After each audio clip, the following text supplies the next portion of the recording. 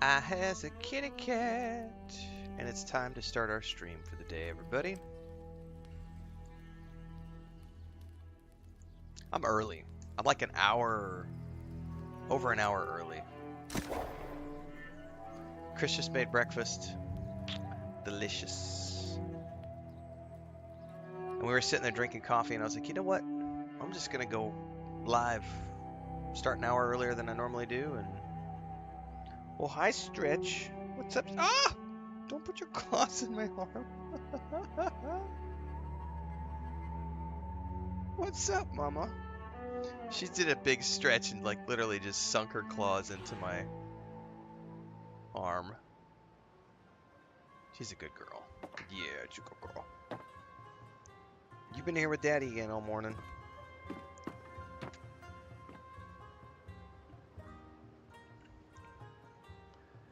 Oh, let's listen to that music for a few minutes, yeah? Wait for people to congregate, Pippin.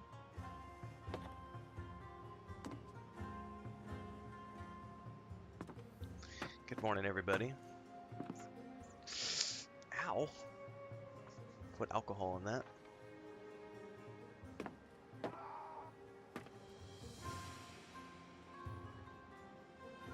It has been a wild, like, 18 hours. If you're not paying attention to social media and stuff around Dragon Age the Veilguard, oh my god.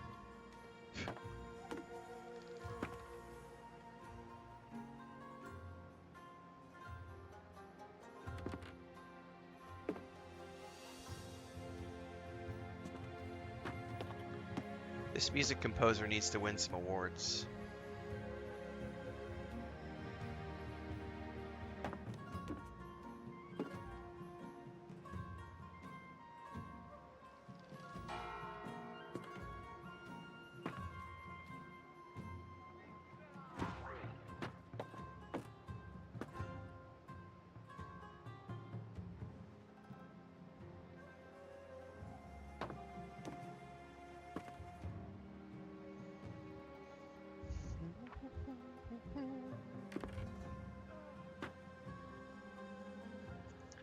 We're going to keep working on the seasonal quest today, because I want to finish this storyline if we can today.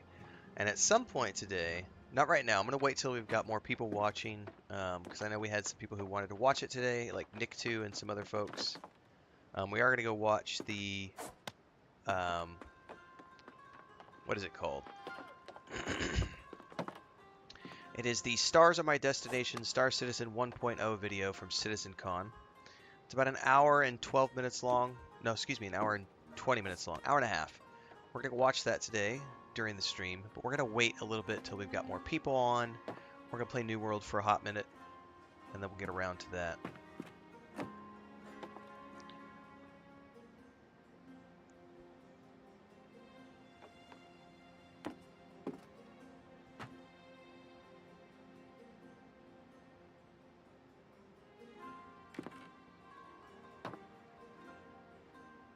What's up, Daniel?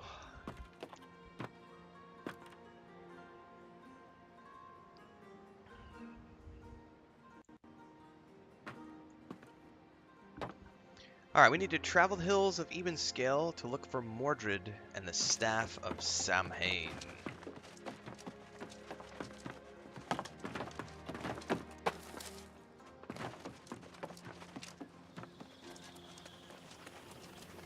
Which is a ways away. I wonder if we have a fast travel close to there. I mean, not real. Well. I don't know if we'll be able to get there from here.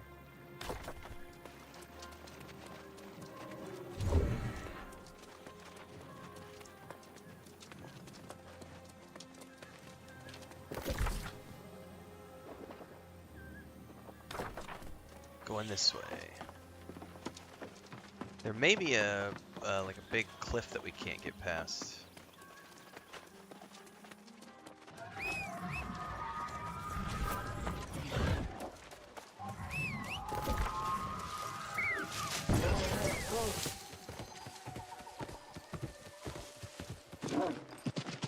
What's up, Smoy22? Welcome to the channel as a member.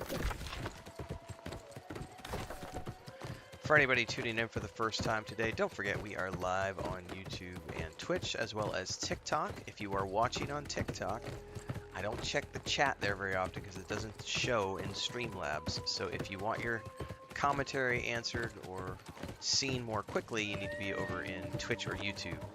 Otherwise, I do check in on TikTok about every 45 minutes to an hour, and I will answer as I get over there.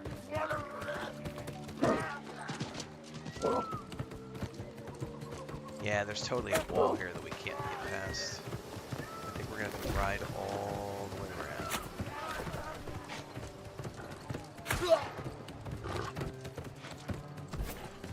What's up, Babylonian? Morning, morning, everybody. Oh, it's a new day, it's a new dawn. It's a new life for me. Oh, I'm sorry, Pippin, I'm making too much noise. Oh, I'm so sorry. Your cat life is just so disturbed. What's up, mama?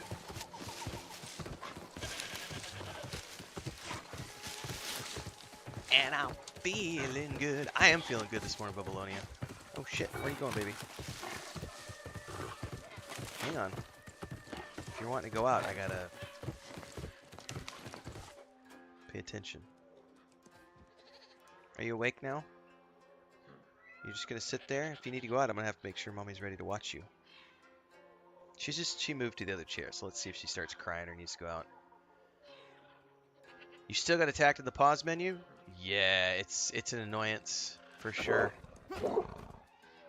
I am feeling good, Babylonia. I would like to say, as we get people coming and tuning in this morning, the last 18 hours have been absolutely nuts with all the Dragon Age Veilguard. I guess 24 hours if you watch all the Dragon Age Veilguard stuff. It's been a crazy 24 hours watching things happen on social media, and the attacks on me and the channel and anybody who has anything positive to say about Dragon Age. Probably says I indoed on my son's skateboard last night, so other than my old man hip and shins, I'm feeling tots up. Nice. What is interesting is Maddie Plays did post a huge apology video last night and said the leaks were real.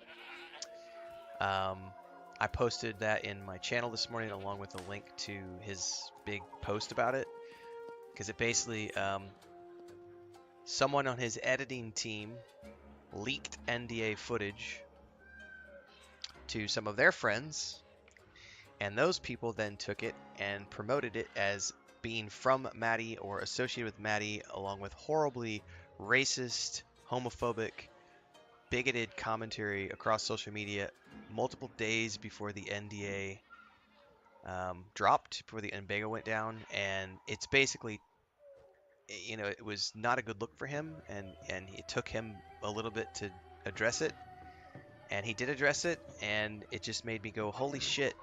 Like I don't oh, did he? I didn't see that, Babylonia. Maybe I need to go check that out at some point. Slander's a good guy.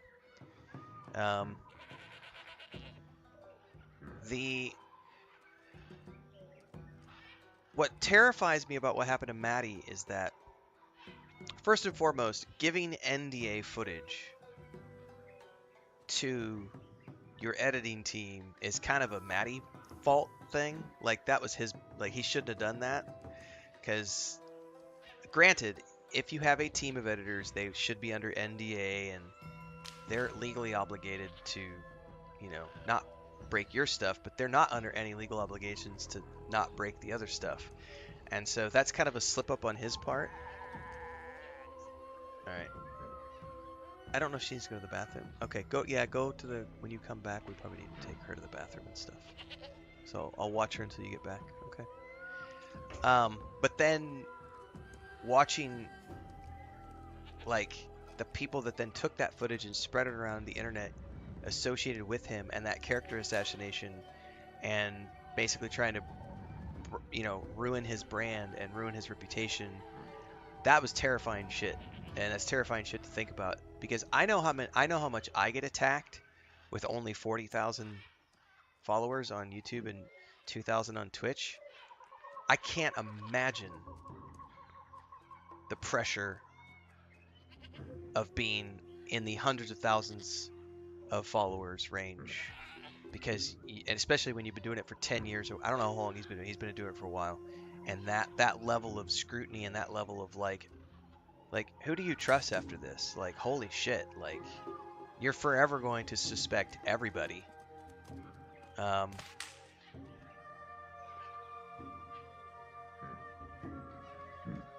Yeah, I don't believe that for a minute either, Babylonian. Not one moment do I believe that he is a Nazi or a bigot or a homophobe.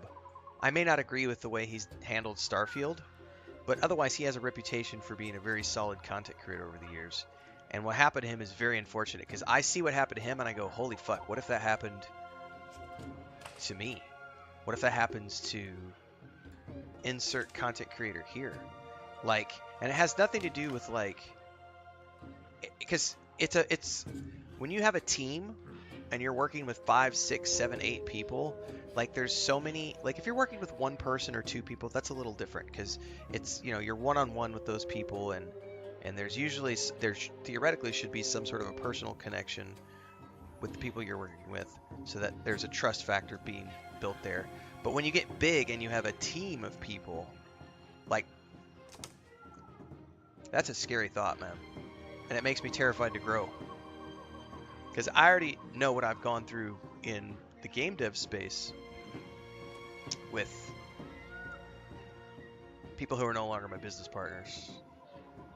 And it makes me terrified of what's going to happen as my channel gets to 100,000 followers.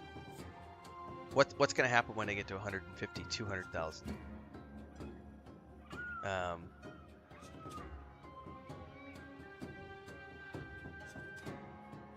Scary stuff. Exactly, Babylonia. And that's the thing, is like, because people don't care anymore. They don't care about whether or not it's true. They care about cancel. It's cancel culture. It's all about vigilante justice and cancel culture these days. So if you don't get ahead of that shit, you know, immediately, and he took days to address it, which sucks, you know, but obviously he probably had to dig into it and figure out what was going on as well. So, you know, there has to be due process, but nobody gives a shit about due process. Like, the internet is not going to wait for you to do your due process. They are going to sacrifice you and crucify you on the pillar of woke, anti-woke, /cancel, That was wild, man. That was wild to watch that go down. It's also been wild to see Crom from Baldur's Gate 3's team, the head of publishing for Larian. He is getting just the vitriol in the comment section of his post on X, where he was praising Dragon Age the Veilguard. And just people are just, there are some vicious, nasty people out there right now regarding if you say anything positive about Dragon Age Veilguard. I think I got killed. I think I got called a shill more times in the last 24 hours than I have been in the last like year. And I had a whole bunch of unfollows on that video of Chris tripping by Wig, which is great because I don't want those people here in the first place. It's gonna be good. It's gonna be good. Did he watch, Babylonia, did Slander watch the whole video last night? I didn't get a chance to watch his stream because he was streaming as I was going to bed. So I don't know if he covered my whole stream or not.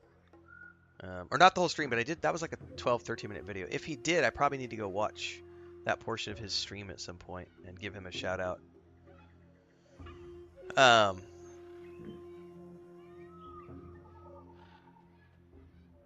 It's an interesting scenario, to be sure.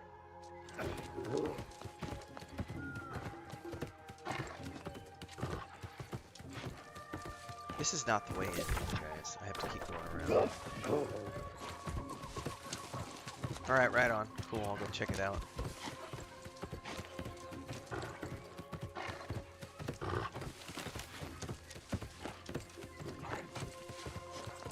Yeah, he was literally streaming as I was in bed falling asleep because he streams late. So I was like, oh, I'll have to catch it next time.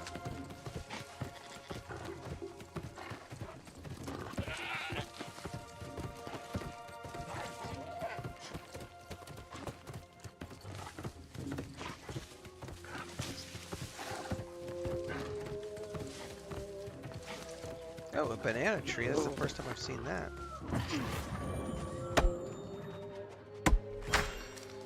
Oh, it's still just green wood. Boo.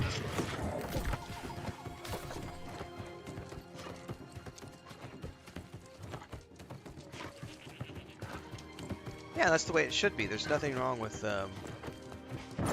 respectful dissent.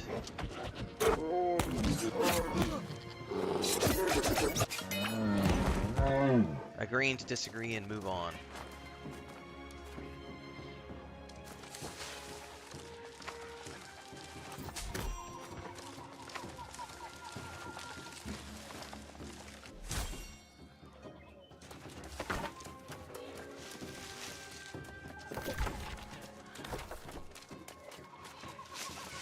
I think the main difference, and it's probably because of it's not probably, it's definitely the main difference I think between most people and their perspective on that situation and my perspective on that situation is I've already dealt with this in the travel space before running campaigns. She's just sitting here now. I don't know what she needed. No. So she probably, if you want to take her now, and then we can wash her and put her bandages back on. She probably wants some food, so bathroom food. Thank you. Anyway, I'm always approaching things from the perspective of the game developer first, not as a consumer or as a gamer / content creator. And because I've been in, not necessarily this industry, but because I've worked on influencer campaigns in the past, been heavily involved in them as an influencer at the high end, at the federal level, and also designing and running influencer campaigns, this is not the first time that I have seen content creators get upset that they didn't get an invite to something and go on a ranty post about how they deserve it. And it's happened before.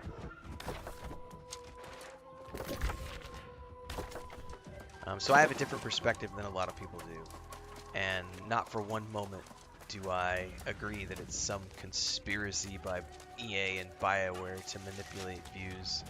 I was explaining it to Chris last night, and she's like, duh. Like, if I invite you to my restaurant, and you like, give me a shitty review, I'm not inviting you back to my restaurant next time.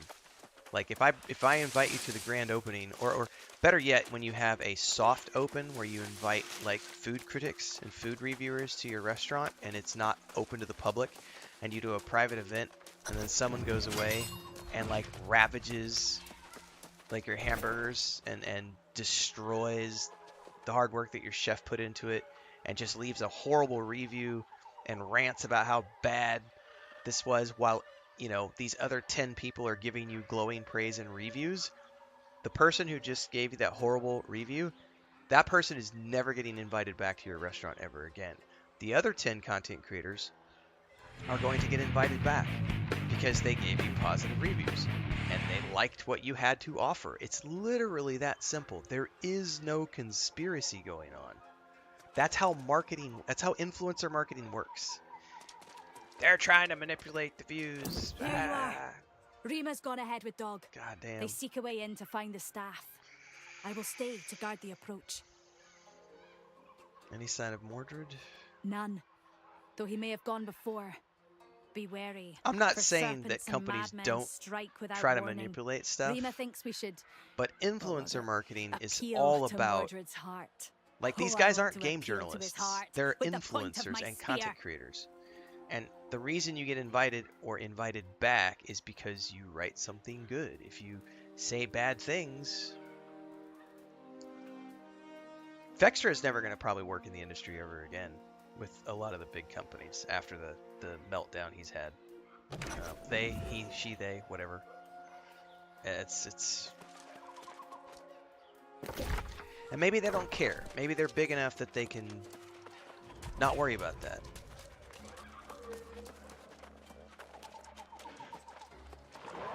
I need to go watch Slander's video.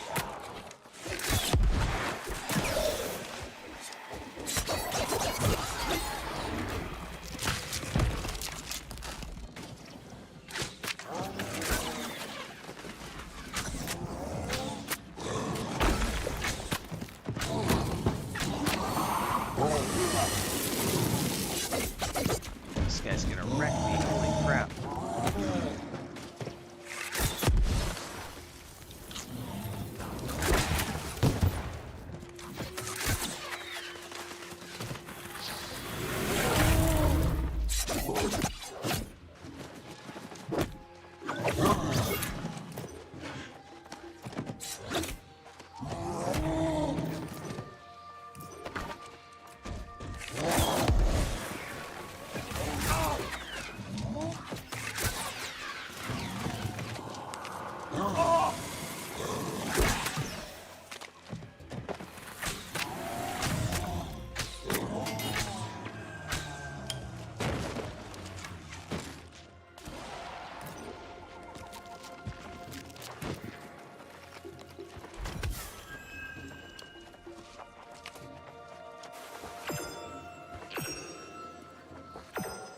Uh-oh.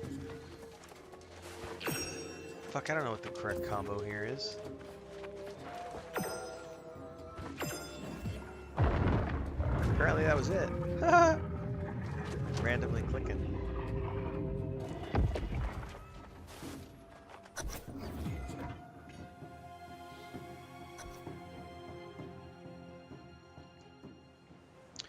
Yeah, you're not wrong, Babylonia. A lot of people confuse the influencer and journalist because they're two different things. You know, I would look at an outlet like PC Gamer or IGN.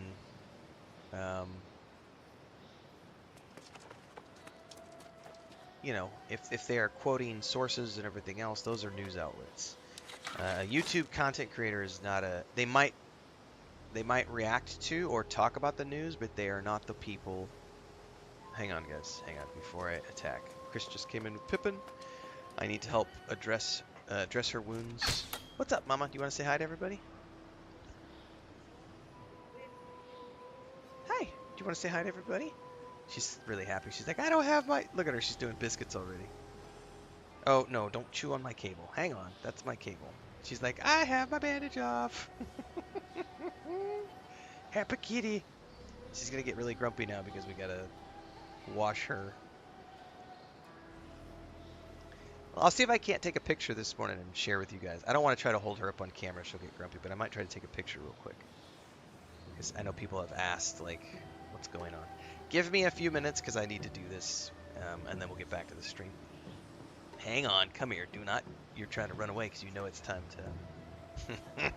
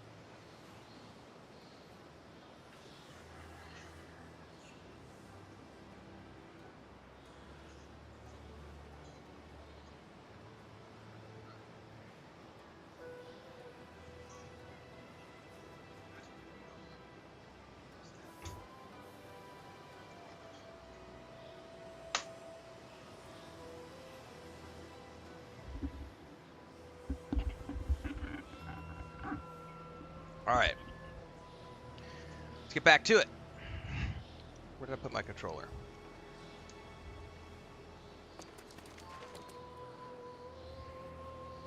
So I know because people have asked, I could share a picture really quick. Today there was no black spots, so last night... So, this is what it looks like underneath her bandages. And these are all the areas around... It's probably a glare from the screen. Those are all the areas around where the original surgery site took place. And these are bits and pieces of stitching that come to the surface and then burst through her skin. The really red one right over there and this one right here are the fresh ones from, like, they burst like last night, yesterday afternoon. And all the other ones are in various states of curing and healing up.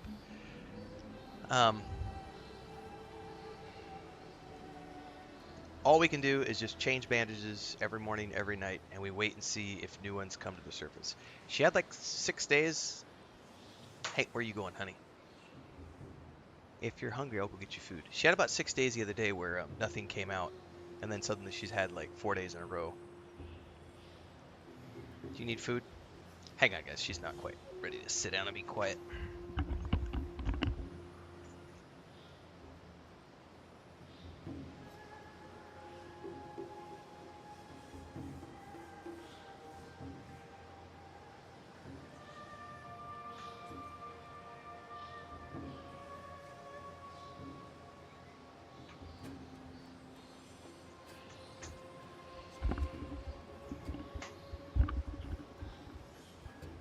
She wanted more food. Anyway. That's what it looks like, for those of you who were asking. I gotta scroll up through chat now.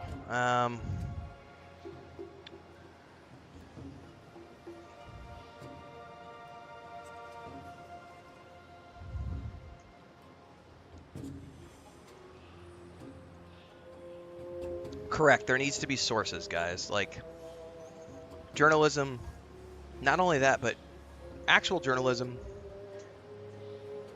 you're not being paid or compensated in any way by the party that you're reporting on. There are sources that have to be cited, interviews, things of that nature. Game journalism, there's a difference between games journalism and what I do for a living.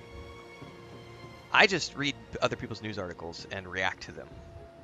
Or I watch, you know, a game trailer and react to it. Or I watch an interview with a game developer and I react to it. I'm not the one doing the interviews. Now, if I did a sit down with the game director of Dragon Age of Veilguard and she came on and we did an interview about story in Dragon Age, that would be games journalism. But there is no journalism taking place when it's like a review of a video game. Like, that's not journalism. Nor is this whole, you know, oh, BioWare didn't give me a review code. Nah, come on, guys. There's a conspiracy. We're going to report on it with zero fact. Like Babylonia says, there's a standard that journals are supposed to adhere to, and a lot of legit news organizations have blurred that line themselves, which helps no one.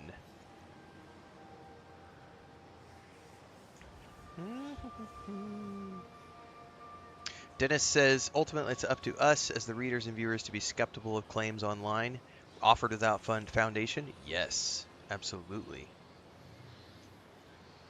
Engagement and views are the key.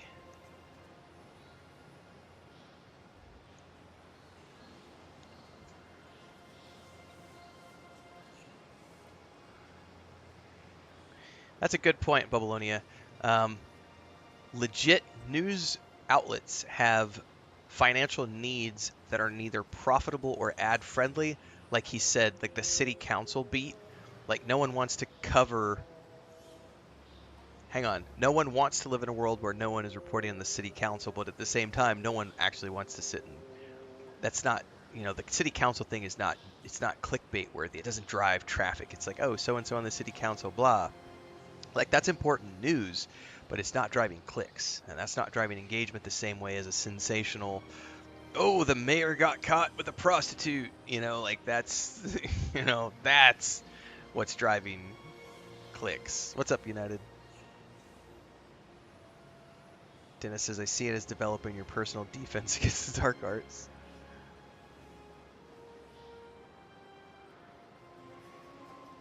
Da, da, da, da.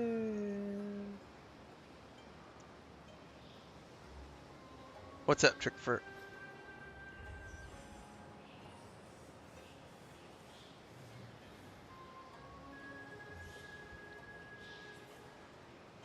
What's up?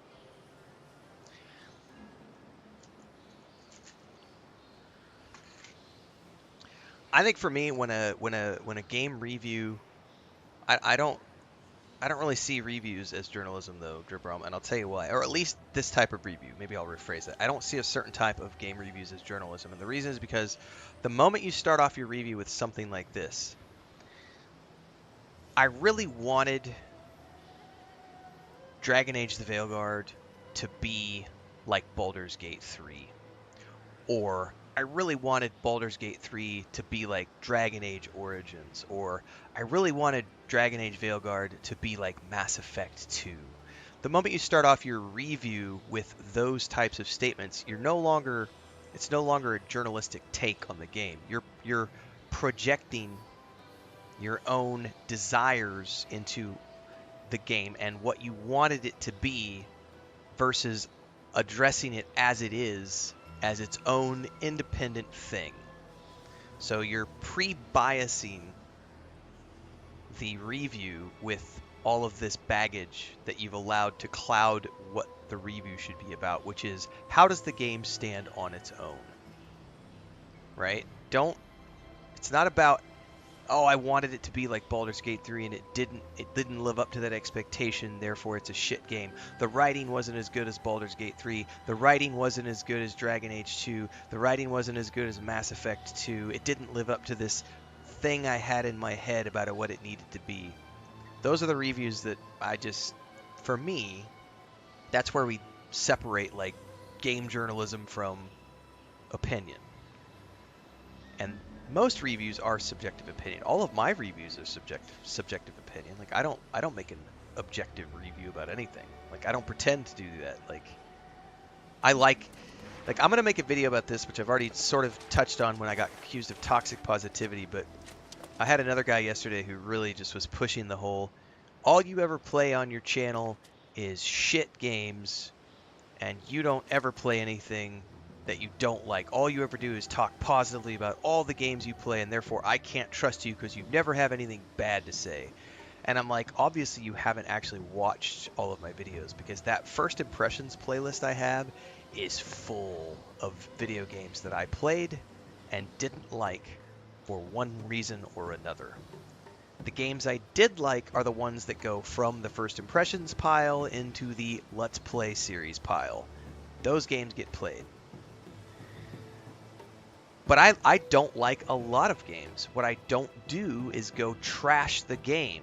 I don't go out there and make a video that says, like,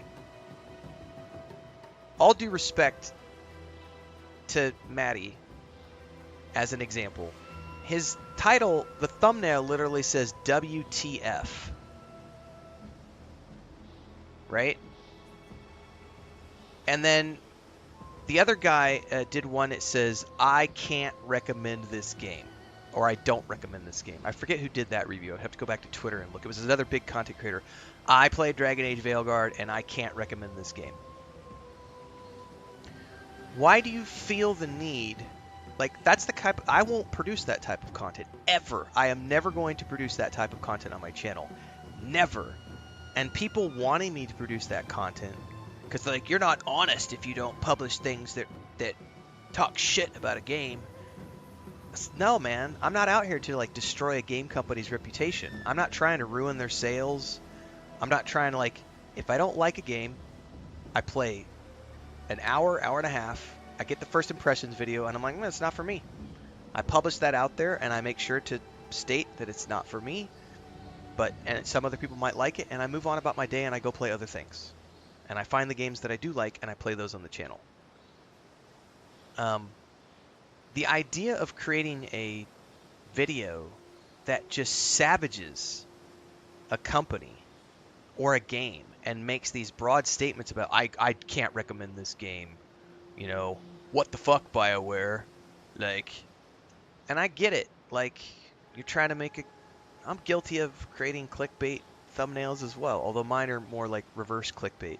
But I'm guilty of making clickbaity thumbnails to get people in and draw in the views. But I think the difference is that, you know, I'm tooting my own horn way too fucking much this morning. I need to shut up, just get back to playing the games. That's what we're supposed to be here for.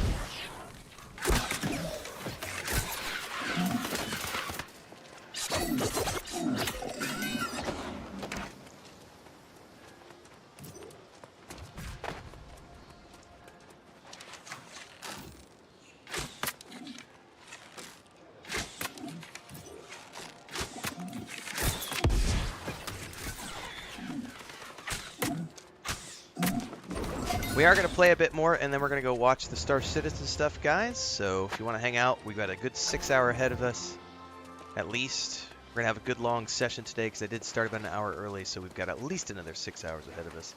About an hour and a half of that, maybe 2 hours, is going to be watching the Star Citizen video. We'll do that in a bit. We got about 60 people tuning in right now, so we might wait a little bit more before we get going. We'll see. It seems this place was once a grand Frosty affair. says, I think that's the difference between a content creator and a reviewer, though a lot of reviewers are just baiting for content. Some kind of I feel that way too hidden sometimes. temple. Perhaps the mage we're looking for found the staff here, then loved it so much he decided to stay. Speaking of moving on. Yes, well, I can't get through. As Xander might say, door thick like my skull cannot break. I've pushed, pulled, yelled phrases at it, some colorful ones as well, That's and awesome. say, did you just hear dog caterwauling?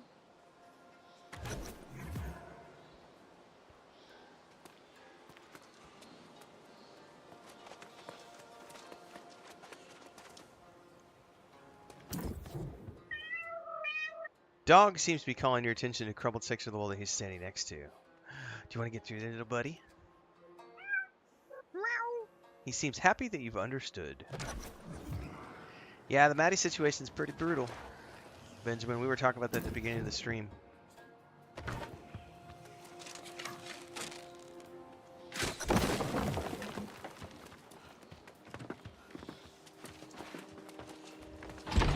Whatever you did, I think it's open.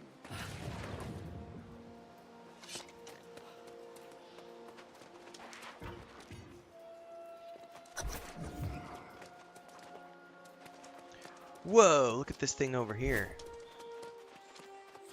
This is another one. Dude, I'm telling you, this is the Gaul. Look at this. It's one of the resurrection boxes. With bits and pieces on it. Nick2, you're here. We were waiting for you so we could go do the Star Citizen video, man.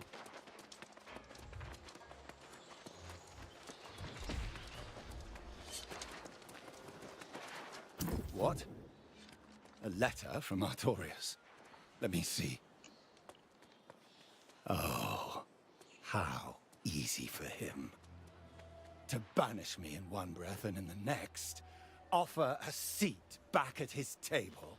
Am I then a cur cast into the cold, only to limp back, mewling for milk? You're not late. I started early today. Like an hour and a half early. He loved himself. Oh, how kingly of him to forgive.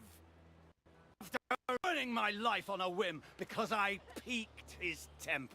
So yes, it is proof. Proof I was never more than a fly to him. What's up, Bennis? Good day to you as well. Everything he loved.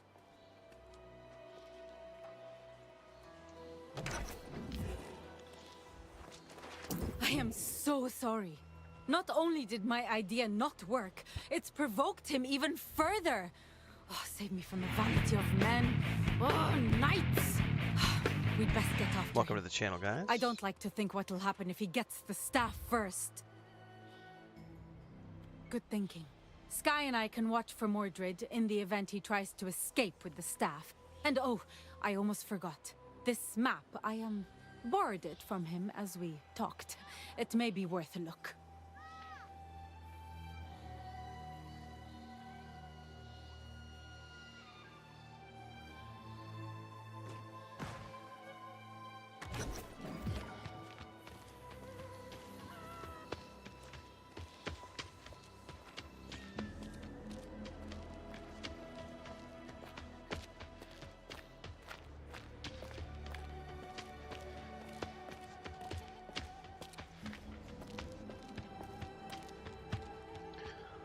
Examine the map that Rima borrowed from Mordred. Oh man, don't make me figure out puzzles this early in the morning.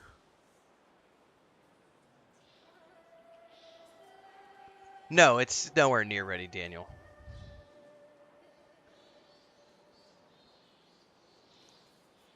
I don't think I would consider it to be pre-alpha. It's definitely in an alpha. It's a playable alpha state. But there's also a lot of work that has to be done to get it to the 1.0 that they're promoting, which is what we're gonna go watch here in a minute, guys. We're gonna here in a little bit, just in a few minutes. I don't know when. It might be 10 minutes, it might be 30 minutes, but here in a little bit, in a few minutes, as we would say in Mexico, en un ratito, we're gonna go watch the presentation from CitizenCon, which is about the vision for Star Citizen 1.0. Now, the thing is about that video is it's sort of like an updated version of the Kickstarter pitch from years ago. So you have to just sort of ignore everything Chris Roberts is saying about, you know, don't pay attention to anything other than it's a cool vision. If they can bring it to fruition, it's going to be really awesome. I don't put any stock in timelines whatsoever. I follow it from a very my perspective on it is that from a game developer standpoint, what they are doing is absolutely amazing in that they can continue to generate hundreds of millions of dollars of revenue every year. They've generated over $750 million in crowdfunding since they started, which is a feat that no other game company has ever been able to do. And whenever this beast finally comes out, in whatever shape it finally comes out, it will go down in history as being this incredibly progressive behemoth of a thing, regardless of how it turns out. So from a purely educational standpoint, it's a fascinating thing to watch. From a gamer's perspective, many people are like, you know, it's blown past all these deadlines, it's allowed all this feature creep, and all of that is legitimate, true criticism, for sure. However, you also cannot discredit all of the hard work that has gone in from hundreds, probably thousands of employees at this point over the last 12 years to get it to the point where it is today. And that is a very impressive thing, even if they have, yes, blown past deadlines and all this other stuff. So we're going to watch that video here in a little bit and everything they say we're going to take with a grain of salt. Again, I'm primarily interested in Squadron 42, not so much Star Citizen, although I will say that if Squadron 42 is as good as it looks, it's going to prime me and make me ready to play Star Citizen and agree. And I've also said that next year, in 2025, if the next move to Phase 4 goes the way they want it to, I will probably start playing Star Citizen Alpha on my channel on a regular basis. Exactly, Bubbleonia. I enjoy the vertical slice, but I wouldn't believe Chris Roberts if he told me I was good looking. It's so true. Bennett says, I recently started Lotra because of you and having a blast. Now you're going to push me to rejoin New World Aeternum 2. If you already own it, it's a great game to play. Trickfer says, just discovering your content recently. Love the vids, enjoying New World. Awesome. Daniel says, Star Citizen is playable, and what is there when it works is quite amazing, but it's not ready for daylight. Absolutely. It has been overly complicated, Scouser, for sure. Hang on, I'm getting sidetracked here because I was supposed to check something on my phone and then read this map. Hang on.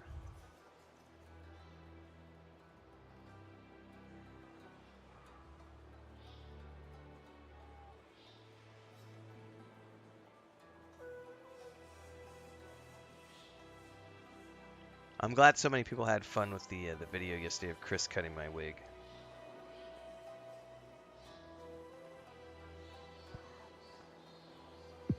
It's unfortunate I had so many people unfollow because of that video. Some people are just triggered easily.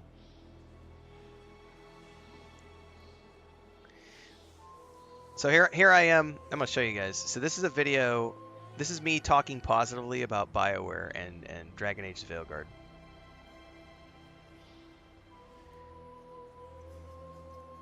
Hang on, let's see if we can get that to focus. It's not gonna want to focus, is it? You're the type of guy that would call a piece of shit that is splattered all over the wall art, aren't you? This is the kind of stuff that I have to deal with as an innocuous content creator. About anytime I say anything positive about Dragon Age: The Veilguard. Oh, here's another one. It's trash. You're just shilling for Electronic Arts.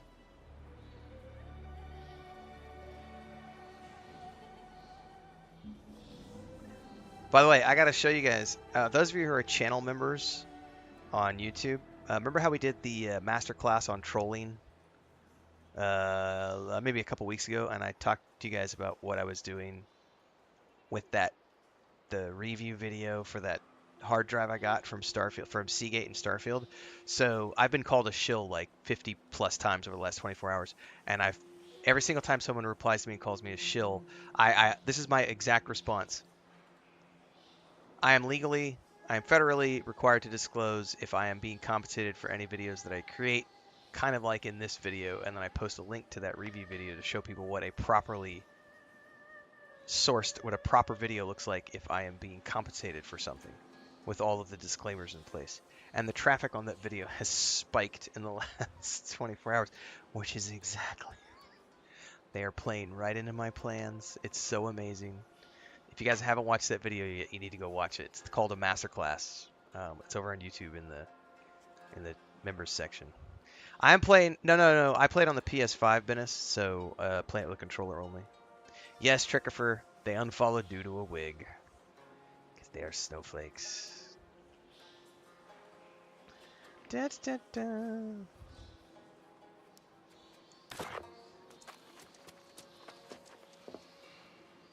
Hang on, did it just point me at like... Rainbird, goat card, do you have the password? If you don't, then I suggest you look through Ian's notes from Ian's book. No, I do hate rhyming. Anyway, speak the secret phrase or you shall not pass. Did you let Mordred through? You mean Sir loves himself? No helping it. He threatened to burn a hole through me if I didn't let him through. I jest. He spoke the password before you arrived. Now go! Find the phrase and you will amaze. Yeah, and if you give it enough time, Scouser, the shit smell goes away. So it's like, art is art, man.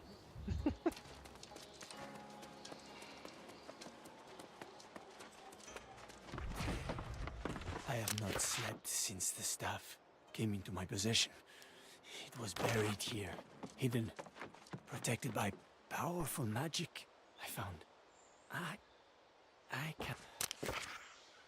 At last I worked myself out of this dirty weak shell. It itches this disgusting human skin. This dirty, weak shell. Oh, there's voiceovers for these ones. This disgusting. I didn't realize it was going to be all of these. Okay. I will rid myself of it. Finally, ascend to freedom. God, I wish they would increase the volume on these voiceovers. That's definitely a quality of life thing they're going to have to address, because I can't hardly hear what these guys are. I'm pretty sure you guys can't hear anything, because I have the volume tuned down a little bit so that it's not overwhelming my voice, and this stuff is really quiet for me to listen to. Endless cold. No, not the fault of the staff. The fault lies in this frail body. The construct, so perfect, clean. If only I could be one. Yes. It's already got my Game of the Year vote, Trickifer. Every single review that I've seen, and I pay attention to a lot of different places, the only negative ones I have seen have been 2. I have seen 2 negative videos, and I've seen about 35 or 40 positive reviews for Dragon Age of Veilguard. So it just depends on what you're looking for, because some people see smoke. They yell fire.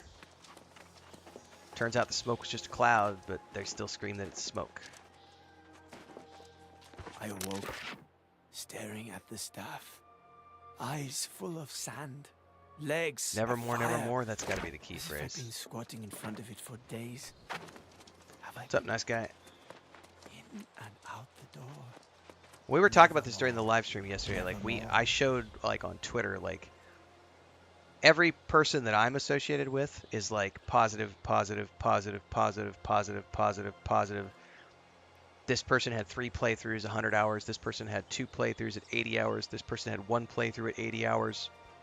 Positive, positive, positive, positive, positive, positive, positive.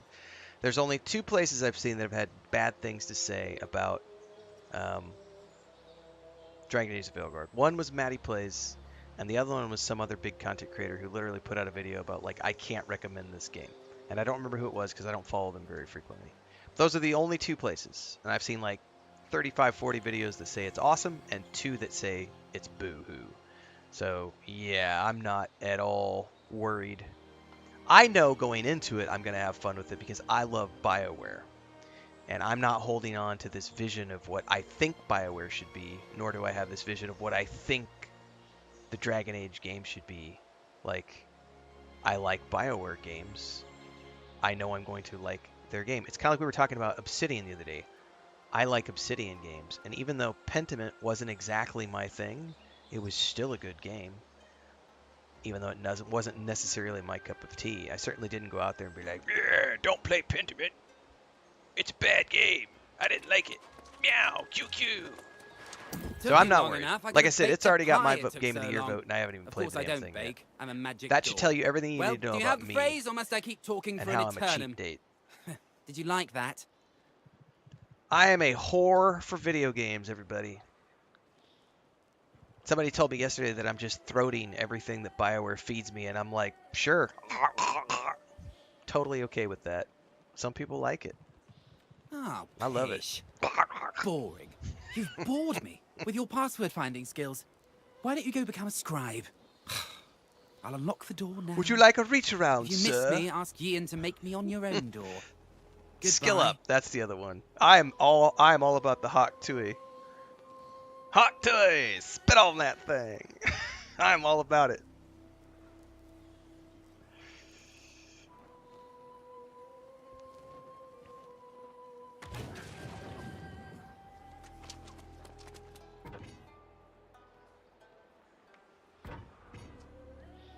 You're goddamn right, Daniel. If you didn't like Divinity Original Sin, you shouldn't be allowed to like Baldur's Gate 3. How dare you?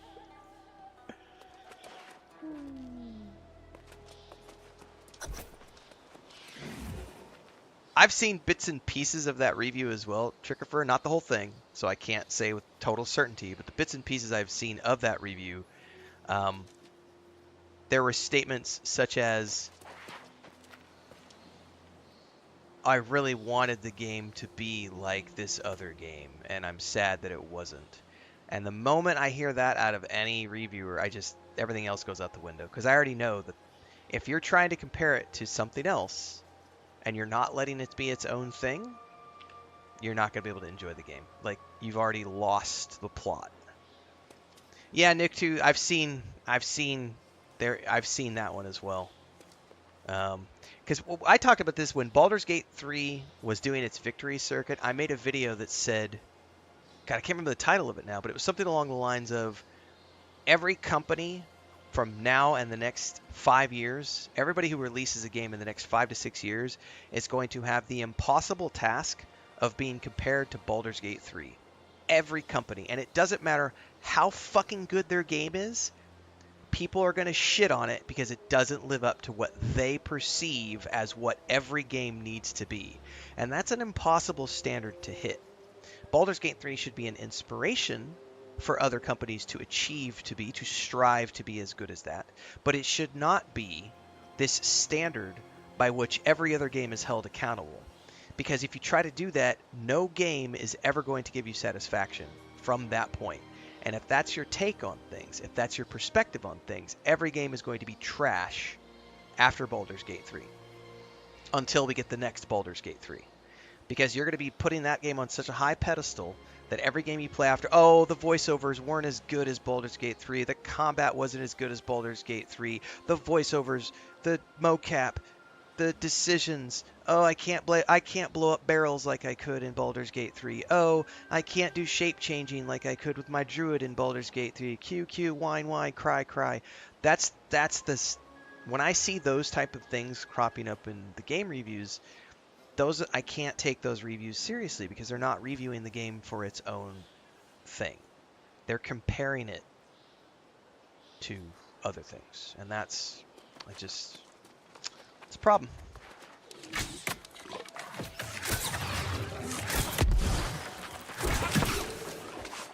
Shit, this is gonna be a hard fight. I'm gonna have to pay attention. Nope, get away, get away!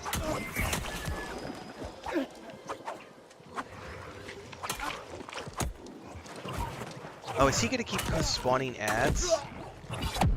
Oh yeah, he's gonna keep spawning ads, and I'm gonna have to figure out this fight and pay attention. What's up, AJR?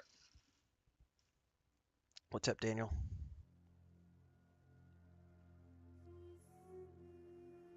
Yeah, exactly. That's the way. So here's what here. If you guys aren't, I know some of you are watching on Twitch and TikTok.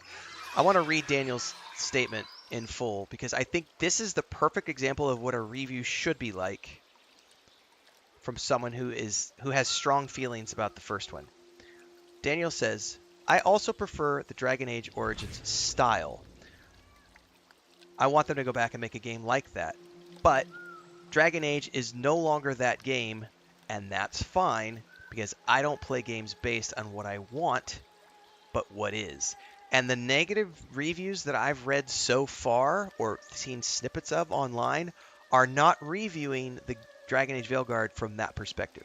They are instead reviewing the game from the perspective of, I want the game to be this, it's not this, therefore I'm pissed, and I'm not going to recommend it, and I'm going to make a shitty review about it because it's not what I wanted it to be. And that's not constructive at all. So, like, you can say, I loved Dragon Age, and I really wish that it was like Dragon Age, but it's not. But, okay, it still has these really cool things that I really loved. Yeah, Nicto has a good point. We also don't know the limitations of their tech, like loading screens. Cough, cough, Starfield.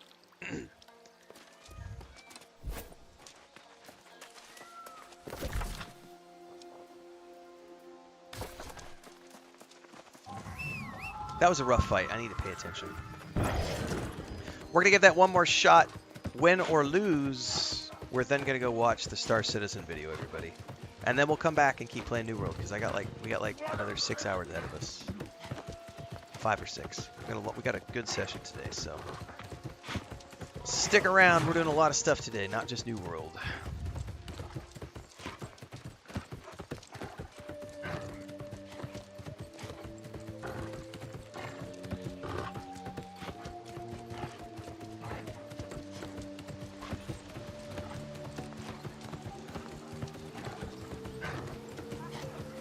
Why am I getting a waypoint all the way over here in the middle of nowhere? There's a broken waypoint here.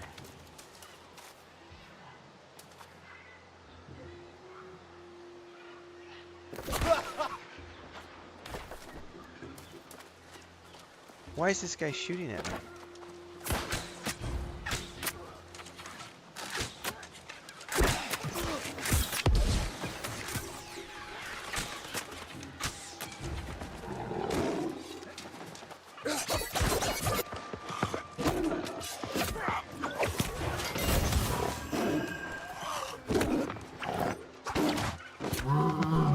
I think the waypoint is busted.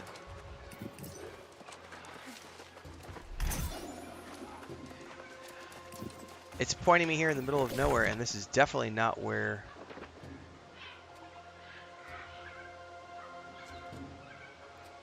Holy shit, yeah, that waypoint's not at all where it's supposed to be. Where did...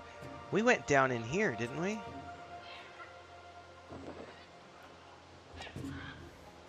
I'm pretty sure that's where we ran, was down in here, into that cave.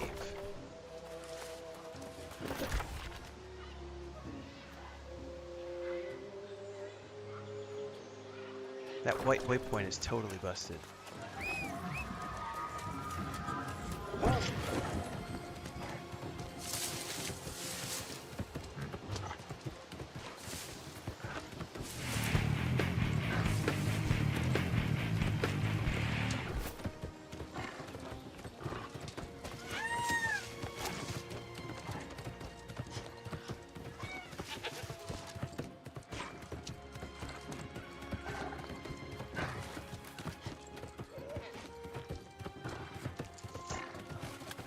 Huh.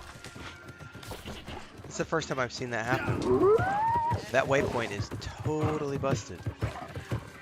I wonder if I logged out and logged back in, if it would reset the... maybe I'll do that here in a second if I go around the corner. I wonder if it would reset the location of that POI.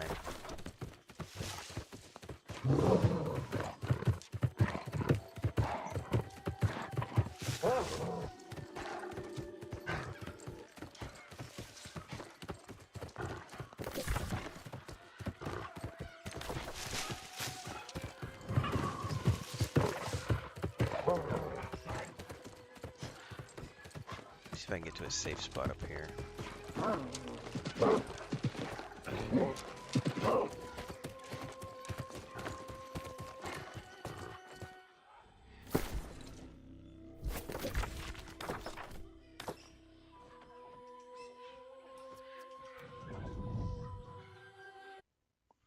See if this resets the UI, the POI. If it doesn't, I think I know where I need to go, even without the waypoint. Excuse me. What's up, Tyler?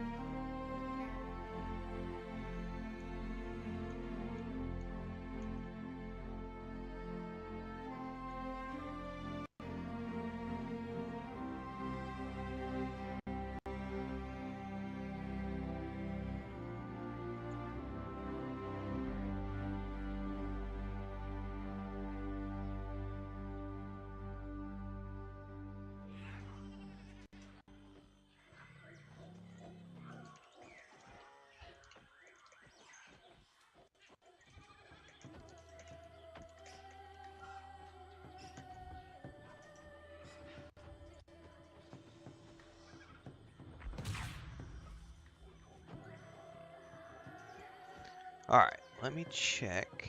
Let me spin my point in my bow really quick.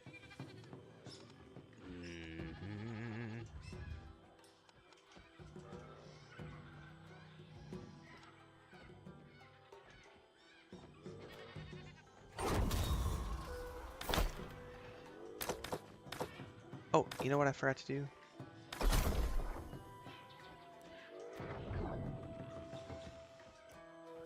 I can finish a card.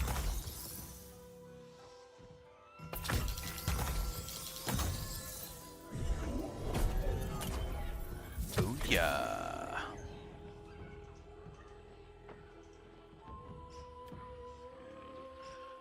Nice Guy says, your content encouraged me to pick up Lotro last night. Haven't played since 2010. Dude, it's a completely different game these days. Have fun. It's a damn good game.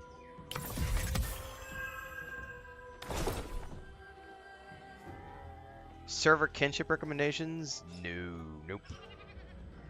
If you're paying a monthly subscription, I would highly recommend the new legendary servers because those have a much higher low-level population. If you're playing free-to-play, I would say just pick whatever is like the recommended server that it gives you. If you're, you could try a legacy server, but it's all going to be people at the cap. And that waypoint is still busted. Alright.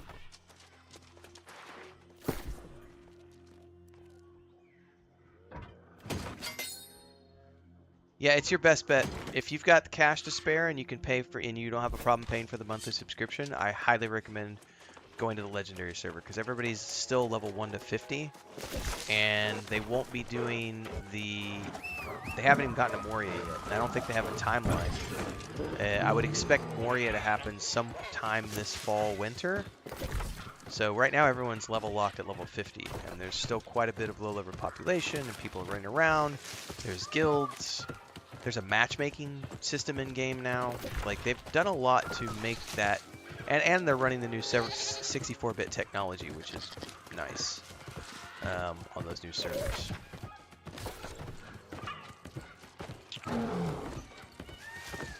I think everybody's got different opinions on that, Trickifer. Because some people will say you should base it based on like what bonuses you're going to get for territories, factions. I always say visual. Like for me, I don't care about the meta. I like visuals. So for me, I pick the places that have the coolest looking homes and go from there. Because I'm a visual character person. I like pretty things, and so... Yeah, I don't... You know, I like the one... I haven't bought a second home yet, but I'll tell you where I'm thinking about buying a second home, which is the Roman town that... hang on, I'm gonna go look it up now, because I can't remember what it was called. Ebonscale Reach is pretty cool. I've got my home down here. My primary home is here in Windsward, because I love the look of those homes. It feels very, like, rustic medieval England. But then if you go over here to... New Caprica, I think is what it's called. New Corsica. New Caprica. I'm thinking Battlestar Galactica. This place. New Corsica. Because you get like, it's all the Roman architecture and Roman interiors, and so it looks really cool. Weaver's Fen does have great music, Tyler. It's probably my favorite like town music.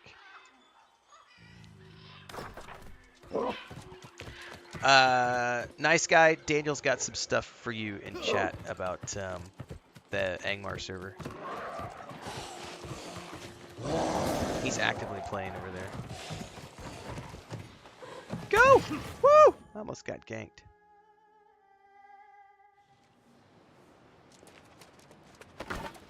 Oh, you know what I should have done? Fuck, I don't know if I can set up a...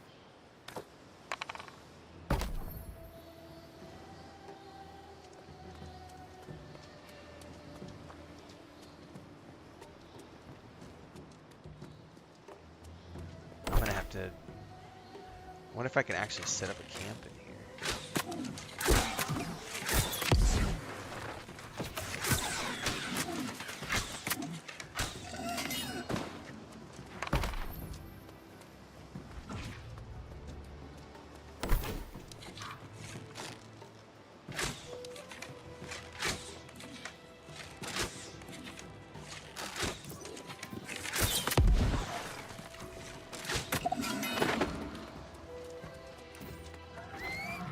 No. Don't do that. Cannot camp in landmarks. Well, son of a bitch.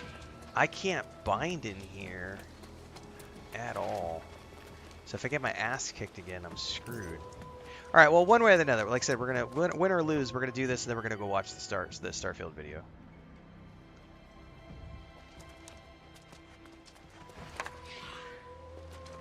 Can't camp in here either. There's no, like, soulbind places.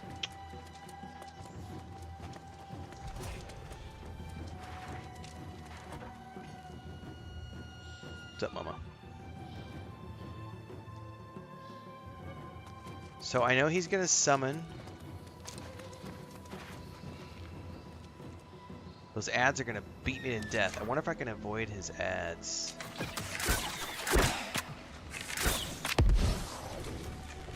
Oh, I forgot to equip food.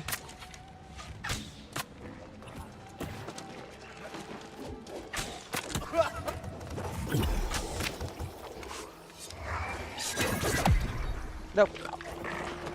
I'm gonna have to,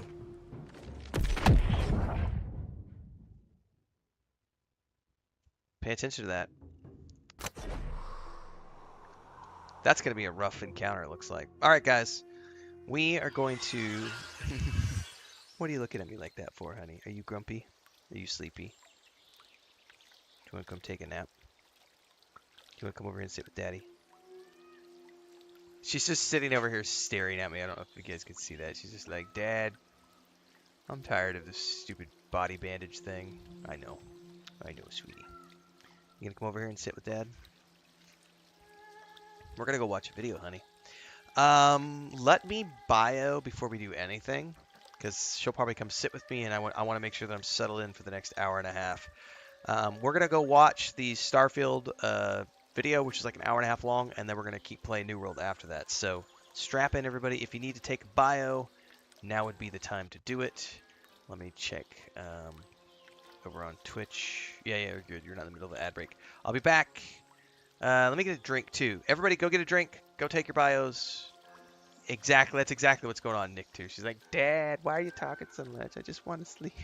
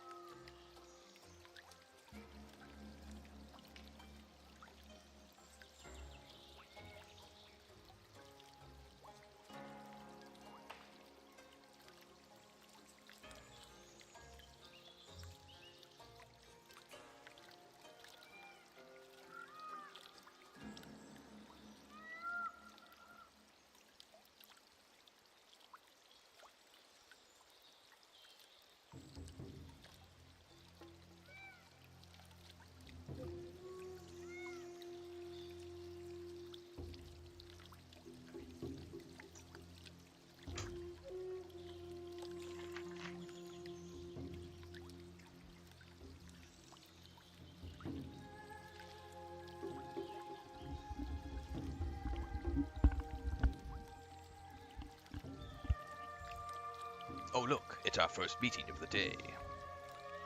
Come here, sweetie. You gonna sit with Daddy for the next little bit? We're gonna go watch a video, honey. Rawr. Yeah? Oh. Hi.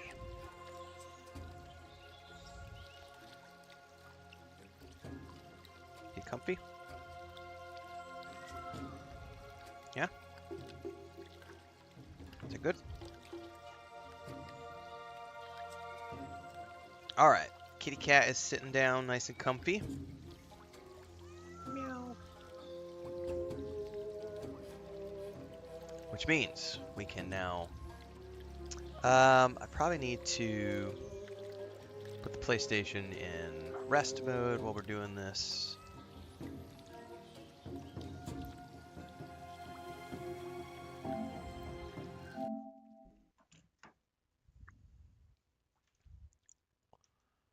Bum, bum, bum, bum, bum, and we're looking for this video right here. Or EVA hatches. Hang on, gotta make sure that that's opened, and this is up, and we may lose, it may go black screen for a second, so just give me a minute. Yep, it'll go black because I tabbed away.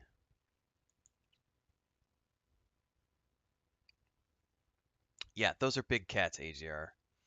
Siberian forest cats. Our biggest boy is like probably about 15 pounds. He's our biggest boy.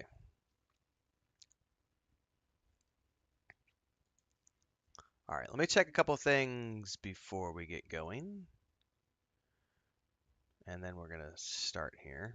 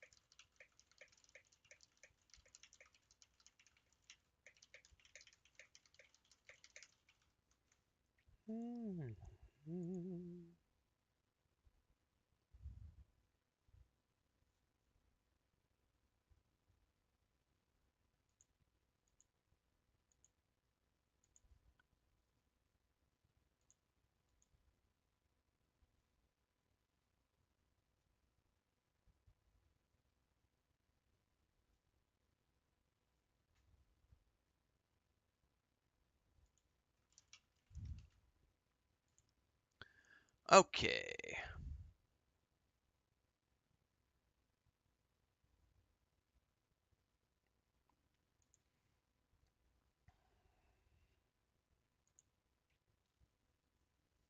Where's my notebook? I need my notebook and pen.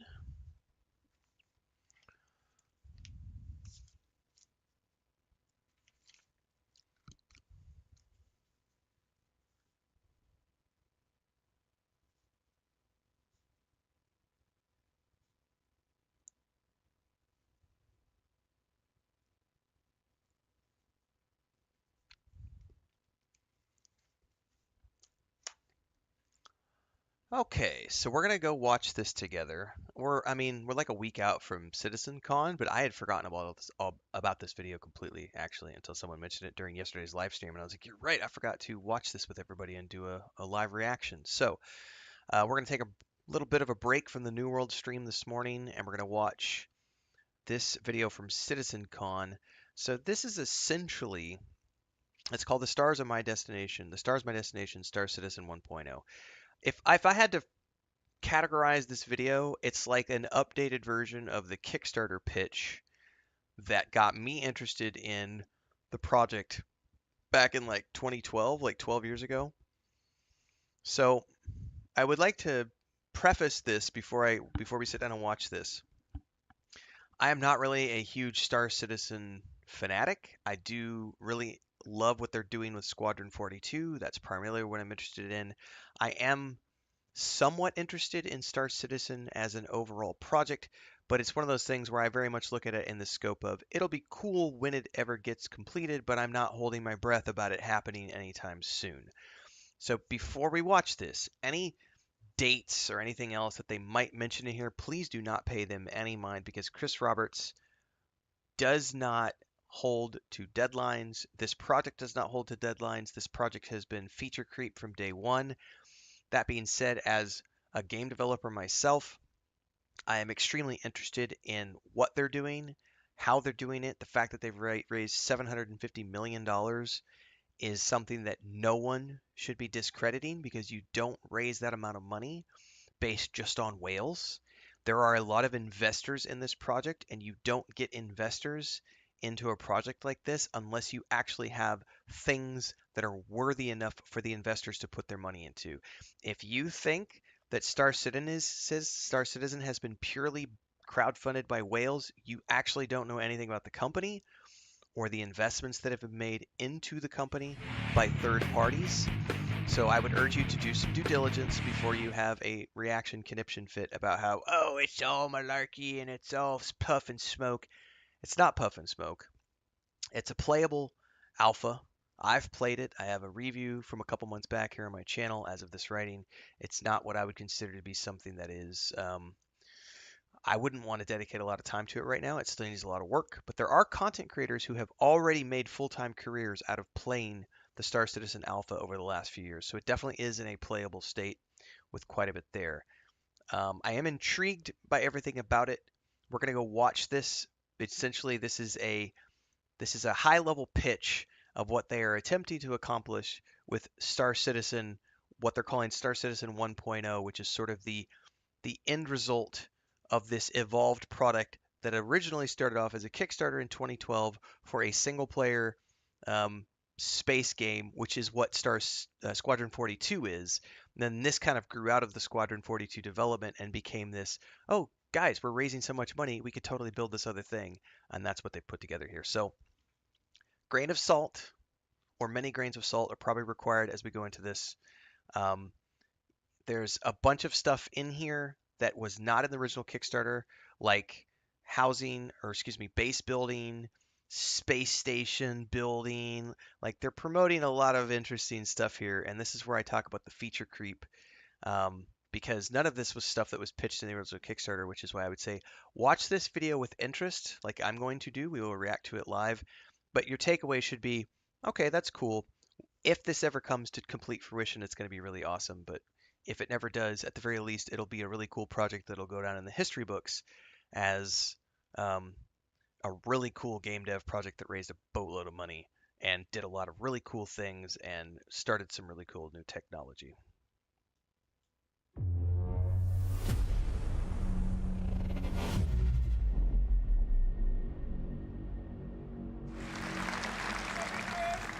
Hey, well, I hope you had a great day yesterday. And by the way, there's a perfect run through that Rich did immediately after the show. He went back to the office, ran it through, no crashes, no That's nothing. the one we It's up on watched, YouTube. by the way. And by the way, that's a dedication of Rich. He's like, okay, I'm going to get it done properly, and he did it. And it looks great, and it doesn't have The crashes. any screen tearing, because there was some screen tearing. There was a technical glitch in the setup yesterday. So anyway, watch that. And if you're doing comparisons to the old stuff, compare with that video, not from the stream. But anyway, I hope you guys liked this morning. There was the base building and the crafting and the ships, you'll be able to do it. I mean, for me, the ability to sort of create your own place somewhere in the verse, find the perfect spot for you to make your home or harvest resources, it totally changes the dynamic of what the game will be in terms of exploration and people spreading out. And I think He's talking about putting roots feature down creep right in the here. verse. So I can't wait. Here's till we these get that cool in there. I mean, concepts that's that one were of not the a things part that of makes anything me original. Incredibly excited. Let's do 'cause it. I think it will just Let's fucking do it. add so much to a living, breathing universe. Not necessarily a bad thing But with a project that's continuing to that is a fundraise. perfect example of But if you were on a limited budget, it's a Star horrible Citizen, thing. how it's grown over the last 12 years, because we definitely did not have that on the initial Kickstarter or the pitches that we were doing. Oh, I love the fact that he just admitted it. And, you know, Star Citizen is a living game. I mean, we're constantly always adding So content he's and embracing it features now. and tech. As you can see, we're constantly upgrading, you know, what we're doing on the graphics side, making it better and always improving it. And even after we would consider it a released or a shipped game, not an alpha game, we will still be doing that. So it's just, it will be a living game. We'll never do Star Citizen 2.0. It will always be sort of Star Citizen that will continue to grow. It won't be like, oh, we're going to do Destiny 2 after Destiny 1. It will just be a living, growing product. Same for. Right? I don't mean that as a knock at them. I just mean that in today's world, you constantly upgrade and improve things. But the big question really is, at what point would we at CIG, what point would I, what point would the rest of the team consider Star Citizen ready for everybody? Not just you guys out here who are beautiful, wonderful, early adopters, willing to put up with bugs, jankiness, you know, Constantly not a great moving new player experience. We know all goalposts, those things are things that we want to fix and improve. And we want a game that everyone can just get into at the beginning, understand it, have fun, you know, pulls you into it, and then has a huge amount of depth. So the question is, what is that? And that is what we call Star Citizen 1.0. It's something that we've been talking and looking and designing and thinking a lot about over the past X number of years. And now we thought, you know what we should do, because I think half our sort of initial stuff is from a long time ago that you've seen, and then occasionally we'll talk about things we're doing in, you know, Inside Star Citizens or SE Lives. But we're like, okay, let's tell everyone the marker. This is what it is, Star Citizen 1.0. When we hit this, this is what we consider we're ready to go wide. You know, everybody in the world can get in, play it, whether you're hardcore or casual, have fun, play in the verse, interact, have a great time. And so that is what we're going to tell you today, is what we consider Star Citizen 1.0. That doesn't mean, as I said, that we'll stop at that point. We'll continue to grow and build and add things. So fishing is not on Star Citizen 1.0's list, but I'm pretty sure, I know, but I'm pretty sure it will be not that long after 1.0. But that is the example. We're going to tell you what the marker is. And, you know, to do that, Rich Tyra, who's our senior game director, is going to come out with a few of our other directors, and we'll lead you through what 1.0 No will fishing. be. So, what? Without further ado, Rich Tyra. All right, Rich. Don't crash. Yeah. Don't crash and burn. Hello, CitizenCon. So, my name is Rich Tyra, and I'm the Senior Game Director for Star Citizen and Squadron 42. Now, I've been at Cloud Imperium for many years, and I've read many, many Spectrum and Reddit posts. And one consistent question I always see is, what type of game is Star Citizen? And I've read many, many answers. It's a PvE game. It's a PvP game. What about non-combat? Ultimately, it's all three. 3 types of players, 1 universe. So how do we connect those players to create a cohesive game, and not just a set of features bolted together? And it comes back to that elegant, simple question. There's nothing wrong with loving What fishing in type games. of game I hate fishing in real life, is but I do Star love it in Citizen? games. Well, today, we're going to find out. Okay, so before we get stuck into Star Citizen 1.0, Oh, it's I think I need to absolutely a clarify a publicity few thing. things. Everything they do is publicity, Firstly, but what that's about fine. 4.0? That's how you Where does that fit in? show off what you've been building. Well, 4.0 is the patch that contains server meshing and pyro. And fundamentally, it's an alpha development patch, which means it's adding further tech, features, and content to our alpha I'm going to pause version for of the just a game. second. I am very happy that Chris Roberts addressed at the beginning of this, none of this, or at least most of this, was not in the original Kickstarter pitch. So he addresses the fact that this has become its own thing. Like, the Kickstarter pitch was for Squadron 42. This, which is Star Citizen, this became the thing that they went, oh shit, we're raising so much money and people seem to be interested in this. Why don't we go ahead and do this other thing simultaneous to Squadron 42? And they have made it work. And it's been interesting to follow. But this was not, like, most of this was not part of the original pitch on Kickstarter. That was all the Squadron 42 single player space sim type thing. This is all, I'm glad they addressed it at the front, because Nice Guy just said, do you think this is a publicity stunt? And I think that this is absolute. I mean, CitizenCon is their annual publicity thing. This is how they generate more interest from backers. This is how they get more investors on board. This is how they sell a new round of pre-orders and ships and everything else to raise an additional round of funding. Continue. And they have mentioned this. Chris just mentioned it a minute ago. They view this as a living project that is continuing to evolve through whatever this Genesis is. It's its own thing, because there is no other in development project like this. It's its own thing. So yeah. Today, though, is beyond 4.0, all the way to 1.0.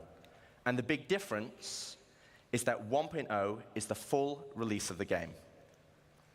Okay, so what does that mean? How will it be different to a normal patch?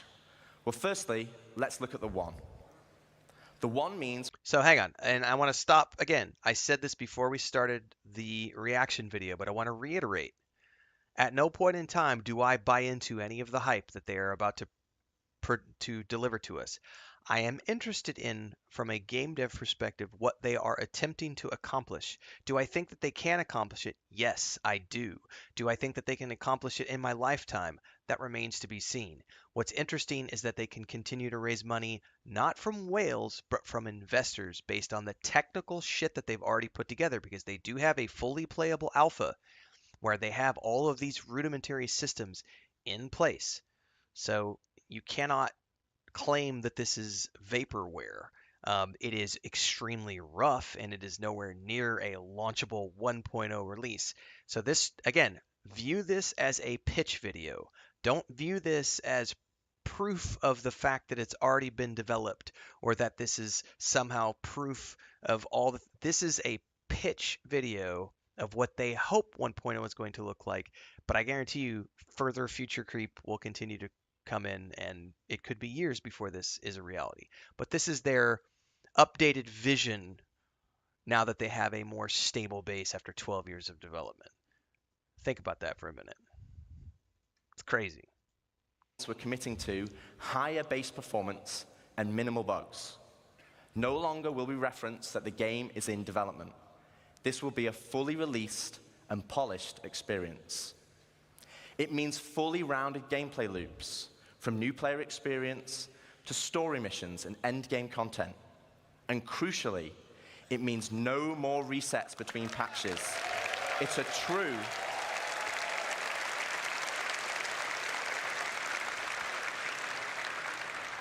a true persistent universe. So if that's the one, what about the .0? Well, it's just as important. It means we're still committed to continued development, with new content and features being planned post 1.0. But those features will no longer be tier 0. We'll be committing to a higher benchmark of quality for each patch, and most importantly, it's a moment in time. I just got called a communist If on there is a TikTok for my content wig video. feature or star system that we've mentioned in the past that is not in 1.0, it just means it will come later. 1.0 is more than just a number change. It's the beginning of a new phase of development of the game. Okay, so we know what the 1 is and the .0, but before we move on, I want to address one important point. And for this, we need to go all the way back to the beginning. Here we are, the Kickstarter. As a backer myself, it brings back memories. And it also reminds me we had a lot of stretch goals. And one of those goals was 100 star systems.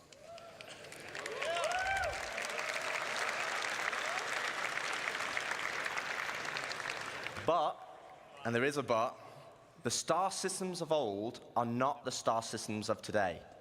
They were based on the privateer and freelancer model. They were unexplorable planets with an isolated and small landing zone and had automated landings. And we all know how that went. To give you an idea, Stanton had 4 points of interest, and the entire 100 systems only had 90 POIs. Compare that to Stanton today, and we have 1,626 points of interest. And that is going to be dwarfed once we start using the Starchitect tool you saw yesterday. And in 12 more years, when they have new tech, what they're promoting today will be dwarfed even more by what they have then. That's how tech evolution works.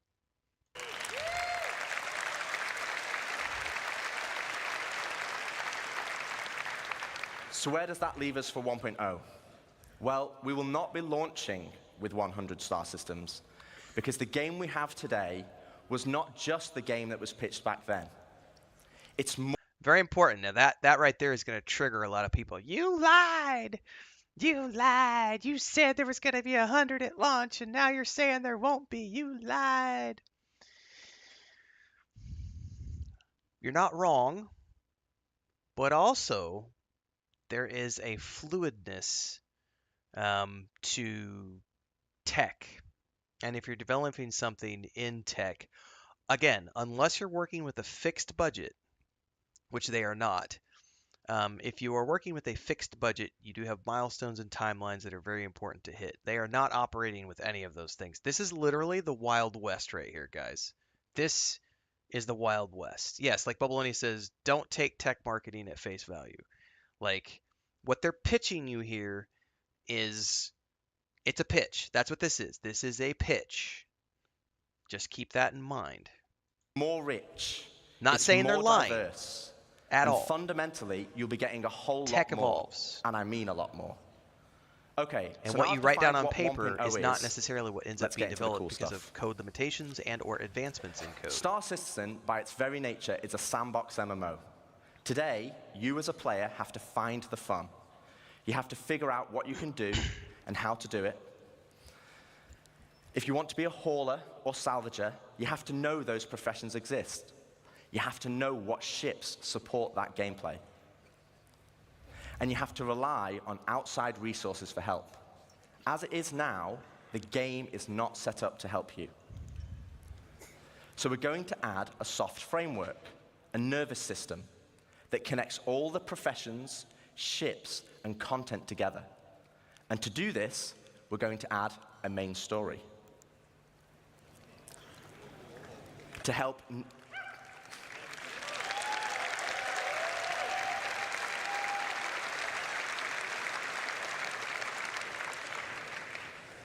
new and existing players, to help discover all the exciting features and content we have, to take them on a journey of discovery of what the game has to offer.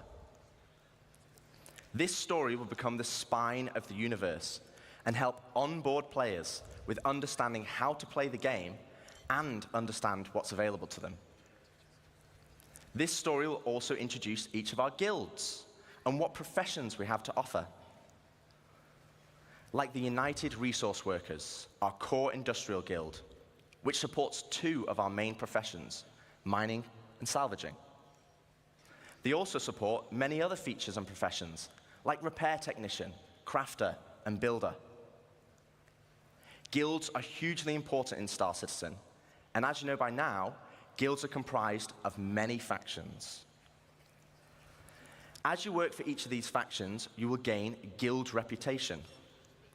You can then use this reputation as a currency to purchase It will be a big deal guild-affiliated rewards when they actually make like this ships, transition. Yes. blueprints, and items. And by the way, And each guild will having a central, what they're calling it main story, but really what we're talking about is a tutorial, an onboarding process for new players. Because I'm one of those people who has not been spending my every waking moment playing the persistent universe since it went live like 4 or 5 years ago, 6 years ago, whenever it was. So when I have talked about this openly and publicly, I have logged into the persistent universe at least once every 18 months since it went live. And every single time I've logged in, I have been completely lost and have no clue what the fuck I'm supposed to do because there is no story. There's no onboarding process. It's just, here's all the shit, but unless you know how all that shit works, you don't. And the previous way of doing things was literally, here's all of these YouTube tutorials that other people have put together. We're going to reference those YouTube tutorials and that's how you're going to learn how to play. It can't be like that. You have to have an in-game way of taking a brand new player, running them through a tutorial process, teaching them how to play the game, how to fly their ships, etc. There is a rudimentary onboarding process in the persistent universe right now. I just went and played it about 2 months ago. It felt pretty decent. It still has bugs, but it felt pretty decent. And it taught me everything I needed how to play the game with mouse and keyboard, with controller. I didn't have a flight stick, but it did teach me all the controls with mouse and keyboard. And when I switched over to controller, it was teaching me controller stuff. Again, there was bugs and it needed some polish, but it is in a rudimentary form right now. So that was a much needed improvement based upon the last time I played, which was probably about 2 years ago, 18 months, 2 years ago. will have a unique inventory of what they offer. Alongside economic growth, guild reputation will become a core progression of the game. And to talk more about guilds and our main story, I'd like to introduce David Haddock onto the stage, our very own narrative director.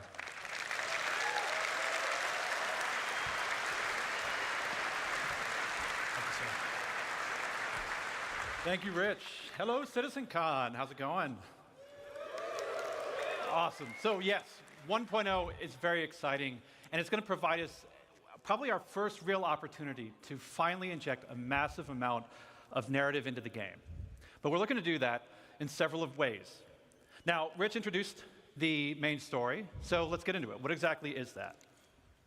First, it's a narrative experience. This will be a crafted story through the star systems and professions of the Star Citizen universe, taking players on an exciting adventure that will finally kick off the growing tension between Earth and Terra. Yeah. It will be NPC-driven. So while Squadron 42 will always be the place to go for AAA cinematic adventure, we're bringing a lot of the techniques that we learned from that to capture and build a cast of dynamic characters, some of which may be familiar, for both this story and the PU. And the main story is also designed to be sort of like a tour bus structure where you can hop on and hop off at any time you want to. So we're not also requiring you to do it. So if you want to log in day one and just go off and do your thing, you can do that. Or maybe you want to put the story on hold so you can go explore a new facet of gameplay that you just discovered. Go for it. The point is that you can complete it at your own pace. So that's the what. So why do you want to do this? What's the motivation to want to go on this ride? Like Rich said, for new players, it's a great way to ease into sort of the vast lore that we've been developing over 12 years, the gameplay, the locations that the game has to offer, and also give you a sense of upcoming stories that are about to come.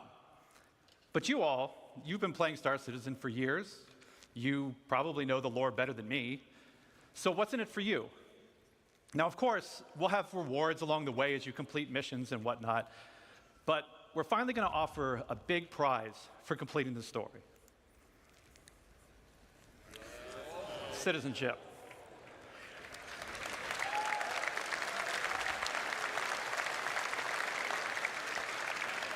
So, many of you already know this, but for the uninitiated, in the UEE, there are citizens and there are civilians. Citizens are members of the population who have demonstrated a commitment to bettering the Empire, and as such are given benefits that civilians just don't have. Now, what those differences have been debated in the community over years. 1.0, we're finally going to answer that debate. I won't get into the full list of benefits that we're going to offer, but can reveal that one of them will be around land ownership. Citizens will be able to purchase land anywhere in the UEE and enjoy the security that comes with it. But civilians will have a couple of restrictions as to which systems and which planets they can buy on. So that's the why. So where is this adventure going to take you? Well, 1.0 is going to include 5 star systems. This story is going to weave you through all of them, but where exactly are you going to go? First, we've got Stanton, which needs very little introduction. I'm sure you're all very intimately familiar with these 4 corporate-run worlds. But since I do lore, I figure I could take the next hour and just walk through each one of these. But I'm kidding. We've also got Pyro, Land of the Lawless, a volatile star at the center of the system is the perfect metaphor right? for the constant struggle between the gangs and Phase survivors 4, trying to hack out an existence next year, here. I think. If you saw Ian's location presentation yesterday, then you know that he reintroduced Nick's system. There's another unclaimed system that's currently home to the People's Alliance, a wannabe independent government formed during the Messer era, but now struggling with the burdens of governance, a growing outlaw presence, and a new threat on their doorstep. Because I'm pretty sure Phase 4 introduces Pyro as the Ian next also made another big announcement of our 4th system, Castra. Situated along the former Perry line, this was a key strategic system to launch an attack if the Cold War between the humans and the Xi'an ever escalated. So that's 4. Do you guys want to know 5?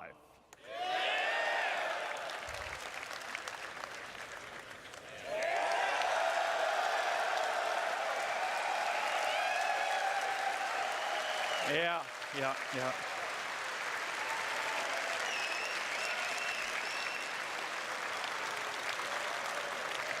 We're finally doing it. Considered by many to be the new jewel of the Empire, Terra has been a shining star against the more imperialistic tendencies of Earth, even in the darkest days of the Messer regime. Now, many believe that Terra should be the new center of the UEE. I don't know how you all feel about that. Yeah, a lot of division. But that's our starting 5. Each system and each planet will be featuring the massive level of outposts, POIs, stations, biomes, and exploration options that we've been perfecting Nice with guy. Stanton and Like Pyro, they're dropping Earth and you've been seeing 2.0. in some of the other Yeah, presentations this weekend. Nothing But wrong with skepticism. we're adding one more level. We're also going to be adding location stories. Now, these will be short, NPC-driven missions sprinkled across our landing zones and cities that will exist outside of the main story, but will help provide an additional bit of lore and character to the location that they take place in. So, that's our main story. Let's talk more about the guilds that Rich mentioned. First, a quick recap. Guilds act as a governing body for clusters of professions and factions with a reputation and progression system that will offer rewards the more you work for them. And I want to call out two things. One, I'm not going to have time to dive into all of the missions that you're going to see on this board, but just know that every mission type is either in the 1.0 roadmap or already in production. And second, we're also looking to move missions away from the Moby Glass whenever possible. Sure, it will always be an easy way for us to get additional game content in, but we want you talking with people. So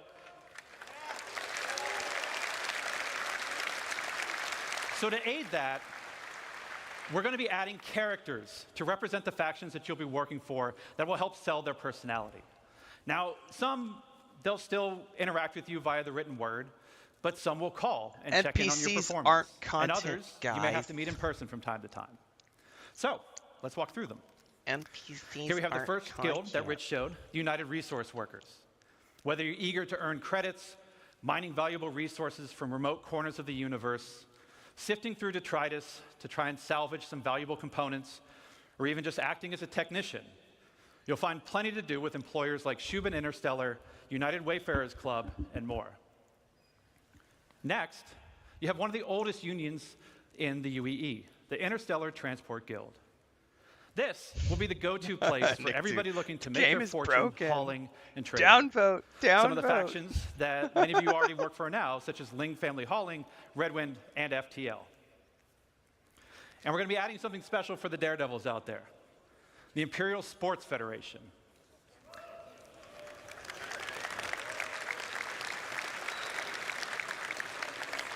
So aside from the usual racetracks that are both legitimate and illegitimate, we're actually going to be leveraging some of our existing mechanics to build new sports and provide an outlet for all you Murray Cup enthusiasts, Cargo Olympians, and competitors to see just who's the best out there.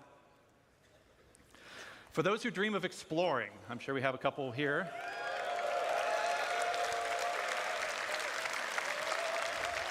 We have the Academy of Sciences that was brought up yesterday in the social presentation, if you saw that.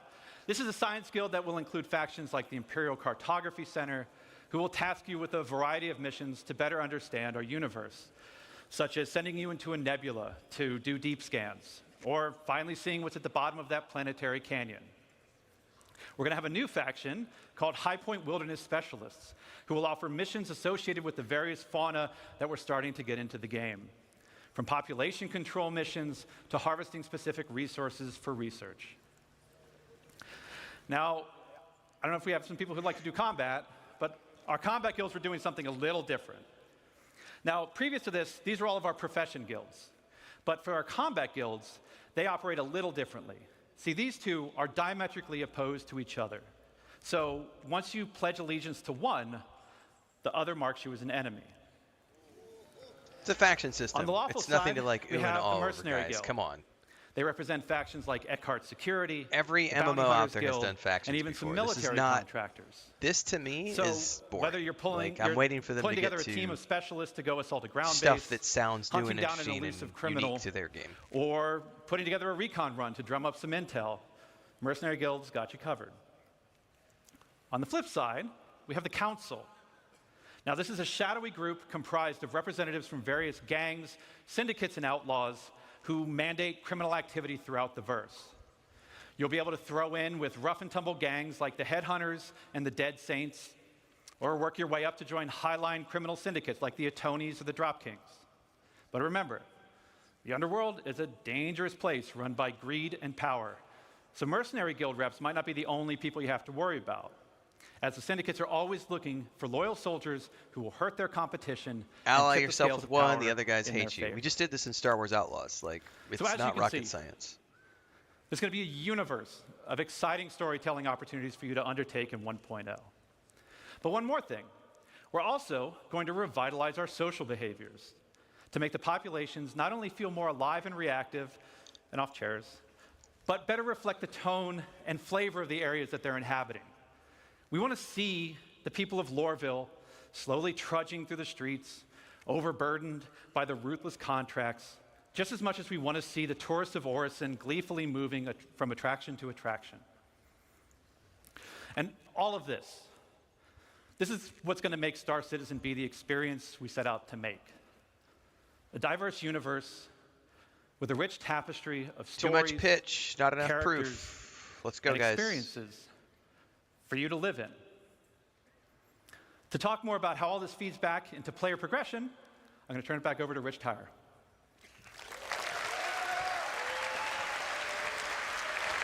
Thanks, Dave. Smashed it.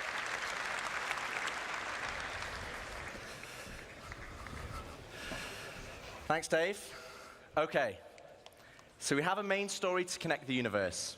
We have all the guilds and their associated professions, and we have location stories to give the world depth and life.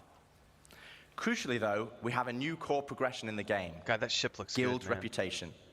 But what about our other core progression in the game? I do love the ships The economy. and the artwork and So, everything they've as we've done discussed before, with this game so far. We'll be Visually, it implementing looks a star amazing. sim-powered Even right dynamic now, if you economy log into the that persistent will universe right now, automatically it's one of the adjust most the in-game beautiful games I've prices ever based played. on player activity. Matter of fact, I wonder if I should go do a live stream one day. It's not going to But happen. for Maybe over the credits to holidays actually we'll matter, do that. though, we need to have an economy where credits flow out as well as in.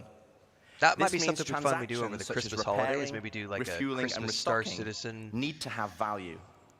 dive If everything into is the too persistent cheap universe. and the money coming into the economy is too We'll see. great, we'll have massive inflation. I might want to get And a flight this is stick where before then. taxes and insurance come in. Boo. Lawyers, guns, and money. We'll have two main taxes. Inheritance tax. I've only spent as part 40 of Death of the bucks, Spaceman, man. and security tax for your base that will cover the cost of planetary shield tech.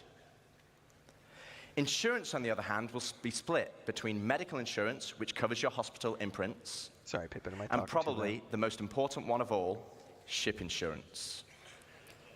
Now, as we have Death of a Spaceman, we also need Death of a Spaceship. Losing your ship should be significant. Right now, for example, over 90% of all claims in the verse are for ships that have not been destroyed.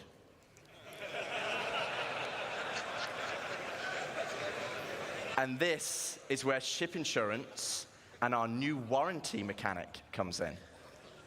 First up, we'll have 3 tiers of insurance, with level 1 being chassis insurance, level 2, chassis and component insurance, and level 3, chassis, component, and decorations insurance.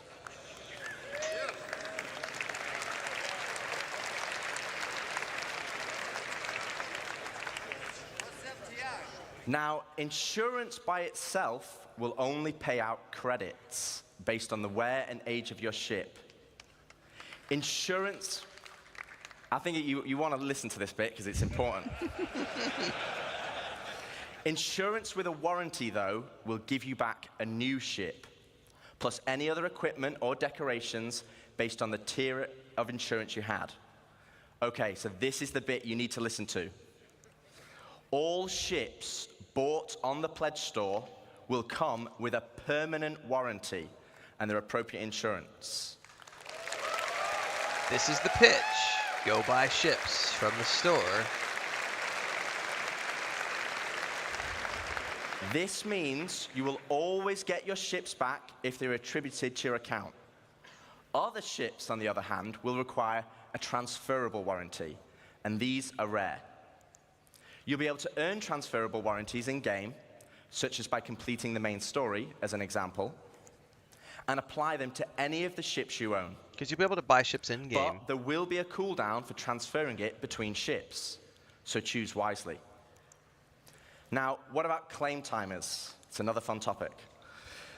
And getting your ship back without a claim. Well, we want claim timers to be proportional to the crafting timers. This means it's more beneficial for you to go back and get your original ship. I didn't know there was ship crafting, Nick. For this, we're going to be introducing a shuttle ship, just like a courtesy car.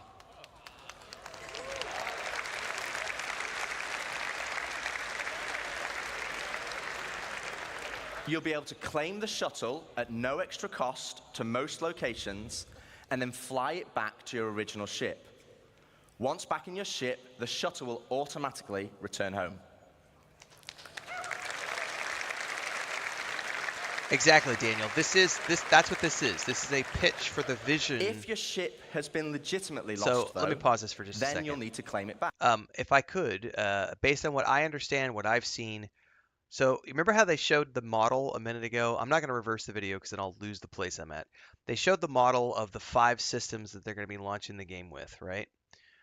Stanton being the first one, which has 4 planets. Stanton as a system with the 4 planets is already in the persistent universe. So Stanton, he mentioned like over 1,000 POIs in the Stanton system. The Stanton system and the planets are already in the game, fully explorable. There are dozens of ships already in the game.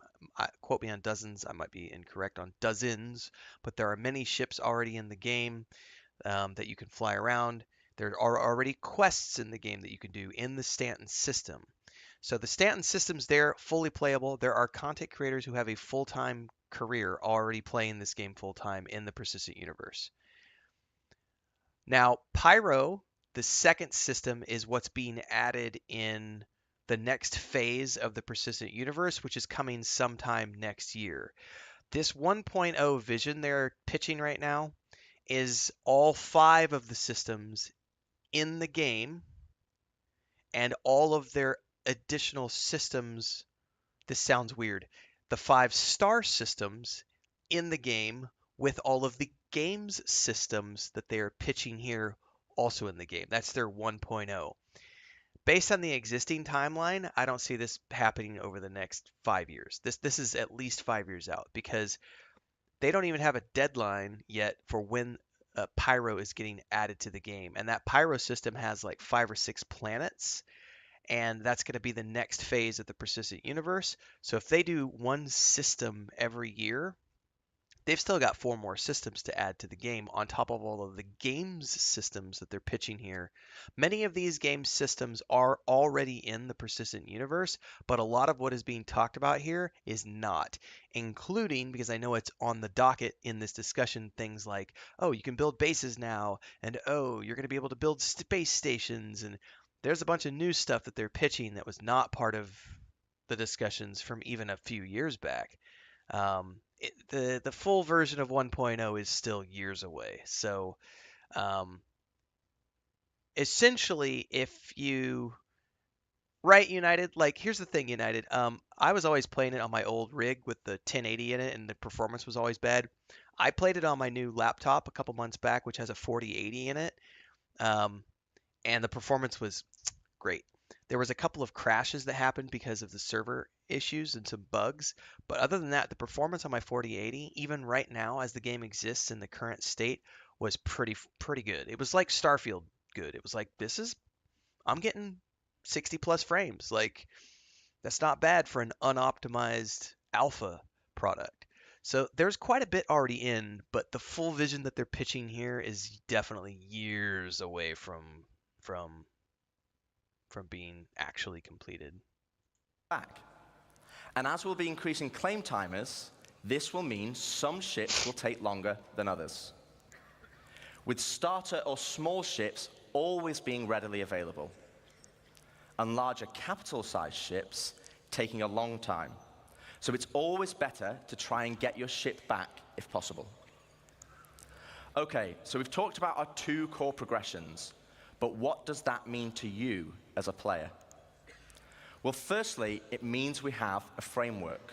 This is what I was talking about. So Stanton right now has been fully playable for a couple of years now, I want to say.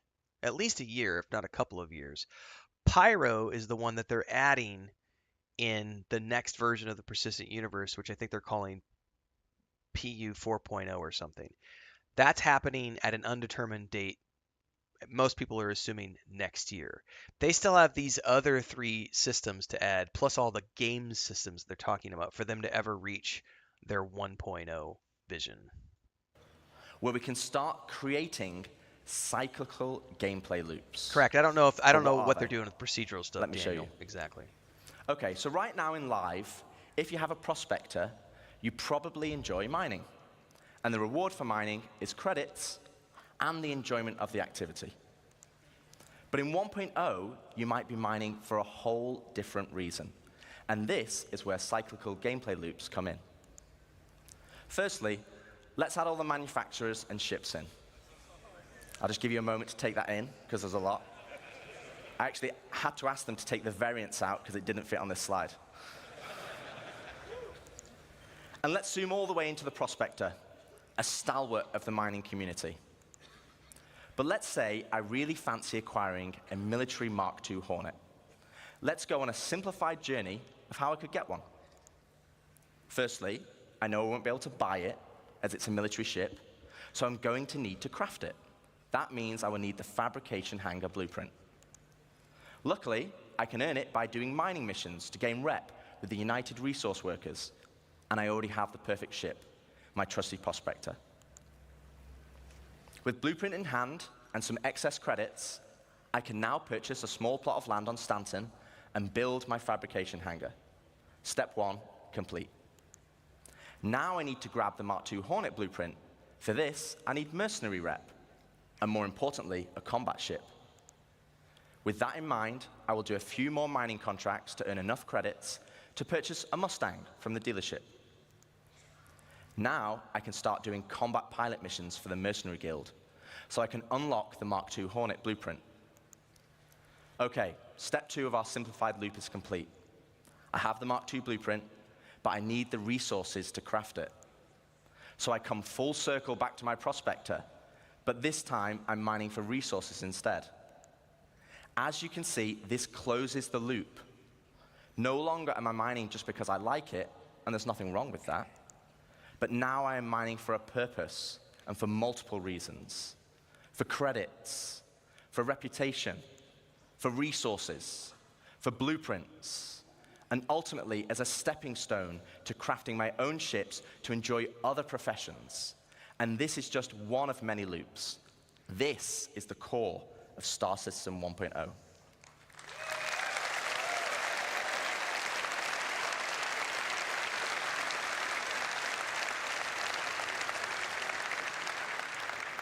Player set goals that weave between sandbox gameplay and the soft framework we are adding that give meaning and progression to our professions and features. It's providing the framework for motivation to play the game. That's the journey, though. What about the destination? So Dave has already discussed citizenship and the main story, so let's collapse that for now. Let's talk about endgame content. The content that is designed for experienced players and keeps them engaged. Basically everyone in this room. I don't think there's anything wrong with procedural as long as it's blended together with So the how does that look in handcrafted 1.0? stuff, yeah. Firstly, we'll have open world content, including missions, group missions, and server-wide But it does events, need to be blended. like we have today, but tailored to endgame players. Especially for land masses. While the and sandbox element of Star Citizen will allow NPC for large-scale generation. battles, we also want to provide challenging instanced content that will take full advantage of not only multi-crew ships, but fleets of ships. And I you think we kinda know have how plenty to of do that, right? examples You of saw that companies that have yesterday. done it pretty good. No Man's Sky is doing And a as good you job of progress doing through the it. guilds, Starfield's you'll be doing a able to pretty good accept job. high-level contracts from Those are government just 2 examples. agencies There are more. who will offer prototype Cyberpunk and military 2077 does blueprints as Radiant rewards. Quests, which is procedural. These missions will require the full coordination of multiple players and an assorted fleet of capital, support, All and of those fighter systems could be ships. improved upon, by the way. You will finally be Not able saying to they're become perfect, the admiral of the fleet, but they work. directing your armada from your hologlobe, which, yes, is a feature included in 1.0.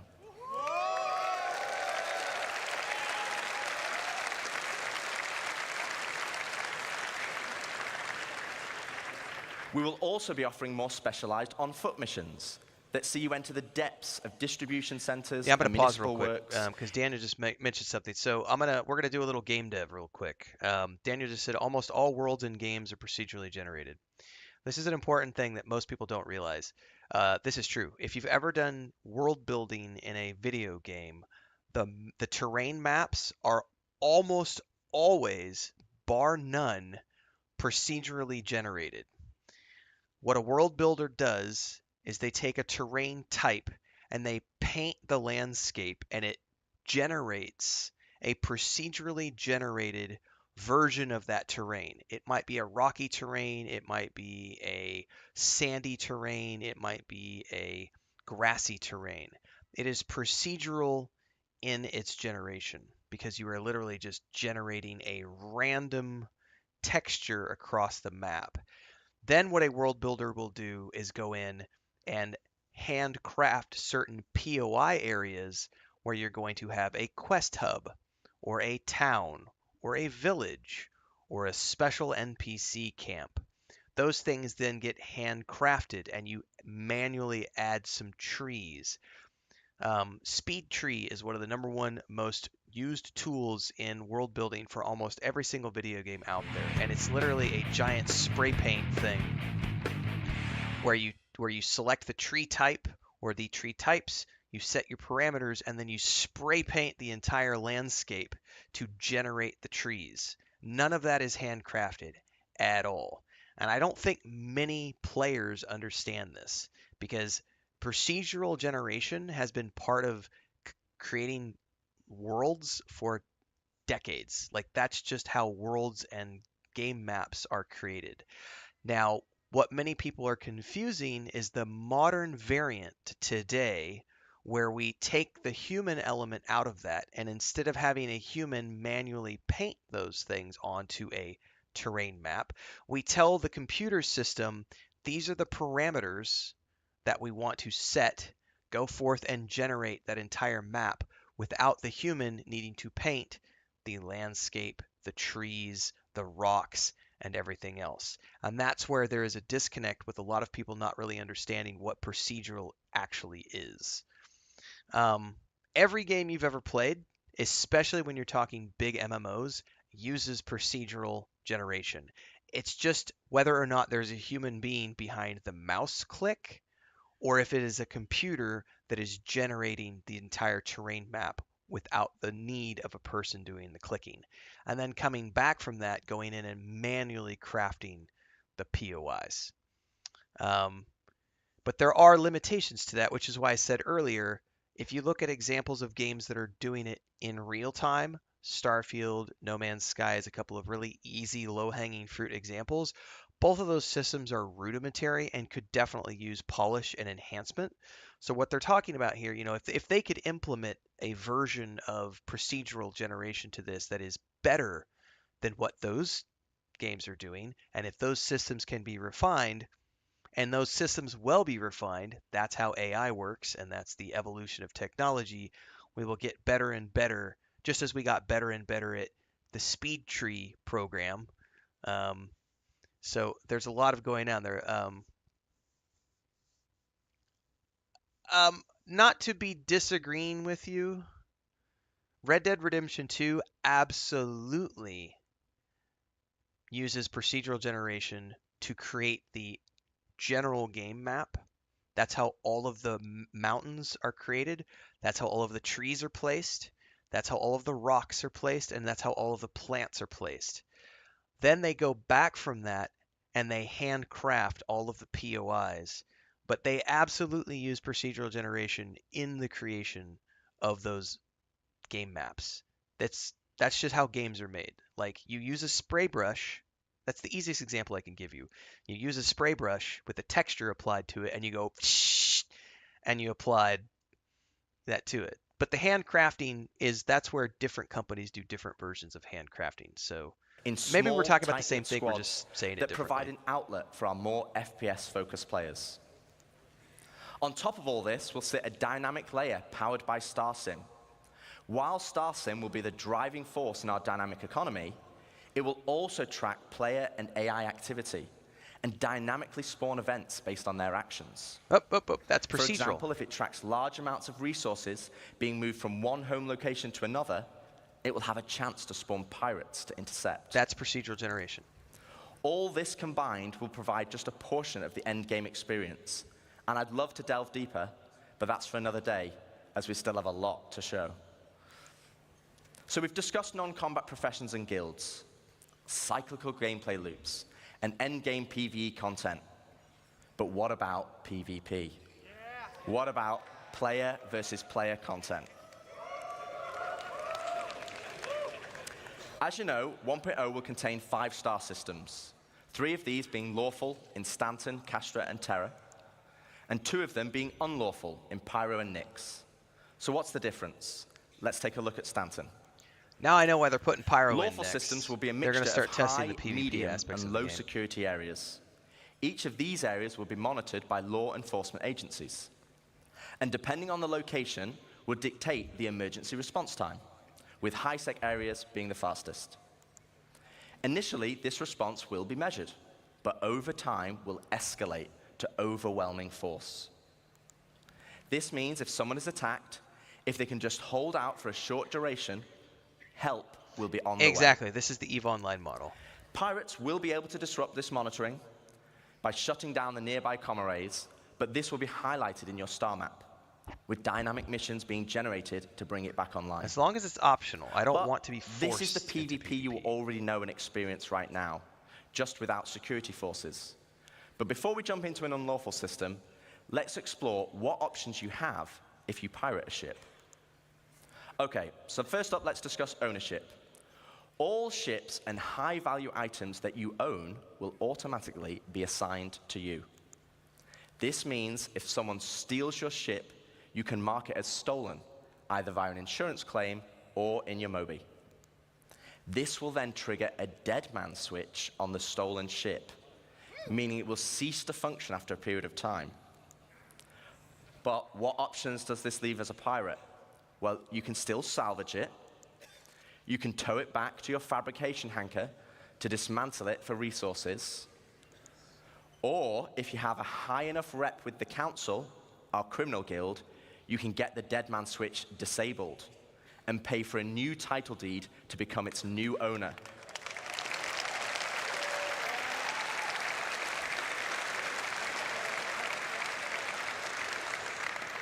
Also, if you're in a lawful system, you'll need to find a transient jump tunnel, as all major locations and POIs will have custom security that will scan you on arrival.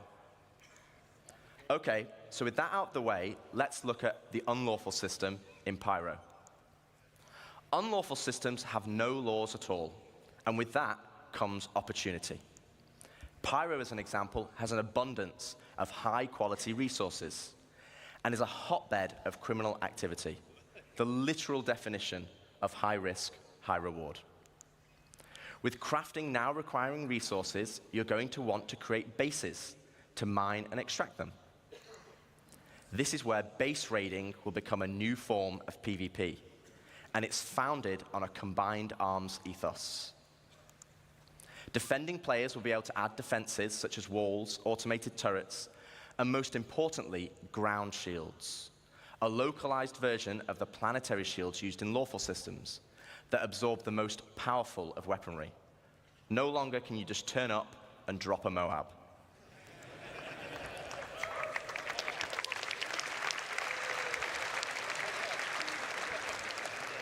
One huge difference, though, compared to planetary shields, is that these shields can be disabled. You will have to strategically assess each base and punch your way through its defenses on foot to eventually bring down the shield generator. Once the shield is down, then you have options. You want to raise it to the ground, you can bomb it from the air. If you want to extract all the resources, though, you'll need to infiltrate the base using explosive charges and hacking while fighting off the defenders. Now, both piracy and base raiding is founded on sandbox gameplay. And again, that's the essence of Star Citizen. But we want to add more. Something where you can log on and immediately find the action and fight for a purpose. So first up, let's go on a history lesson. In the early 2600s, there was a fledgling corporation called SEAL that had developed a new system-wide planetary shield technology, the same technology that will provide protection for your bases today. To prove this tech, they wanted to use Nyx and Pyro systems as a testbed.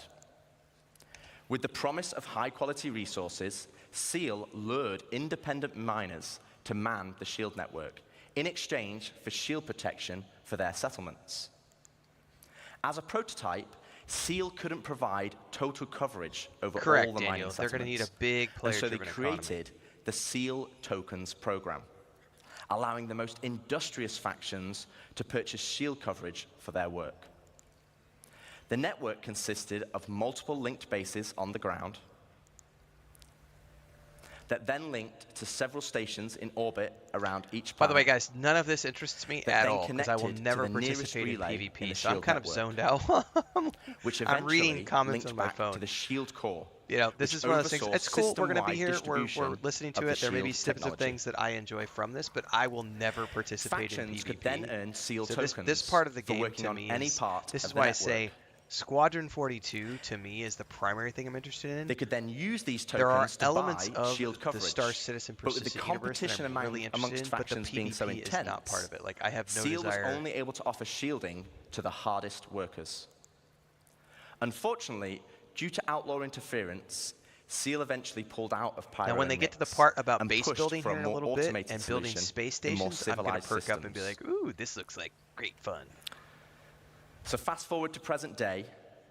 Without SEAL's backing, they had to pull out and leave it as it is. And welcome to station warfare. Speaking of stations, they might have just transitioned.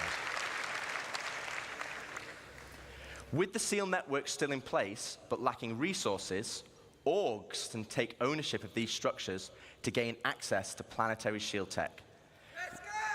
Which, as you know, would make their bases invulnerable.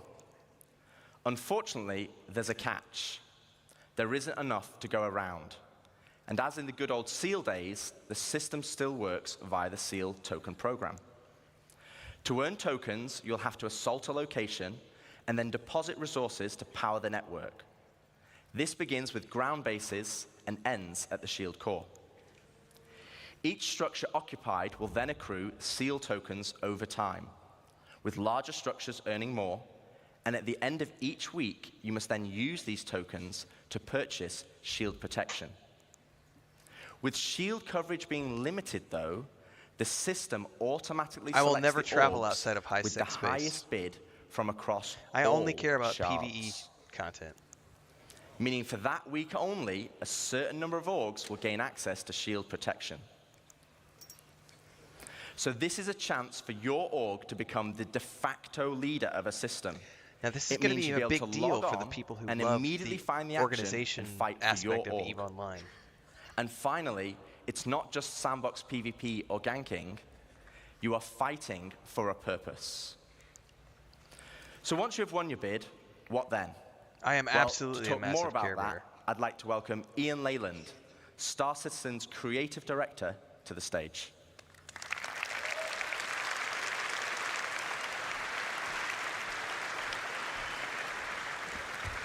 Good luck. Thank you. All right, hello, CitizenCon. Thank you, Rich. Thank you, Dave.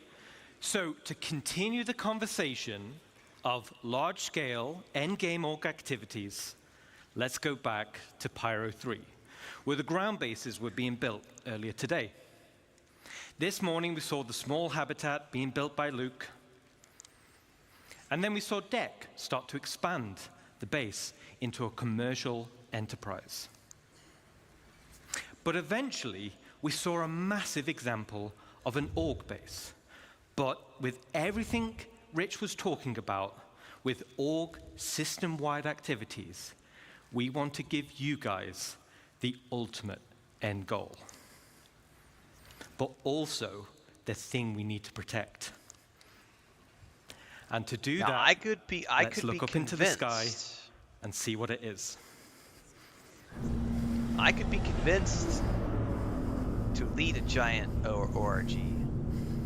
I could be convinced. If this all comes to fruition in the next 10, 15 years,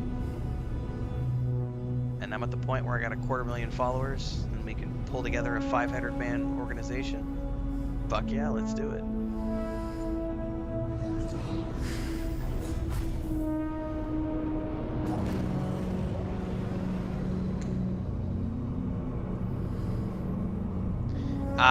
Yeah, Eve is too. It doesn't have enough. Yeah, Eve wouldn't be able to do it for me. I need better visuals. I had a lot of fun playing Eve last year. I did like 2 months of Eve online. Did a bunch of guides around. Had a good time, but I don't like the lack of a player avatar and other stuff. This game, you actually have a character. There's the first-person combat, first-person shooter element. This game actually makes me feel like I'm someone in a space sim. I don't like the whole, ship-only component of EVE Online. It's not that I don't like it, it's a limiting factor, I guess would be the better way to look at it. So this is all Greybox proof of concept.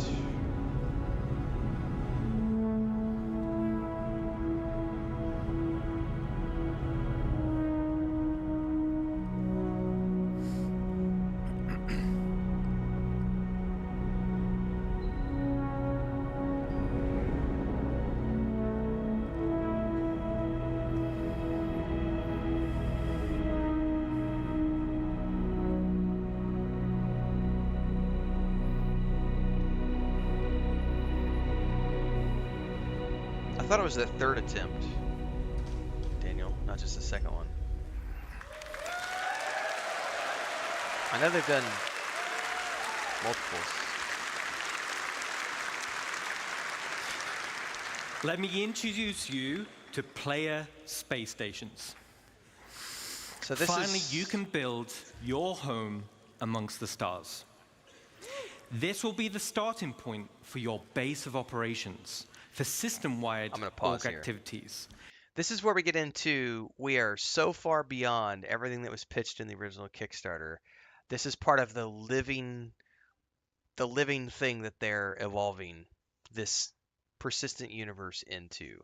So with ongoing funding and no end in sight, they don't really have to have milestones like traditional games have.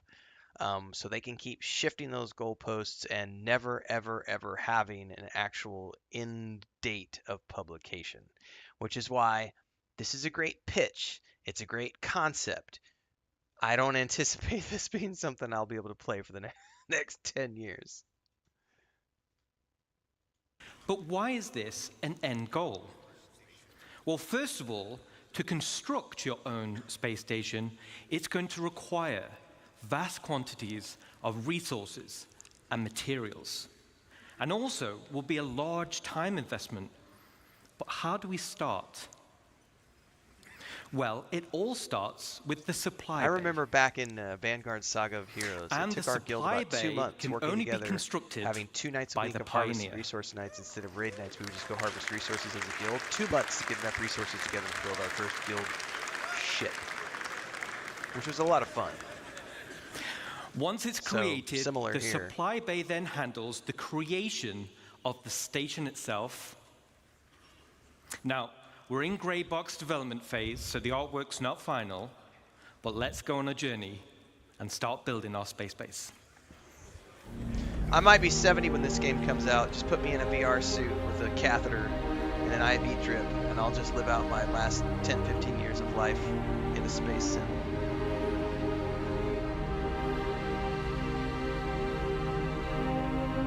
Yeah, you can't, AJR, you can't. That's why you just have to, with this project in particular, you have to just be able to let go of that and just be like, the rules don't apply. Literally. This is the wild, wild west. They have unlimited funding, no end of sight. Like, they literally have no end in sight with unlimited funding. And until that funding comes to a stopping point, they will continue to expand and evolve the vision. Like I said, this could, in 5 years, we could get another pitch from them that says, well, now we're moving to 2.0, and we still don't have a launch date. Like, we just don't know. Now, if you're okay with that, and you can let go of that fear, then this is something like a lot of players are actually logged in right now enjoying this as full-time content creators. I'm not. It's not quite enough there yet for me. I'm waiting for Pyro. When Pyro gets added, when that system gets added, is when I'm going to look at seriously starting to invest some time into perhaps joining the persistent universe on a regular basis. But I'm waiting for the next system to get it added.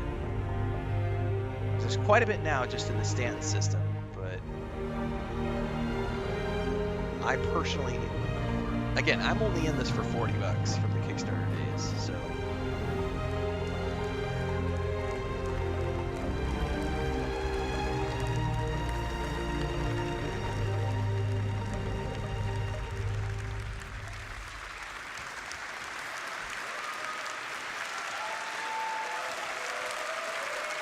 What about Pyro is the tipping point for me?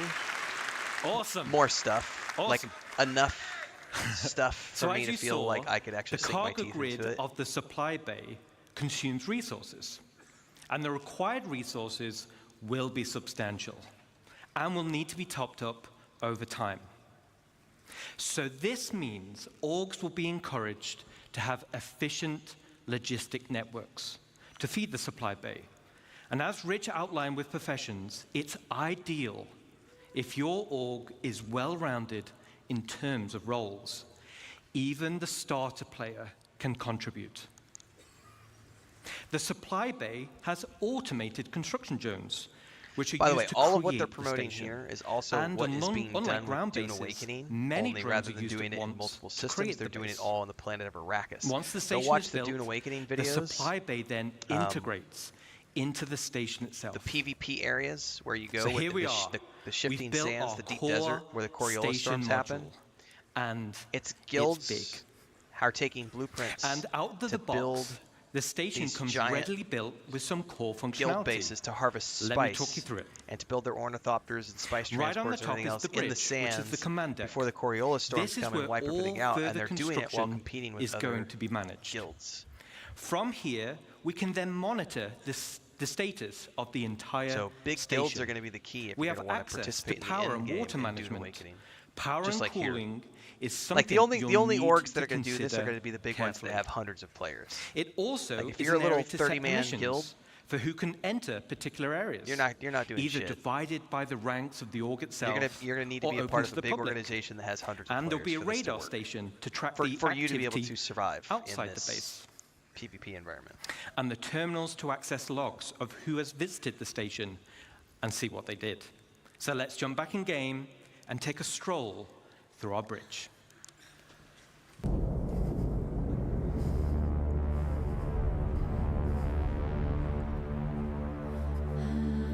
Man, his microphone is as bad as mine. Like hearing him breathe and everything.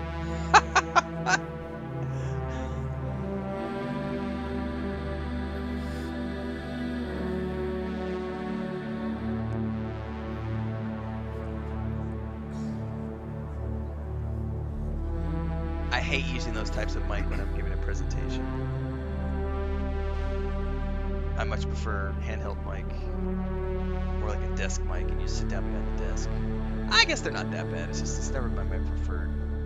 But I do love them for streaming.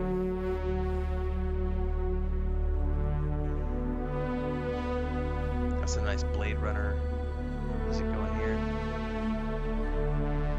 I think, yeah, the endgame stuff in this game, Nick, too, a lot of solo players, this is not going to be a solo player. This right here is not for solo players. This part of the presentation is all about the players who are going to be a part of a big organization, like literally being a star citizen, like you're being a citizen of this universe.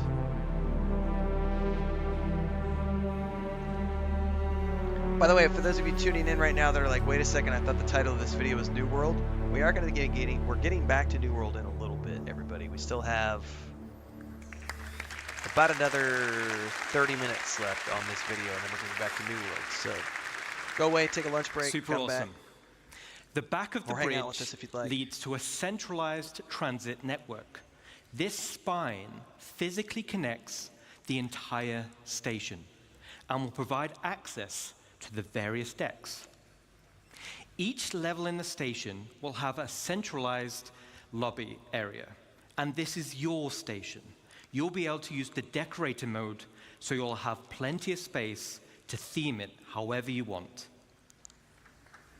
And speaking of having plenty of space, this space station will have a one-to-one interior layout matching the exterior. No magic elevators.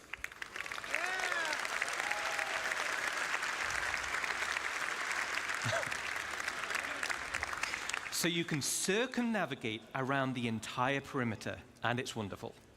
Okay, let's jump back in.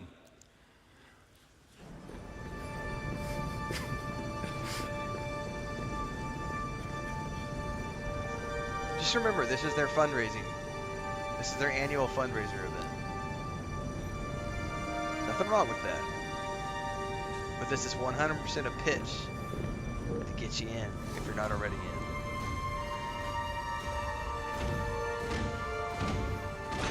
Embrace it, and you'll be fine.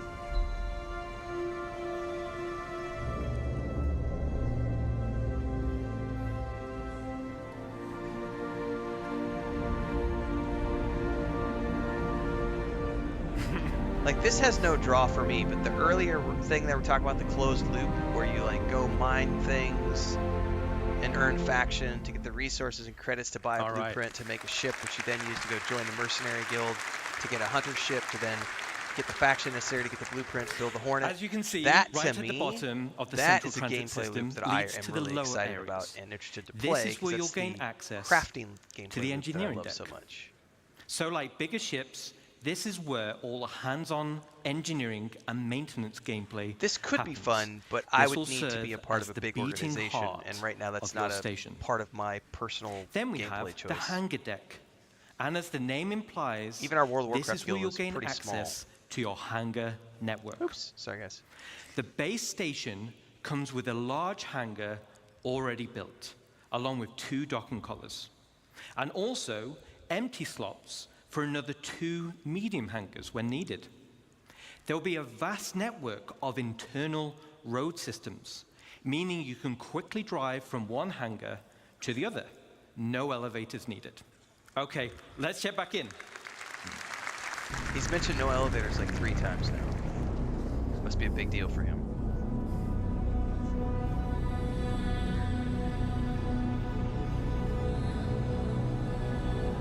This is all pre-rendered.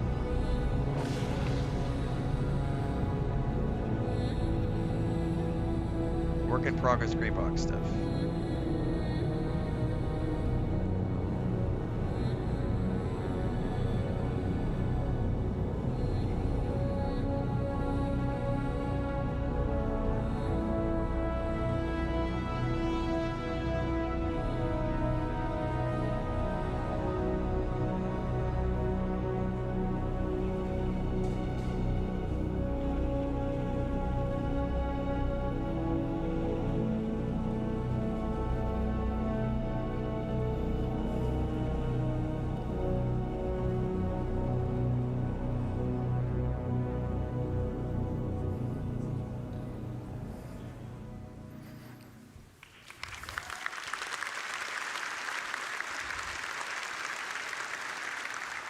All right, so your station hangar will offer some enhanced logistics.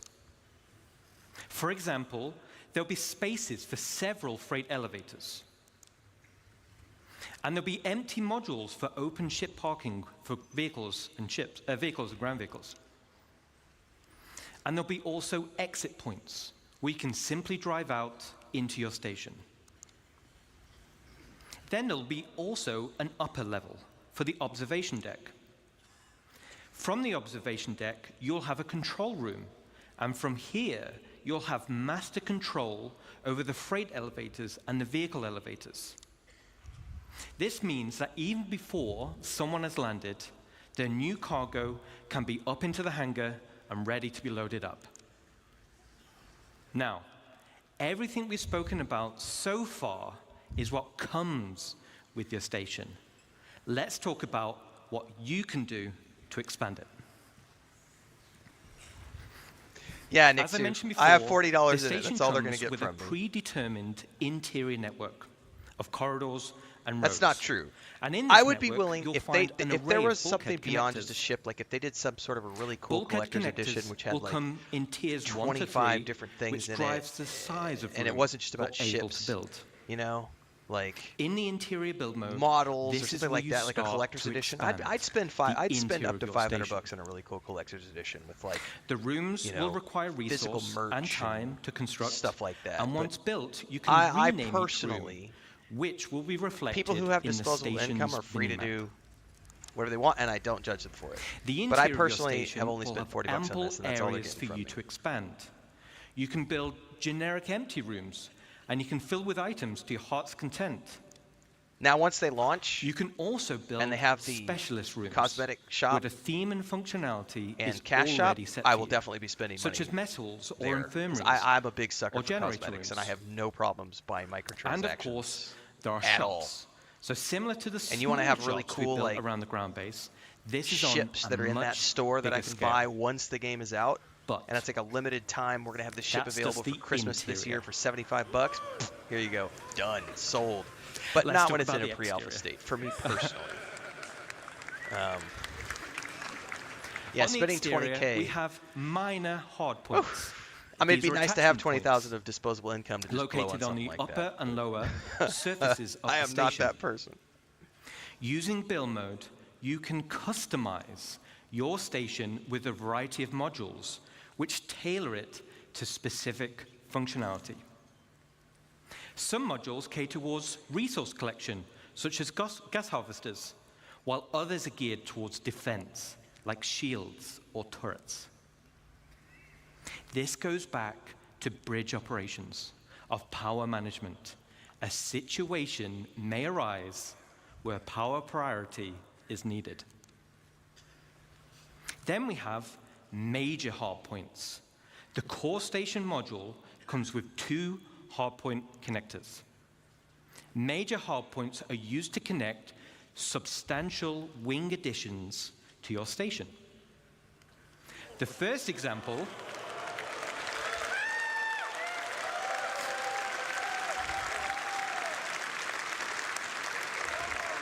I'm a FOMO sucker for certain things. Yeah. Awesome, thank you. Awesome.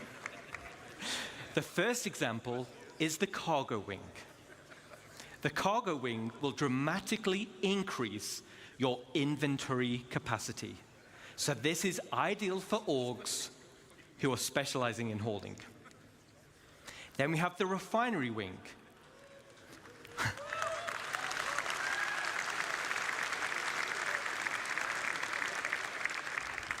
So you'll be able to refine resources on a vast scale. As it's in space, it's much more convenient than traveling to a ground base. Now, a player could buy resources from your cargo wing and then refine it directly in the refinery wing. And finally, we have the hangar wing. So, all right.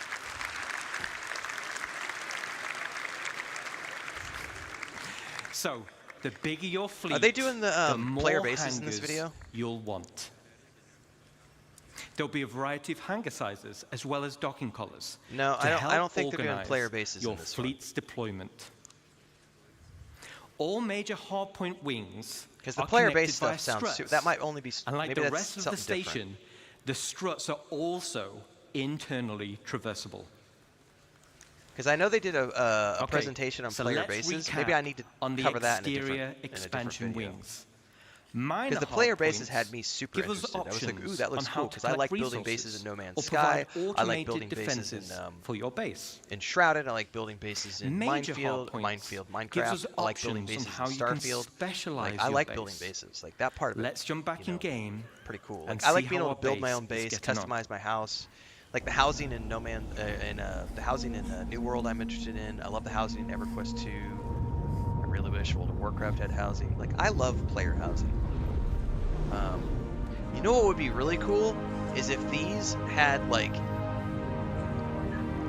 habitat mods for your players, like the organization players, if you could have habitation mods on here that each player could customize, that would be fucking dope.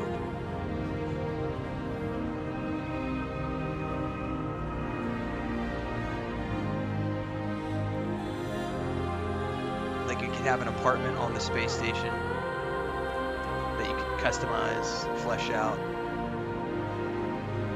But how are these going to work? Like surely these can't be destroyed by other players. Like, and what about your home? Yeah, they briefly mentioned bases, Nick, too. But I know there is another section of the video of the presentation. Not maybe this presentation, but one of the days that they did the presentation at CitizenCon, they had a whole video about base building, because I've seen clips from it. I need to go dig that up and we'll react to that at the end of the day.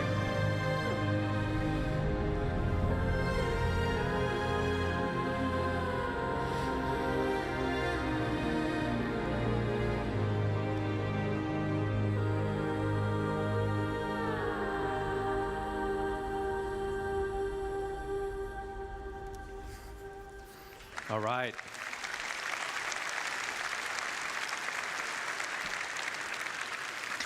Yes, Pedro has been working with us on this as well, so thank you. Looking cool. Customization is just as important as expansion. Similar to ground bases, you'll be able to earn tints for your station, and you'll be able to apply decals for your org logos.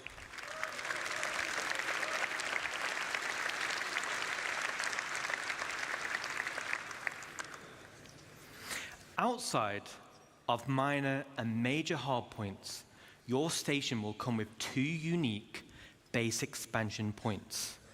One on the top side behind the bridge, and one on the underside. The top side will be for the crow's nest. Now, all the other modules built so far have very specific functionality, but I'll admit, this is for the org members out there who want the ultimate in personal space.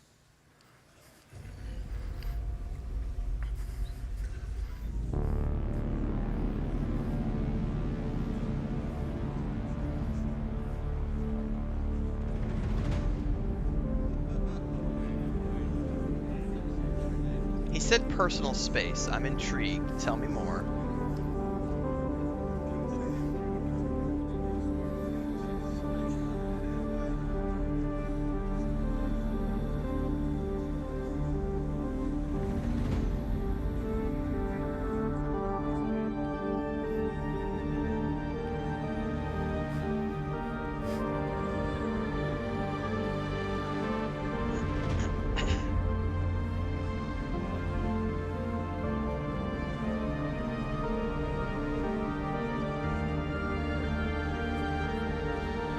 It's going to be an instanced apartment that everyone has access to.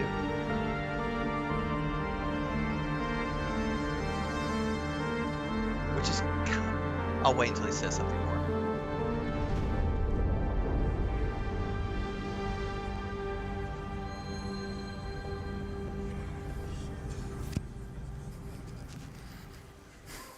All right.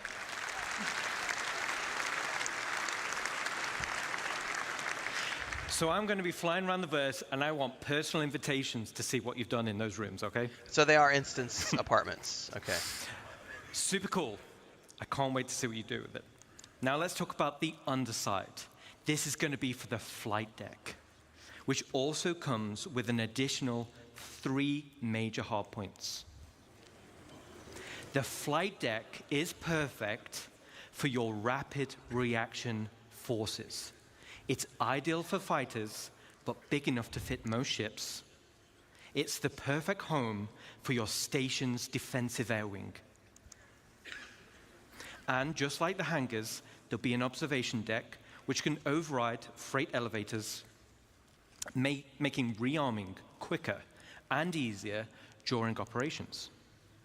So an org with a tight flight deck crew can be substantially more efficient than others. Now, this one's my favorite. Let's take a look.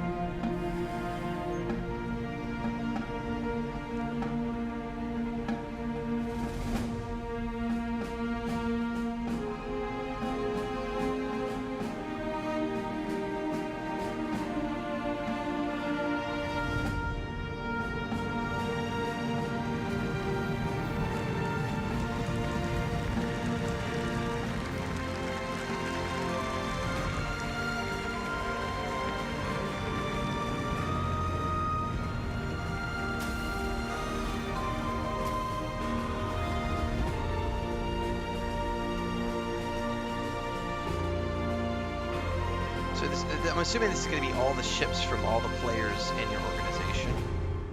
What about capital ships? How are All they right. docking?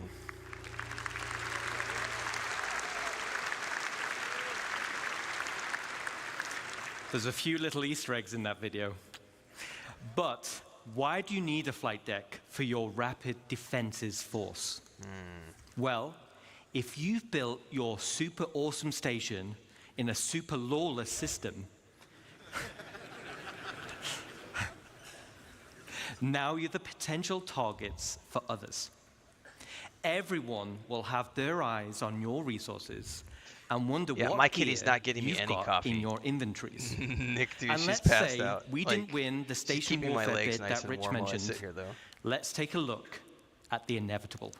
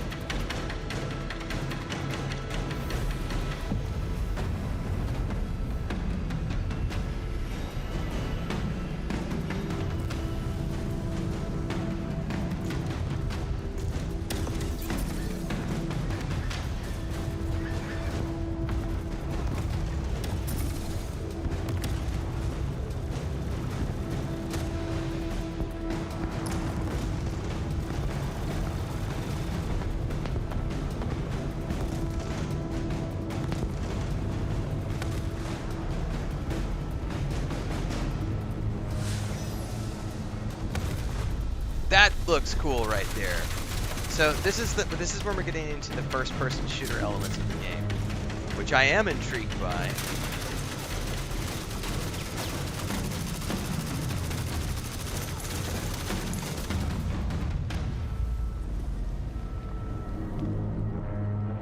And we have seen from the existing persistent universe, they already have stuff in. Like there's.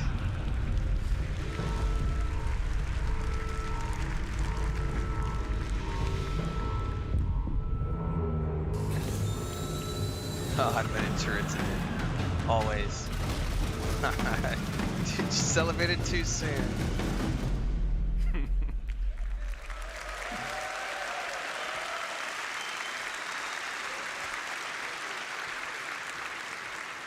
Okay, so not only is your station a staging area for offensive campaigns, it's also a defensive fortress. The exterior of the station itself can take quite a beating. It's going to be very hard to damage. So the goal of attackers instead will be to punch a hole through the defenses and get inside. The optimal way to do this will be to infiltrate through the flight deck or EVA hatches and work your way up. Once inside, yes, once inside, and you've cleared out a hangar, you may also want to consider airlifting in a tank or two to clear some corridors. Raiders will have to hack freight elevators or bulkheads in order to gain access. And of course, bring enough ships with them to start hauling out the loot. Gaining control of the bridge will allow access to storage, which would otherwise be unhackable. So, as a defender, there are a variety of automated defenses you're able to install internally within the station, such as blast doors, which seal shut, systems to be breached, and a range of turrets like anti-vehicle or anti-personnel. These will all help slow down the attack and give time for your reinforcements to show up. So let's do a final recap. This is one of the end game goals for dedicated orgs, and will be your base of operations for system-wide activities. The station can be customized both in the interior and the exterior, meaning you can tailor it to your own requirements. And it's your very own home amongst the stars. But wait. He still didn't say if that Well, wait. crow's nest was an instance thing that everybody can access. There's one more unique module we can build, and that is the dry dock. Is this where you can dock your capital ships? What's up, Pip? You want to move, baby? This unique slot will be at the back of the station. It has its very own dedicated observation room with crafting stations, and has a transit tram which runs along the inside of the arms, leading to the docking collars where your ship will be constructed. So, the only question still remains, what sizes of ship can we build? Let's take a look. And are they instance? They have to be instance because you can't have multiple people building ships at the same docking station. It has to be instanced. So how does that, like, they haven't addressed that at all. They haven't said, is the crow's nest instanced?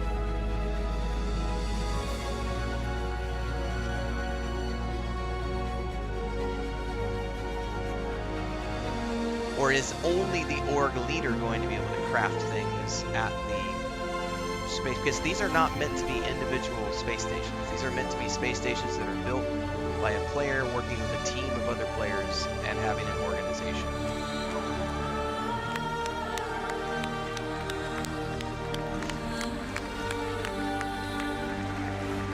Yes.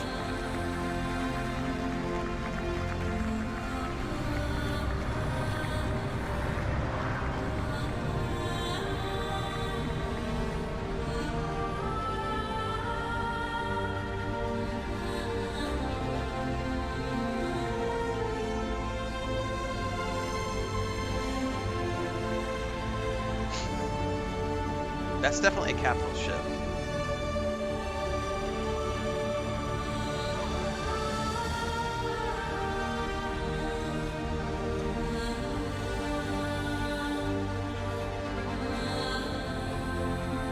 If I had to guess, it's going to be doing all the work for the org leader. Like, the organization leader is going to set the goals, set the ship that's going to be being built, determine which habitats get built out first.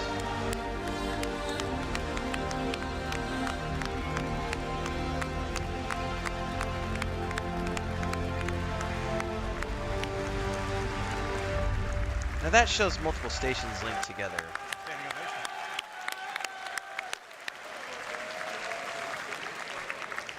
Thanks, Ian. So now we're talking. Multiple stations linking and dry docks to craft your very own capital ships. The ultimate end goal for any org. Okay, so let's take a step back. At the beginning of this presentation, I mentioned we had 3 types of players and 1 universe. And hopefully you can see we have purposeful gameplay catering to each type of player. But that wasn't the only goal. It was to build a game that connected all 3 together cohesively. And this is where you come in. What's up, Pip? The community, the lifeblood of Star Citizen. Whether you're a PvE player delving for unique crafting blueprints, That's me. a non-combat player mining for high-quality resources, Also me. or building a base with your friends, or a PvP player fighting for your org in station warfare to protect your base. Each one of you supports each other. You need the blueprints to craft, you need the resources to make them, and you need the equipment and protection to be safe. This That is sounds what Star like Citizen is. it sounds like It's mandatory a universe PvP. that caters to all players. Makes me nervous. Now, I could probably go on for another 10 hours deep diving into each system.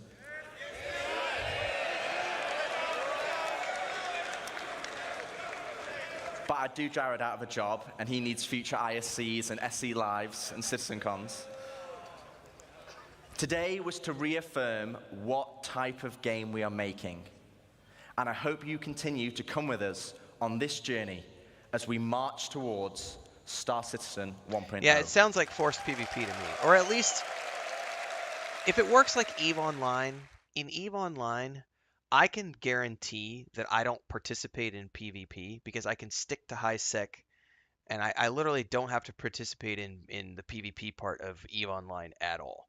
Now, there is always the risk, even in high sec security, that I could get attacked by another player, but the automated police are going to be there so quickly that it's not really that big of a deal. Plus, with ship insurance and everything else, I don't really have anything to worry about because I'm not really going to lose anything.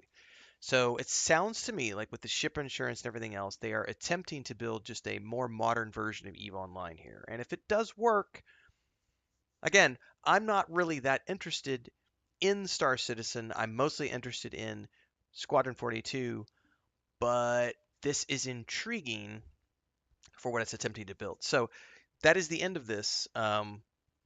And we're going to go back to playing New World now, guys. So I appreciate those of you who stuck around and watched this, because I know a lot of people are interested in Star Citizen and Squadron 42 within my community. We also all like No Man's Sky and Starfield and stuff.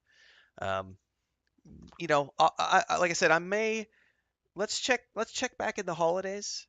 Let's check back around the holidays and see about maybe diving in and doing some live streaming of the current persistent universe. I can't guarantee that I'll have a flight stick by then, but I might even get a flight stick. But I did play it a couple months ago and did a review on my channel. I just, did mouse and keyboard and controller, and it was pretty fun.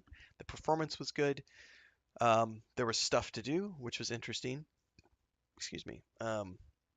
We might dip our toes in and just do maybe a couple few days of live streaming around the holidays. So just stay tuned for that because I don't know when exactly that'll happen. I'm going to clip this out on YouTube, so like, subscribe, hit the bell icon so you never miss an update, all those good things. Daily streams on YouTube and Twitch at 9 a.m. Mountain, which will soon become 9 a.m. Central once daylight savings kicks in. But let's go ahead and boot up. We turn the PlayStation back on, and we're going to go back to playing some New World Aeternum, everybody.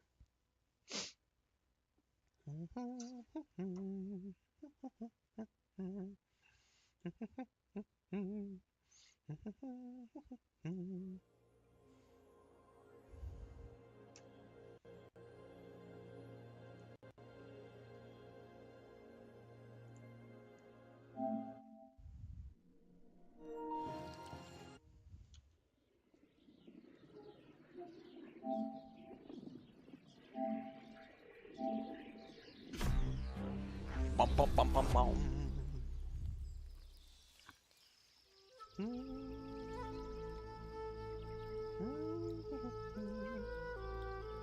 I am gonna go run and take a quick bio and grab a snack while my character is loading in, and then we'll be good to go. And I think I need to go get some better gear because that boss was kicking my butt the last time we did it.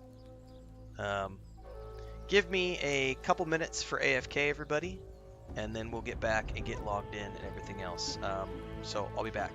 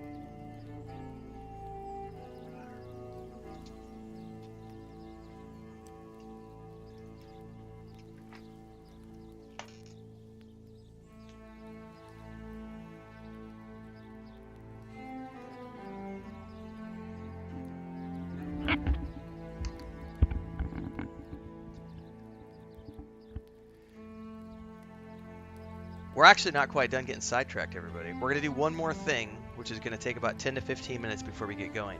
IGN just dropped the final preview for Indiana Jones and the Great Circle, which is the game that we're going to be playing together in December after we wrap up Dragon Age the Veilguard and Stalker 2.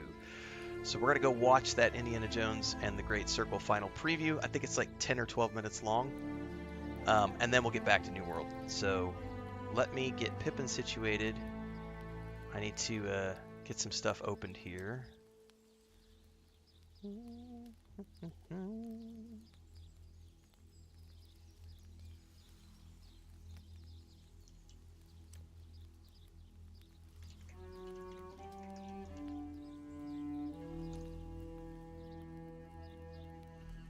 This just aired 2 hours ago while we were in the middle of this. So this is the final preview. It's 11 minutes long. So let me get this loaded up. Because we're going to go ahead and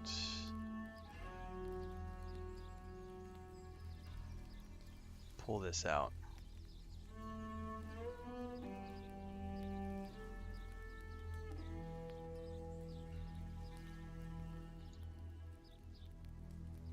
Said.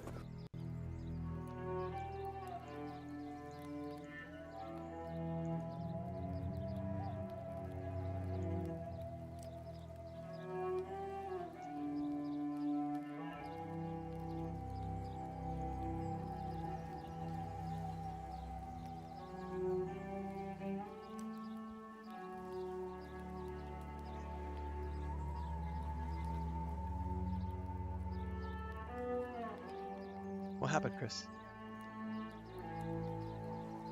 Okay. Okay.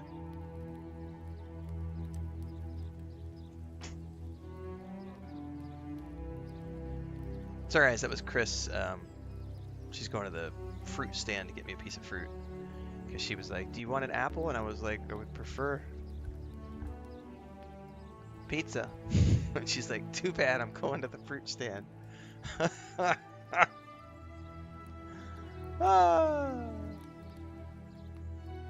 Hang on.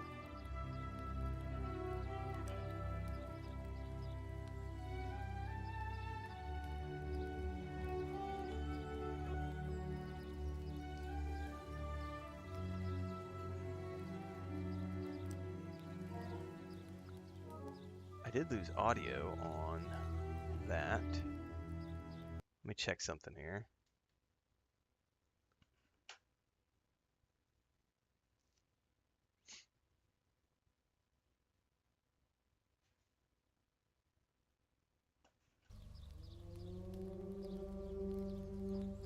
I lost audio on my capture card. We may have to reboot that here in a minute.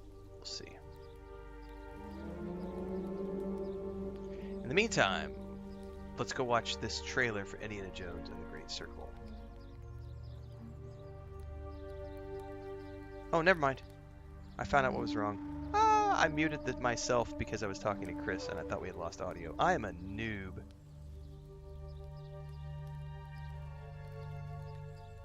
That was hilarious.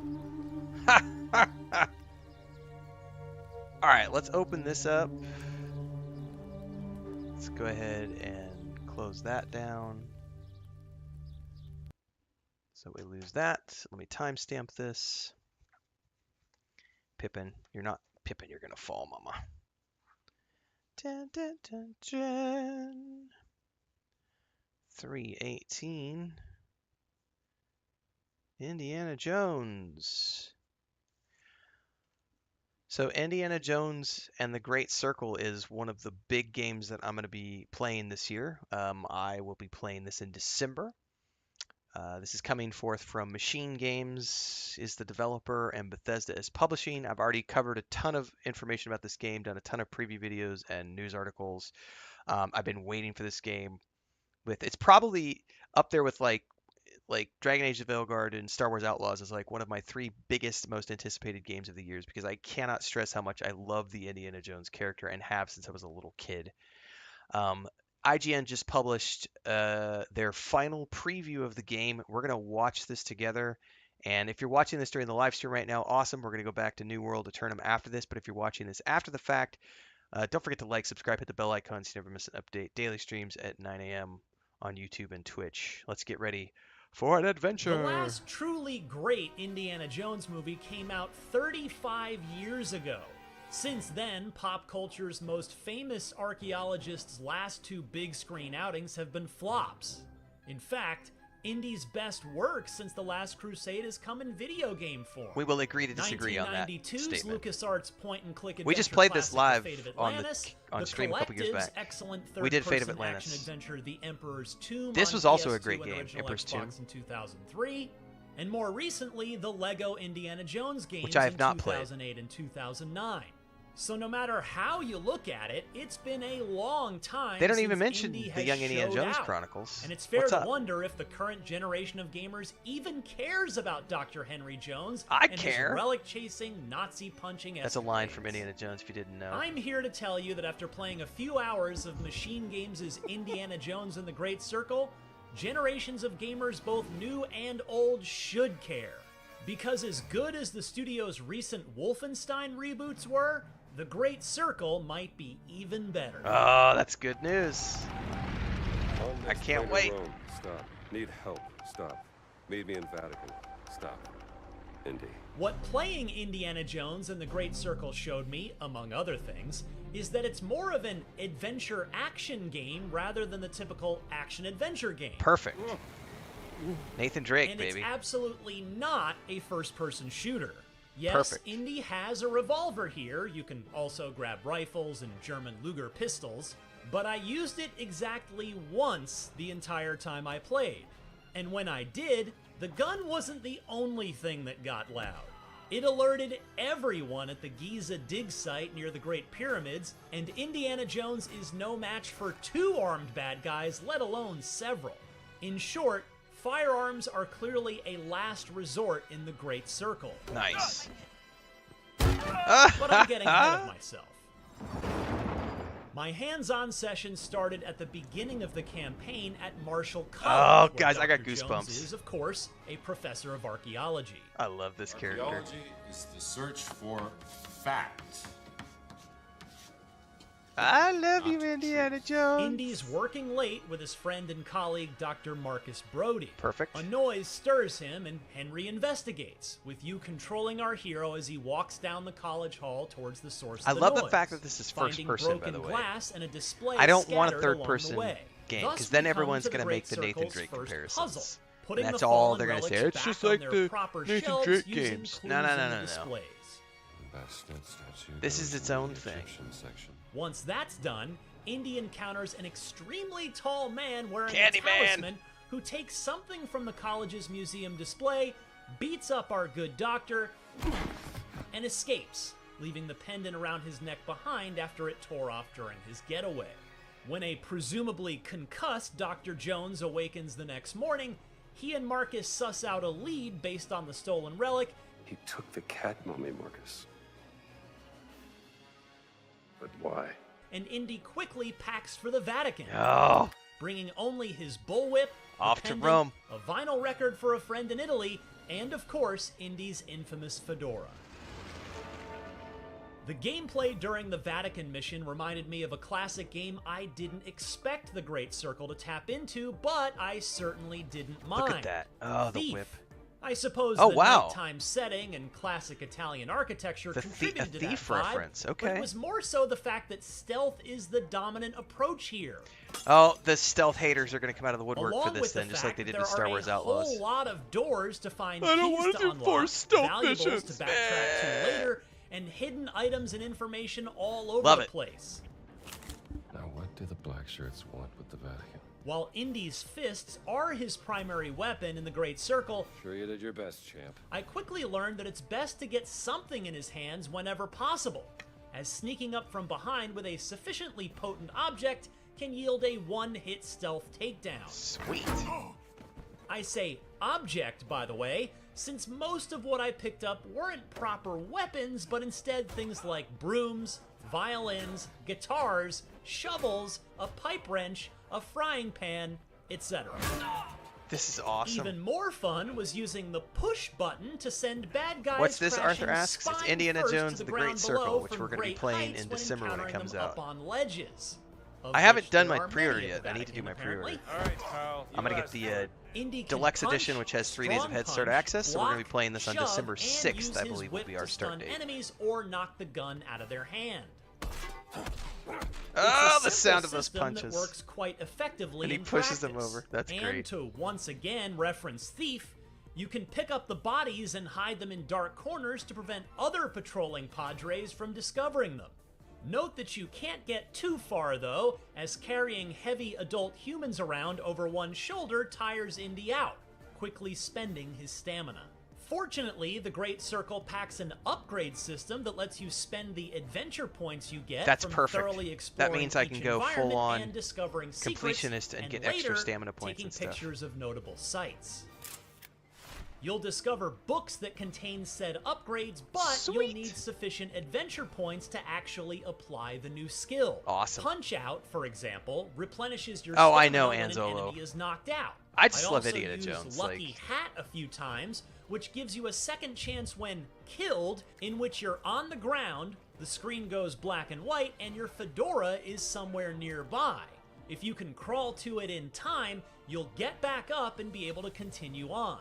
That's an interesting, like, Aren't there more of not you? death mechanic, but In a all, the defeated upgrades mechanic. fall into 5 categories. It's going to be on Xbox and Survival, PC, Arthur. fitness, packing, brawling, and It's coming to combat, PlayStation next thus year, giving but you it is incentive to coming not as an only fully exclusive explore each area, to but Xbox and tailor PC Indy to first. your specific playstyle. Then next year it's PS5. The third and final section I got to play I'll be playing it on the fast-forwarded me Xbox to Series X. Giza, Egypt, a bit later in the campaign. Here, Indy had already connected with Gina, an Italian reporter looking for her missing sister. Giza is wide open like an old Splinter Cell Chaos Theory mission. You can visit dig sites, a bazaar, and the Great Sphinx. And mercifully, street signs you find serve as fast travel points. Sweet! You can highlight any area listed on the sign and you'll zip over there instantly, sparing you a lot of walking. Oh, that's awesome. In choosing one area to explore, I successfully snuck my way around to the opposite side of a Nazi dig site that I needed to literally get to the bottom of, where the elevator was. I know, No one Anzolo. gets This down is. I am so Only excited to for find this that game. its 2 sources of power were disconnected. This is going to be Thing awesome. not working. This led to 2 more stealth sequences into separate caves to get them turned back on. One of which let me sadistically fry some Nazis who were standing in a pool of shallow water with a wire I just brought to life. And another even had me swimming underwater.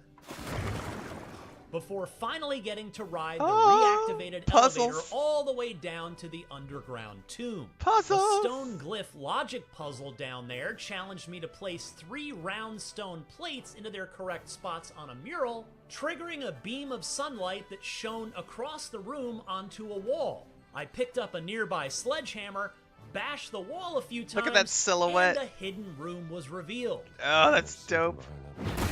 Inside was the relic the Nazis were after, but Indy had beaten them to it instead. Oh my god. Idiots. Unfortunately, I soon ran out of time before my demo session ended. It turns out I'd spent more time than I should have in my limited preview window exploring other paths, taking on side quests, and taking photos of Giza. It is something, ain't it? In other words, I spent a bit too much time adventuring. No regrets. Good. That's great. As I said, it's clear now that Indiana Jones and the Great Circle is more of an adventure action game than an action adventure one. That's perfect. But after a few hours playing it, I love it for that. That's so The first good. word you'd likely associate with Indiana Jones is probably adventure, not action. Uh-huh. And the Great Circle hones in on that. I'm absolutely smitten with the look, tone, pacing, and voice acting here. I said, who is Father Ventura? Travis. Shout out to Troy Baker for effectively pulling off Troy a Baker, sorry. I said 40-something Travis Baker. indie. It's Troy Baker. What Machine Games has got going here is a very unique blend of gameplay. In fact, I talked in my first hands-off preview about how much Indiana Jones and the Great Circle reminded me of 2004's seminal first-person stealth adventure game, The Chronicles of Riddick Escape from Butcher Bay, which not only proved that licensed games could be incredible, the opposite was usually the case back then, but it showed that a first-person game didn't have to be a shooter to be riveting. Butcher Bay was built by the same core group of developers that later founded Machine Games, many of whom are still with the studio, and that Riddick influence is just as evident when playing The Great Circle as it is watching it. I don't know if executive producer Todd Howard, who famously pitched this idea to Lucasfilm many years ago, had Machine Games in mind when he came up with it, but the pairing absolutely works, and I absolutely can't wait to experience the rest of Indy's latest adventure. Yeah, guys, For more this on is... Indiana Jones and the Great Circle, don't miss the 5-minute cinematic trailer as well as the release date trailer. And for everything else in the world of video games, stick with IGN. So, this is, it's been on my list of games to play since it first got announced. I am a huge, huge, huge Indiana Jones fan. And just, I'm going all in on this game in December. So, just wait, everybody, because we will be playing this. The schedule is, we're starting Dragon Age Veilguard on Thursday. And then we're rolling from that into Stalker 2, and then from Stalker 2, we're going straight into Indiana Jones and the Great Circle. So this is going to be, if I'm not mistaken, I'm going to be starting this on December 6th. I'll confirm that date later on, but this is going to be the next game we play. This will be, I think, the last big release we play of 2024, although Path of Exile 2 just announced today that they're moving their early access date back to early December, so I think we'll end up doing the early access for Path of Exile 2 right after we do Indiana Jones. So if all that sounds good to you, make sure to like, subscribe, hit the bell icon so you never miss an update. Daily streams on YouTube and Twitch, and I play a lot of games, so check out all the playlists. And for those of you watching the live stream right now we're finally going back to New World Aeternum.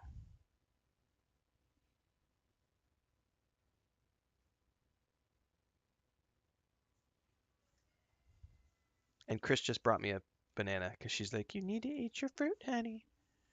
And I have to say, yes, dear. Keep making those YouTube bucks, darling. You're not allowed to die yet. We haven't retired.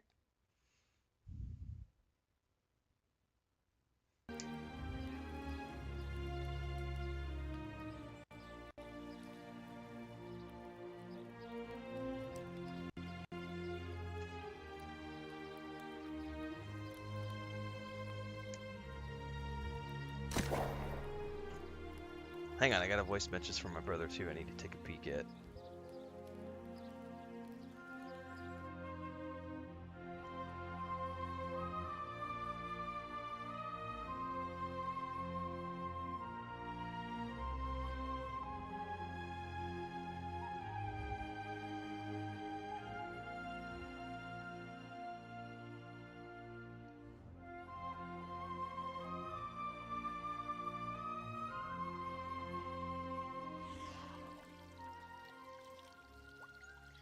All right. I did say yes, dear. I have a. That looks really weird with the green screen. I do have a banana now. I'm not allowed to have my. I want pizza. Damn it. I might be able to convince her to order pizza for us today. I might need to go. Actually, I don't know if she's cooking. Actually, because I know that today is a day that she's not wanting to cook. So I probably need to go ask if we can have a pizza today. It's a black banana, guys. Hang on. That did look like a black banana, didn't it? There's something wrong with my banana, man. I don't mind bananas. I get tired of apples really quick. I do like apples, but when I eat them every day, it's like after about 4 or 5 days of apples, I'm like, ugh. Can I please have something different? Not another apple.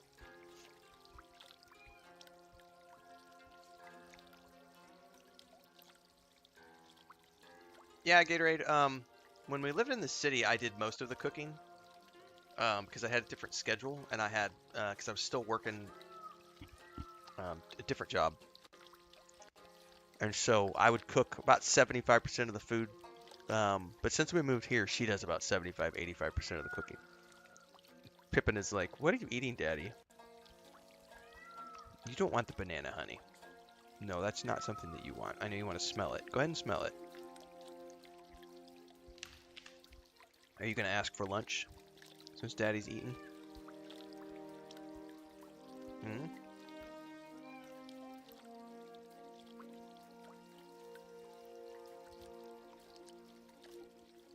Oranges? I'm not a huge orange fan. If I have to eat an orange, I prefer like tangerines.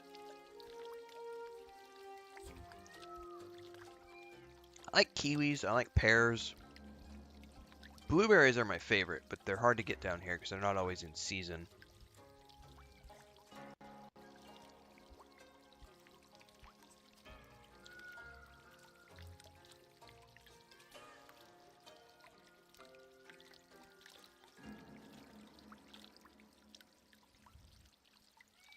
That's because most Americans can't cook, because most of them live on like fast food, and they don't have. Most Americans don't have the time to cook. Let's just put it that way, because the system is designed so that you don't have time to do anything other than consume. Consume fast food, consume products at the grocery store, work, work, work, work, transit, transit, transit, work, work, work. You don't have free time. Shut up, work, watch your TV shows, stay distracted. You don't get time to cook, most people in the US. But then you get to like Latin America and China and most of the developing world, and everybody cooks their own food, which is why most countries don't have an obesity epidemic and an issue with diabetes and etc. Exactly, Gatorade. Work, eat, get fat, repeat, and depend upon the healthcare system, which also drains you of your money. They don't want you to be healthy. They want you to be sick, happy, fat, content slaves. Hang on. Are we that kind of a channel? No, but it's fun to rant about from time to time. Unplug from the Matrix, man.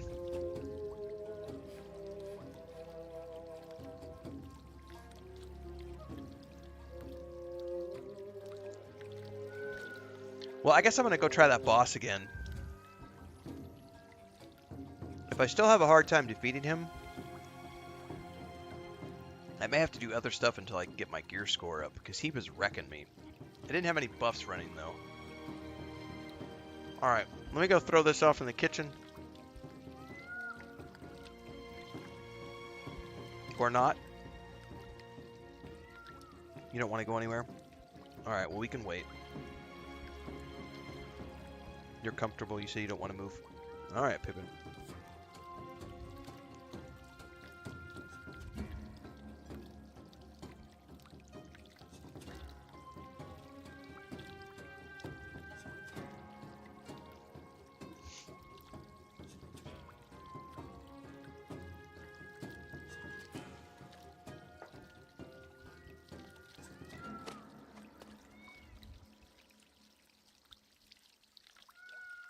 Your buddy had no clue how his stove worked, Arthur? That's sad, man.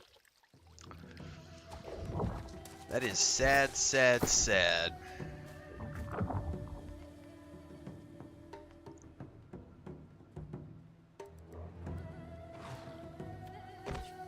Where are we going, Pippin? What's up, Mama? Just... Okay. Yeah? Getting comfy again? Okay. Alright, I'll use my, resist potions when I get closer.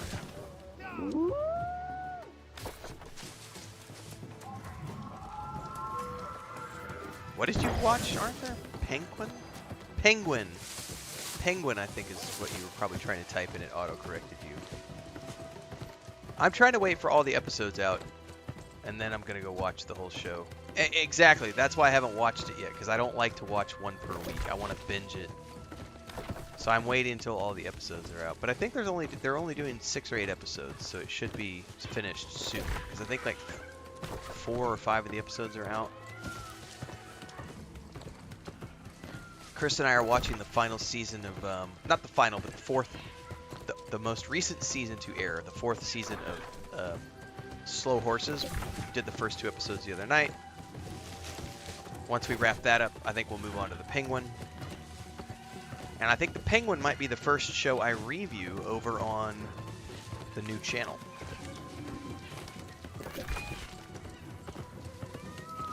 I linked that the other day to everybody, so if you're not following along over there, it is Renfail Reviews is the YouTube channel. And I'm going to start doing all of my TV shows and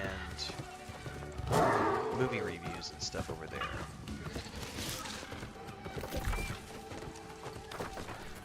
Hang on. Can I mine this? What is this? Nope. Slow Horses is a British television show.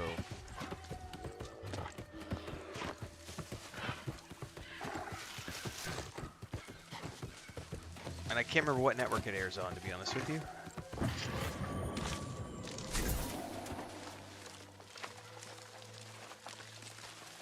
But it's Gary Oldman and a bunch of other people.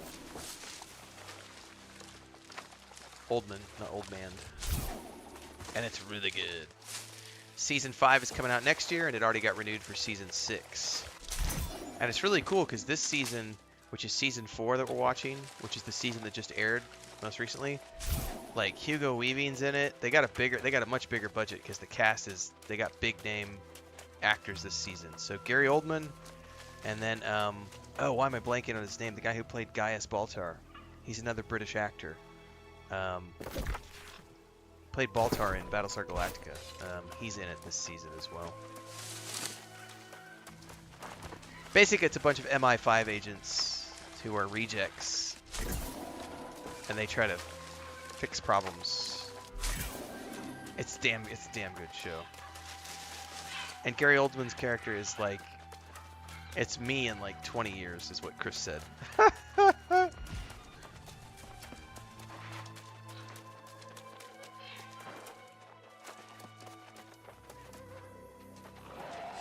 Go, go, go, go, go, go, go, go, go, go, go, go, go, go, don't stop, don't stop, don't stop, don't stop. Oh shit, I do want to stop. Hang on.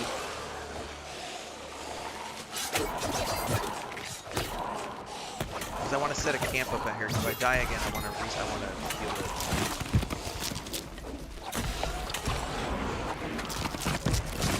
Run, run, run, run, run, run, run, run, run. Ditch the aggro. No!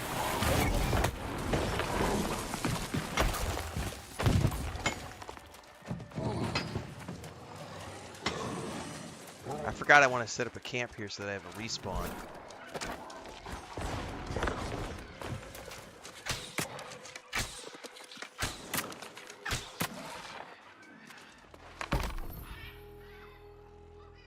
There we go.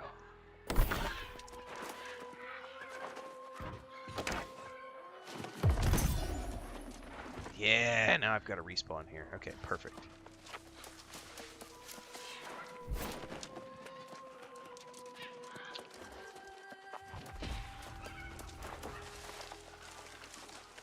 I have no idea about that show or movie. Fame? I have no idea.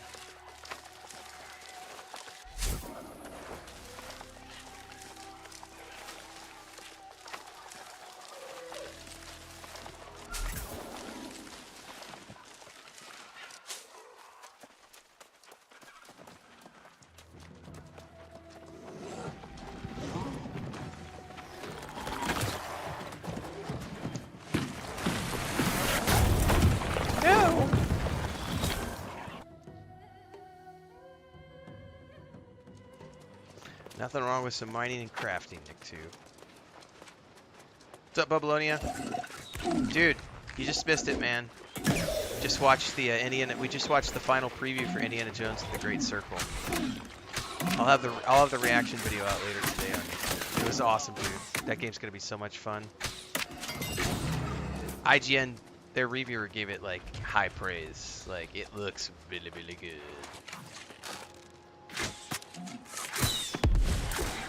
And my wife made me eat a banana. Nothing like being force-fed fruit.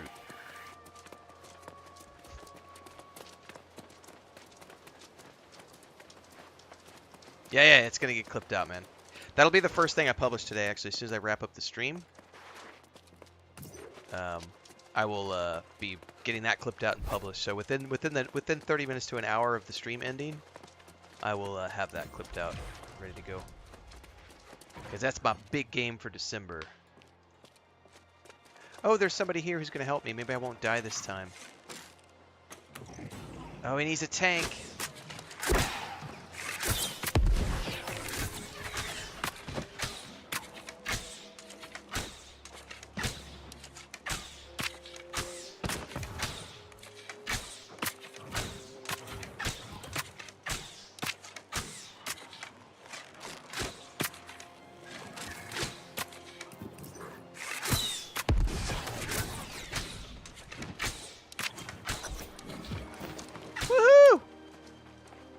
Teamwork for the win! Captain Craig says this in real life job is harshing my gig, man. Woo! I almost fell off.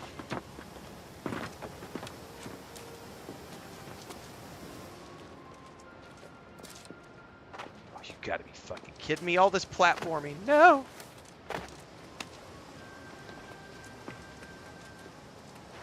Yes! The mage's death! The barrier is gone! Nothing can stop me now, Artorias!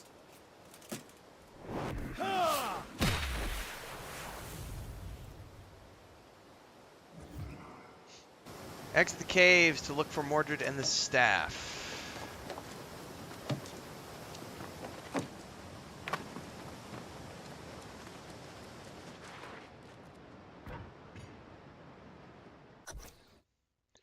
It's harshing my vibe, man.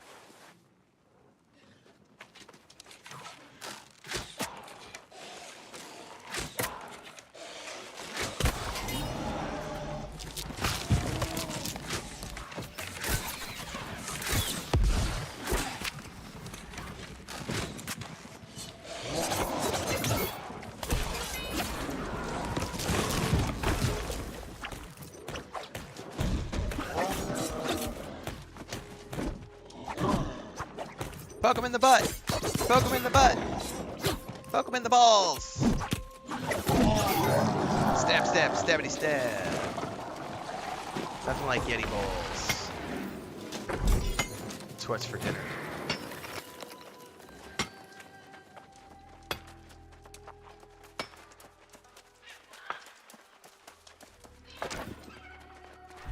No, we haven't seen Mordred.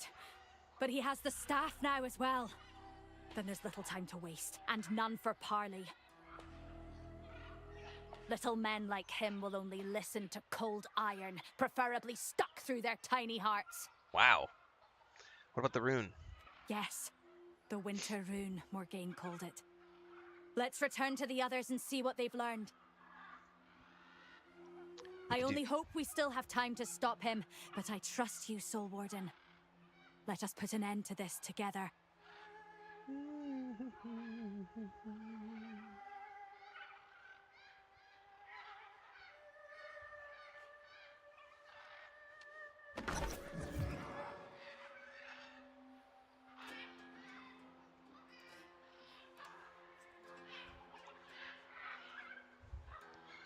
No, this is a different voice actress. Grace is like an Irish actress. This is like a Scottish actress. Alright, the nearest fast travel waypoint is probably that one right there. We have to get there first so that we can travel back to camp.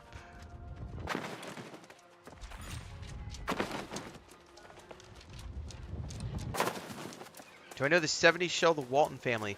I remember seeing episodes when I was a kid because my parents watched it, Arthur. I remember specifically, I think there was like a Thanksgiving special they used to do, where because there was like a life lesson on like killing a turkey or something. So I know of the show, and I remember seeing episodes of it, but it was like, I think that was before my, it was definitely before my time.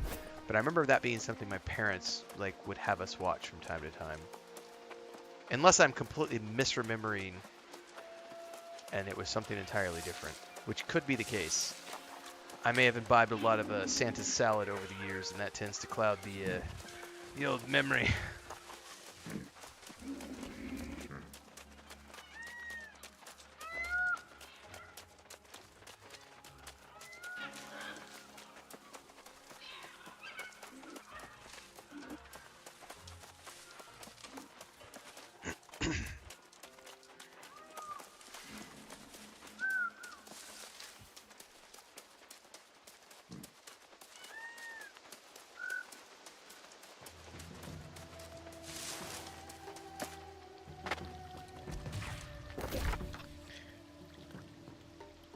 Bubbly says, just looked it up. Not from memory.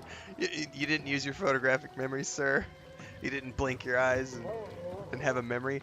God, that film, it's one of those dark comedies where the guys have the spank bank in their memory, and every time they see a hot chick, they're like, they do this, they blink, and they're like, I'm saving it for the spank bank later.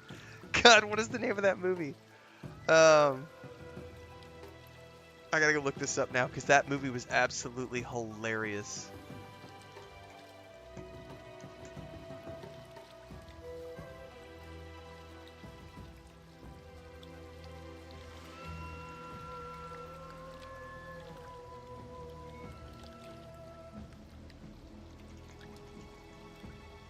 I can't remember what it was called, and Googling that term doesn't actually show me what I need to know.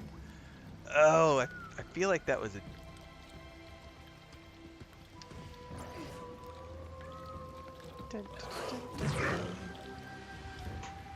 Hang on, Pippin, we better travel before I look up stuff on Google.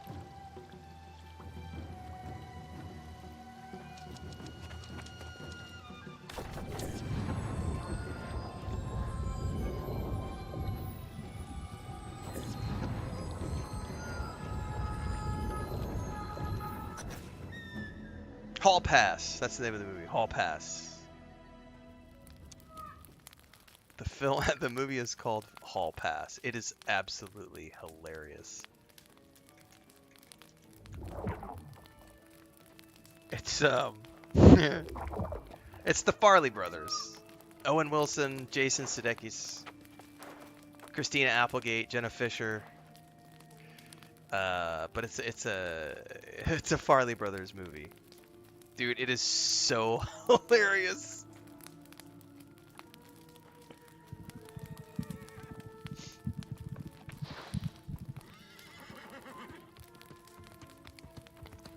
Out of Bubblinia's moment of like, it just looked it up not from memory. It triggered, there's this scene in the movie where they're talking about, they take pictures of hot chicks for their spank bank.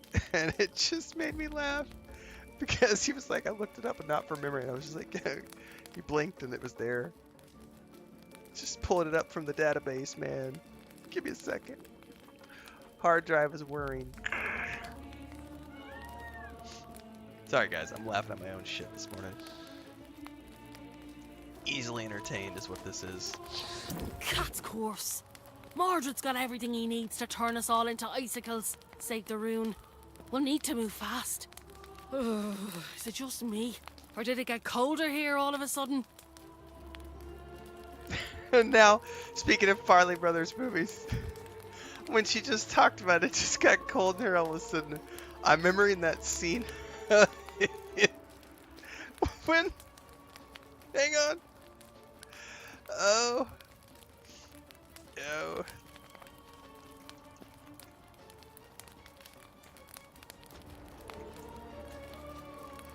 It's the Kingpin moment from Kingpin.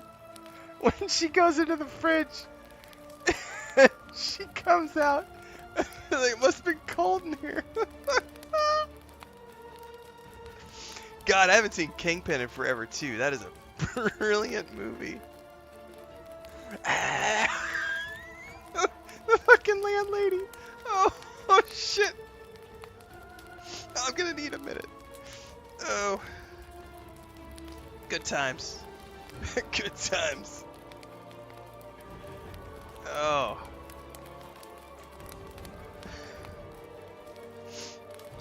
Our visit to the library in Brimstone paid off. Turns out there was a forge where the ancient smithied runes of power. It's there they locked away the winter rune. Thought it was too dangerous. Guess where this rune forge is? Great Cleave. Great Cleave. What? Don't tell me you just guessed that. All right, don't make a display of yourself. At first I thought the map you got from Mordred might be for the winter rune, but there are no waterfalls by the forge.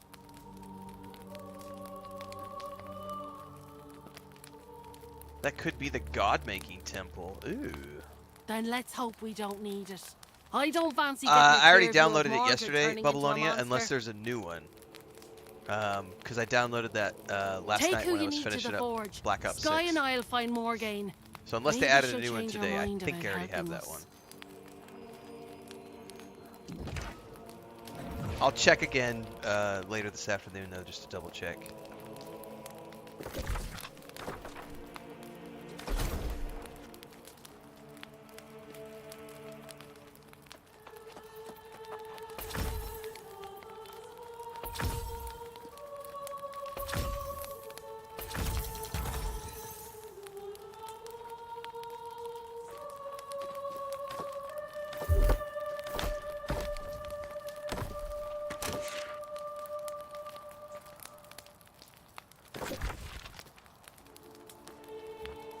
Excuse me. I might want to go get some more coffee here in a second.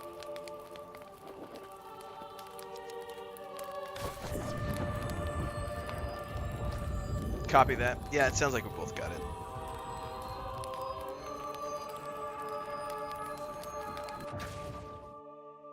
I'm super excited. It's going to be a great time.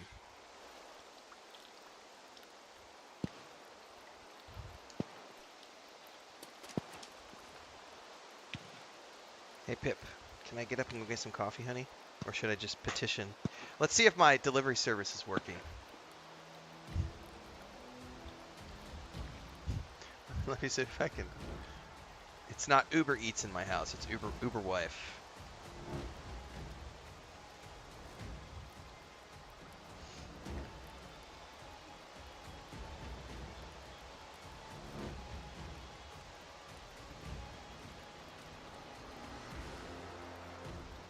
She often has her phone on silent mode, so we'll see.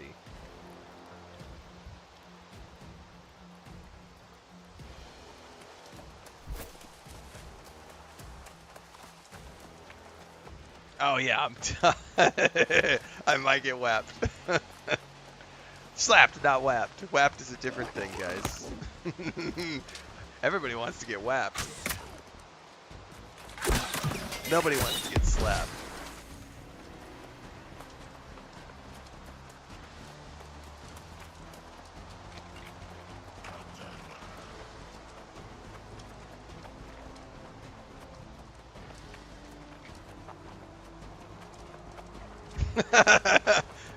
You like that trick of her?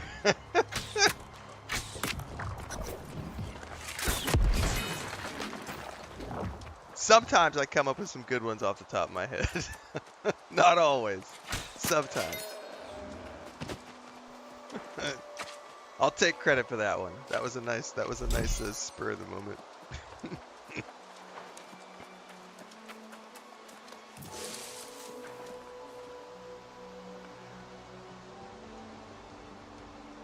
Could I make a request?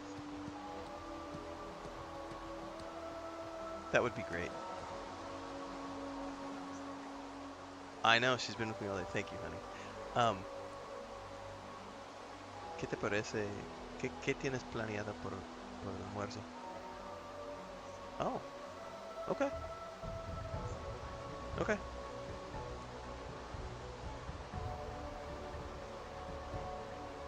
Okay. No hay prisa. Ay, comí esta botana. Gracias. I'm safe, guys. I'm safe. There's no water right now, apparently, so she said she was waiting to cook lunch because she doesn't have any water to do cleanup after she cooks, and she bought some. I didn't ask if she bought beef or beef loin or pork loin, but she says she's got some sort of loin. I'll ask in a second when she comes back in.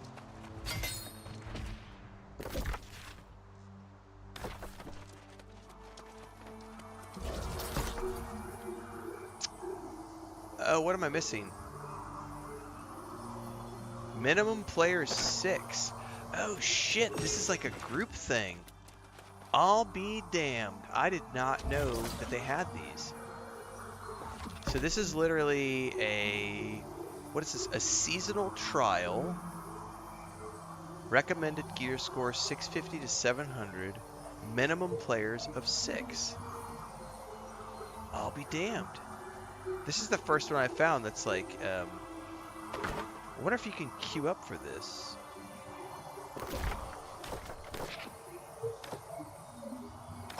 Oops. Season trials. This is the Winter Rouge Forge. Oh, sweet. Oh, thank you, honey.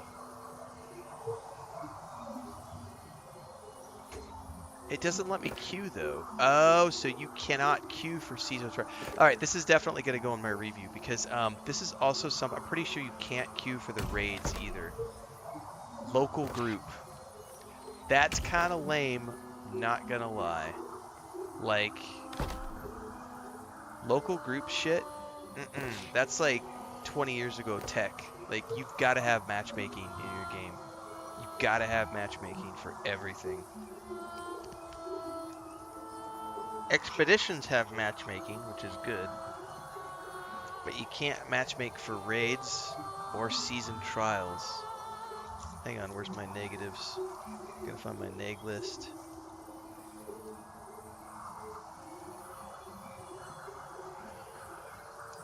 I love this game, guys, but there are certain little cracks here and there, things they definitely need to improve.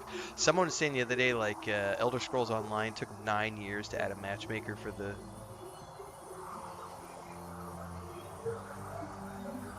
trials and stuff. Where the heck is my list?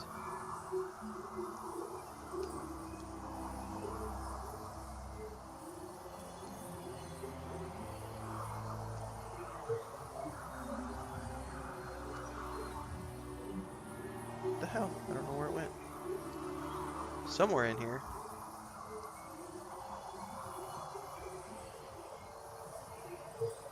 Ah, here it is. I found it.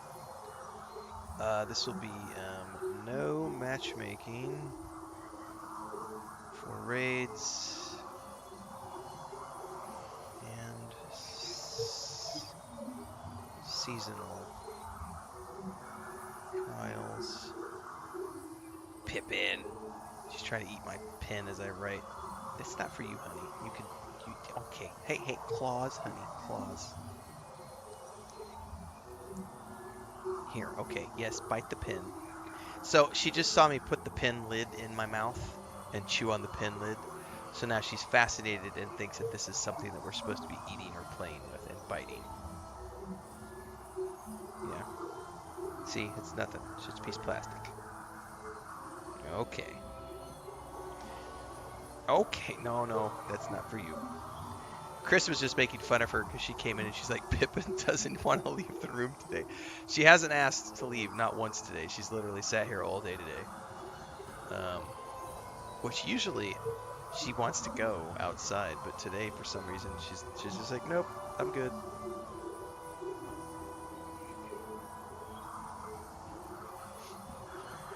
Well, I can't continue the season because I can't do the seasonal trial without a group, and I can't queue for a group because there's no matchmaking for the seasonal trial. I suppose I could queue for some dungeons while I go work on some other stuff. Is Frosty still here? I think he had said something about heart rune quests, and I don't know what that was. Let me go. I wish I could, like... Oh, I could just do fastest experience. Queue for all content we meet requirements. Let's just do a random... Oh, that's how you do it.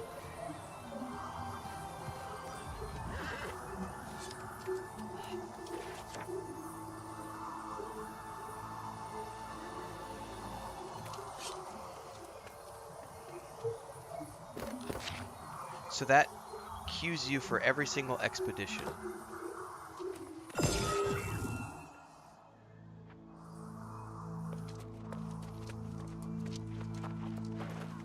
Bubblinius said, I just reactivated my Twitter account to read the drama and make up my own mind. I already have 3 AI girlfriend bots following me. That's awesome. Dude, Twitter is a minefield, man.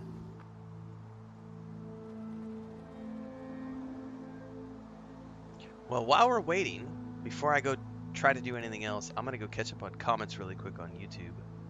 See how many more times I've been called a shill.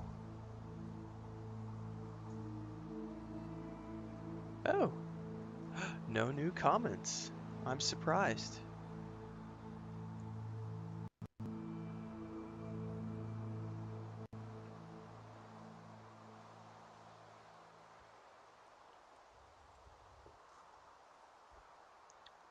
Although I did get called a communist on TikTok a little while ago.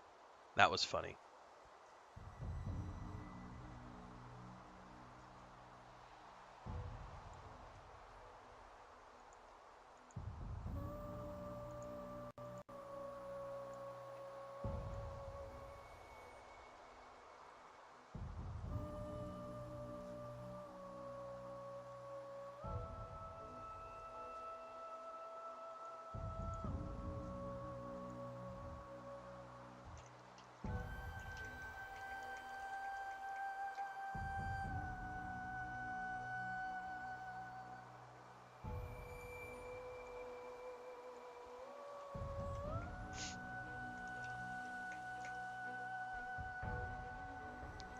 the communist comment came on my wig video that I published this morning. That was that YouTube short. So it goes out on YouTube as a short, it goes out on Instagram and Facebook as a reel, and then it goes out on TikTok as a TikTok short as well. And somebody called me a communist because I'm being inclusive. Oh man, there's a guy today. Let me go see if I can find him while we are waiting for a group or waiting to decide what I'm going to work on for the next little bit. I might go do some harvesting is what I might actually do, because I need to grind up my harvesting so I can get some more stuff to make some more mats. Here it is. Here it is. So I'm gonna show you this, guys. This is always fun to me. So every once in a while you trigger somebody. Can I show this here?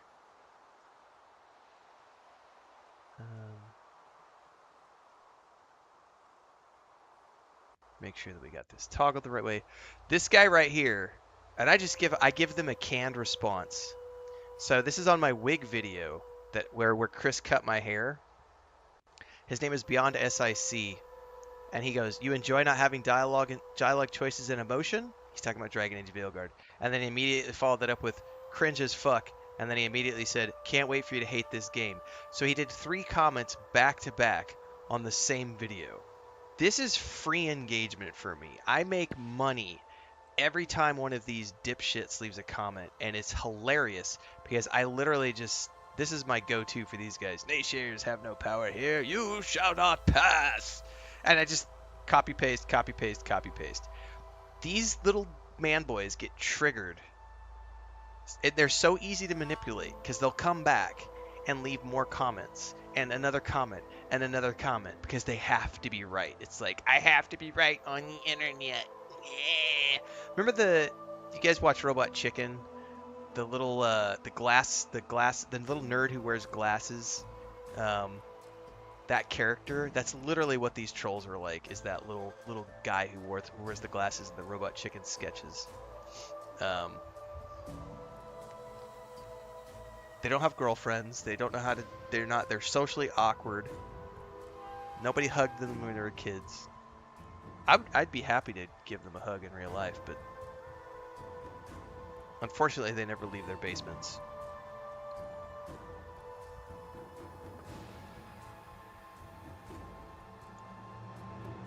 Oh, Bubbly Melanie, I had a long talk with my wife this morning. My wife and I have a really good.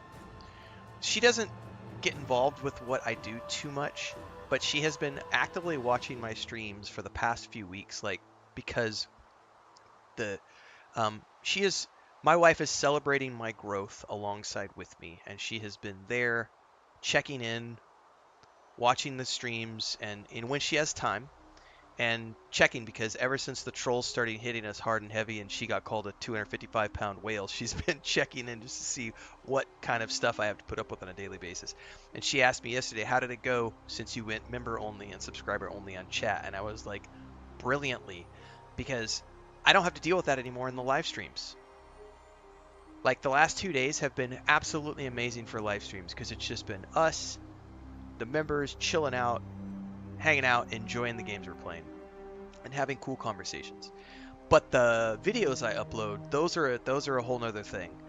And I used and Bubbles, you've been around long enough, and some of you guys have been around long enough too. You know that I used to curate. I used to literally spend like an hour and a half, 2 hours of my morning every morning going through and hide from channel, hide from channel, hide from channel, hide from channel.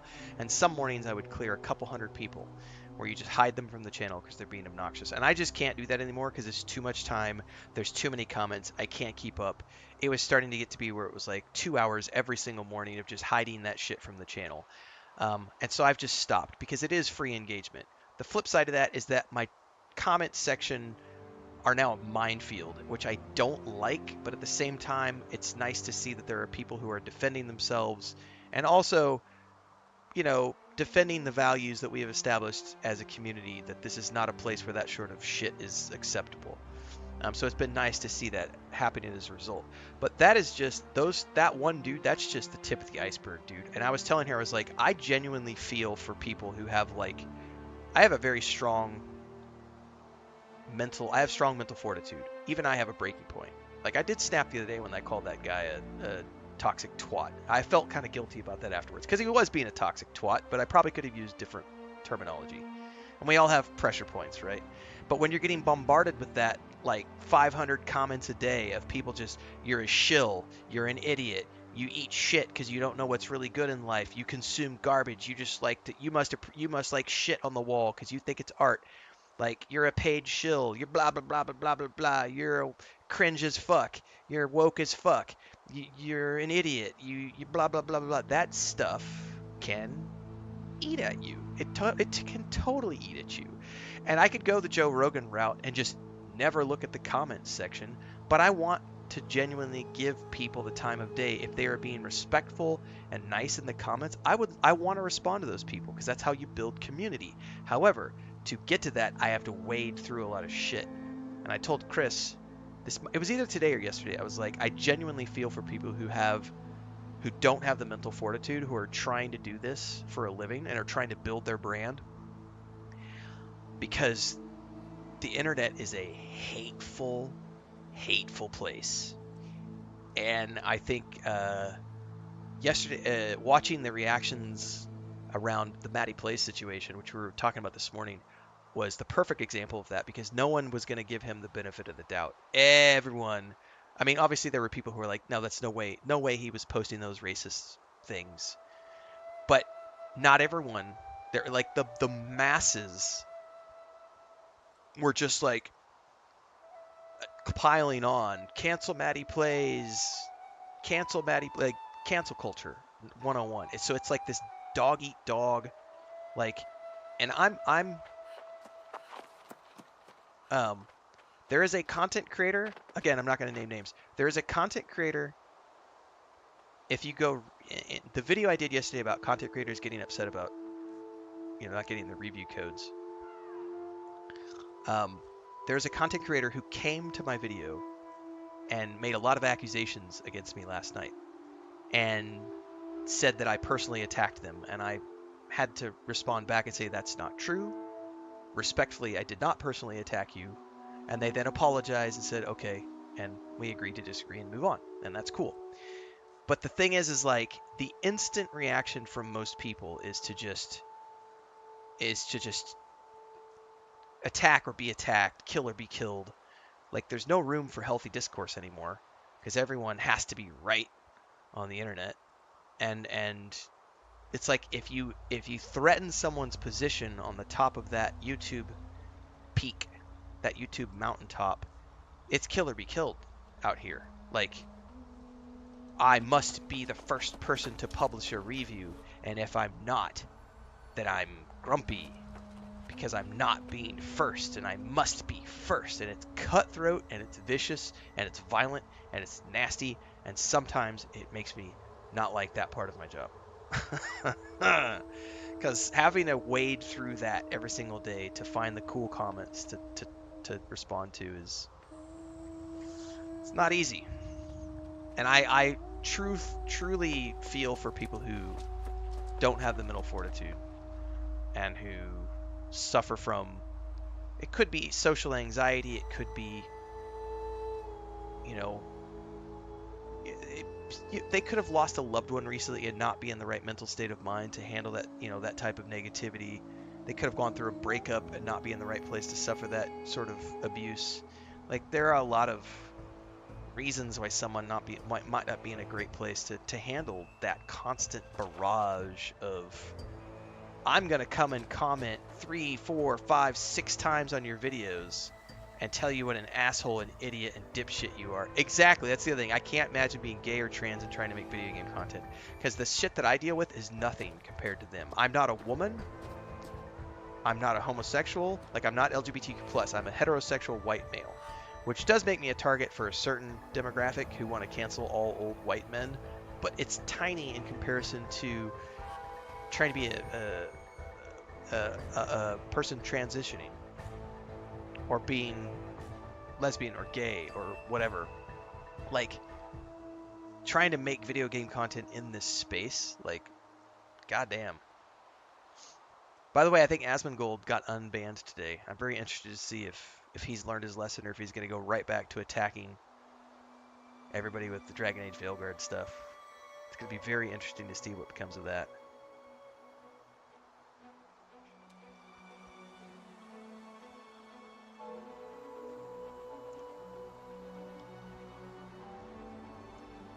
What's up, Mama? Do you want food?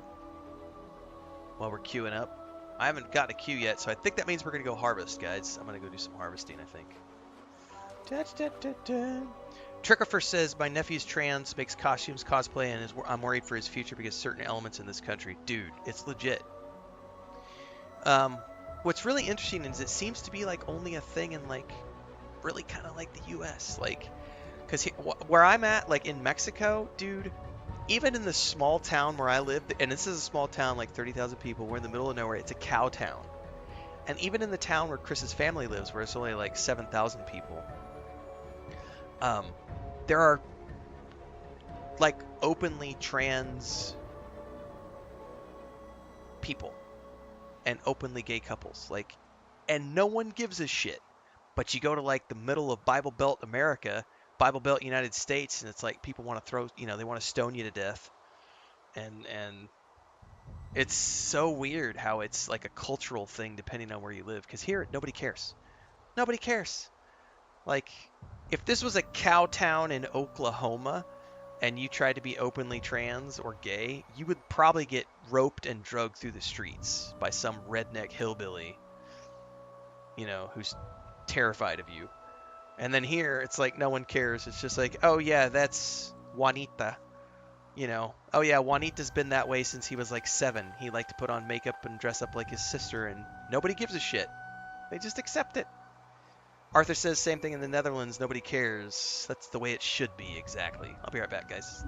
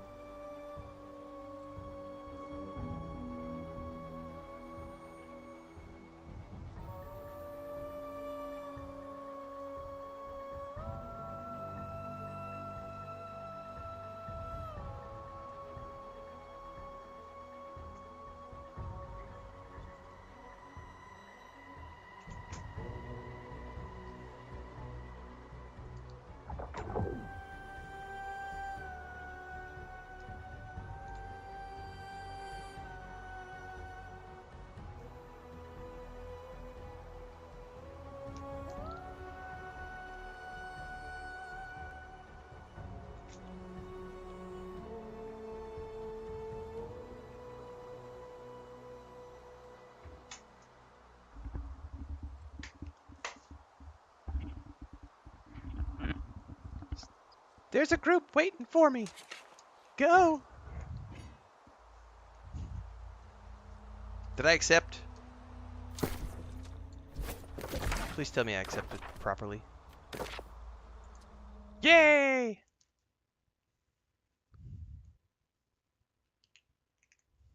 I don't know which dungeon we're doing. Oh, Tempest Heart again. Alright, it's all good. And so shall those foolish souls enter I can get the quests this time. I have met you, however. I'm skipping. Skip, Precisely. skip, I skip, intend skip, to because the discover players these are not going to wait places. for me. Yep, there they are, already heading out.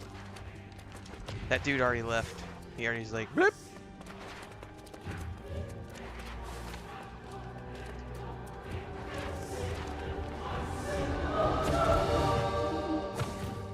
He wants to leave? Oh, I want to remain. Fuck you.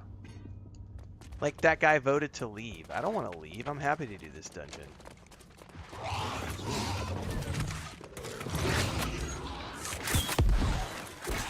Yeah, you have to just be ready to just do it. Because ain't nobody going to wait on you.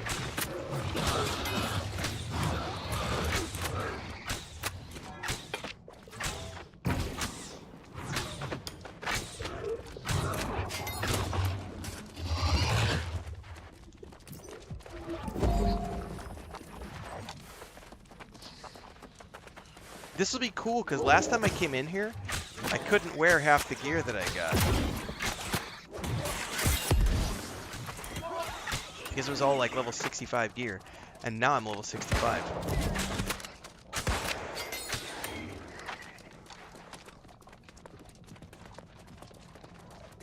By the way, guys, if I'm delayed on chat responses right now, it's gonna be because of this, because I'm gonna have a hard time like keeping up with these guys and chat. So I apologize in advance. I'm gonna get a little bit behind on keeping up with chat.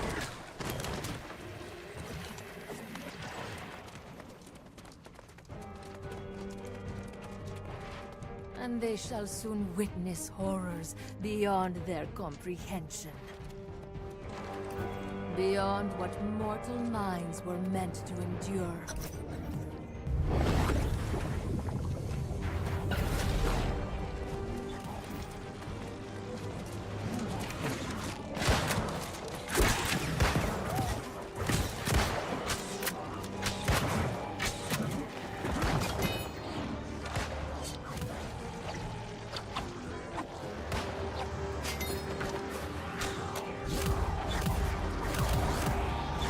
I can't. Somebody else has triggered it. Okay, that's why. Alright. Hang on. See, you need water? I can give you water. I brought it in. Got you covered.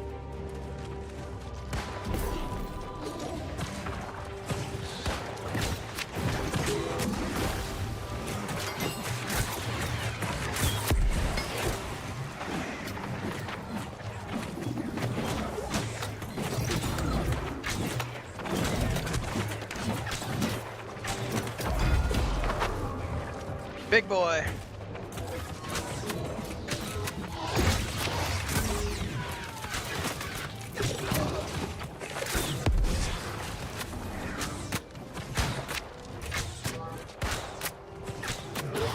I cannot tell you how much better this is now that I moved away from the musket, because this fight sucked when I was using the musket the first time I was in here.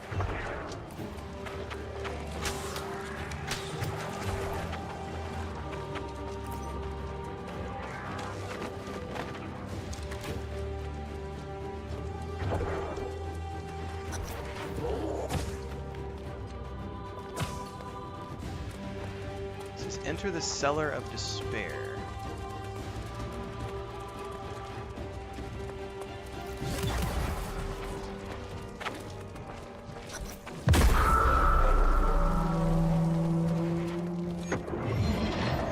Oh, it just hadn't gotten destroyed yet.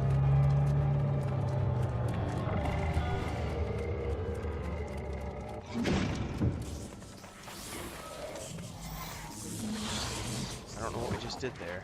Deeper Just gonna follow. Or you will be destroyed. I now serve the Tempest.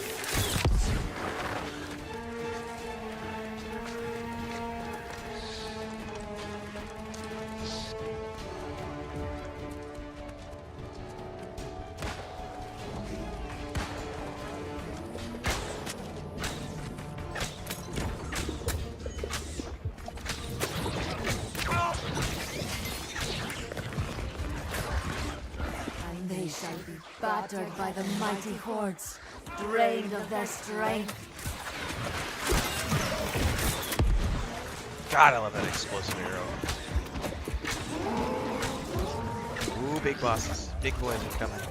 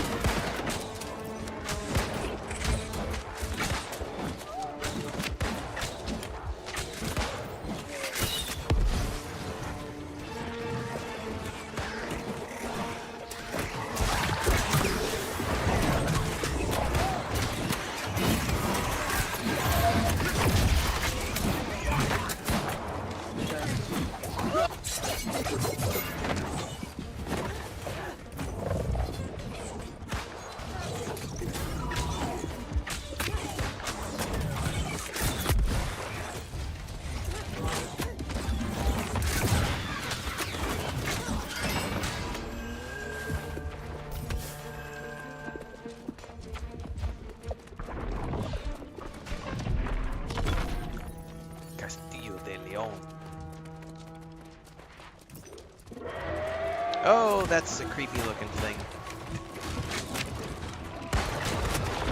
Ah!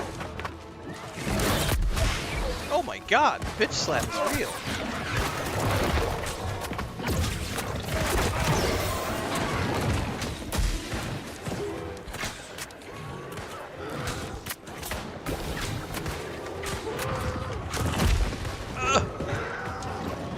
Dude, Tank needs to do his thing, man. Get some aggro, bitch.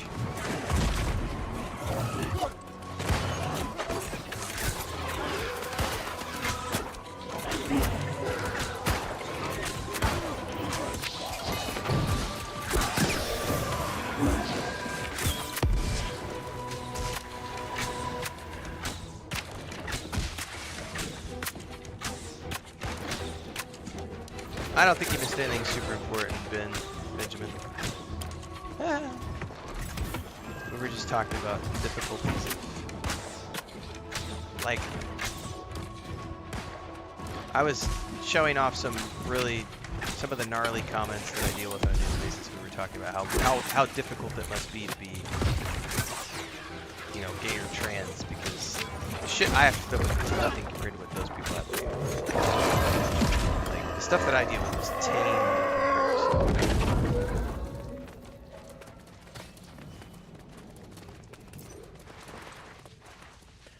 I think the worst I've ever experienced was, I think this is 2017, so I was 37 when my family found out that I was no longer a Christian, and I had not been a Christian for many years. I've not been a believer since I was like 17, 18. But we were at family dinner, and I just casually dropped that I don't believe, and that I'm like an atheist. You know, it's just a thing. You know, it's just a choice. And my aunt was like, "Oh, you poor soul. I'm so sorry for you. Oh my goodness." And it was this, you know, moment of like the family being, "Oh, poor Tim. He's gonna rot in hell." And it's just like. And ever since then, like, I get random messages from, like, my mother, my aunts, random Facebook messages and Bible verses about how, you know, and it's from a good place. That's you know, I accept that it's from a good place. And they're like, "Oh, you really wish that you, what happened to that sweet 5-year-old little boy?" And it's like, you mean 5-year-old boy that you...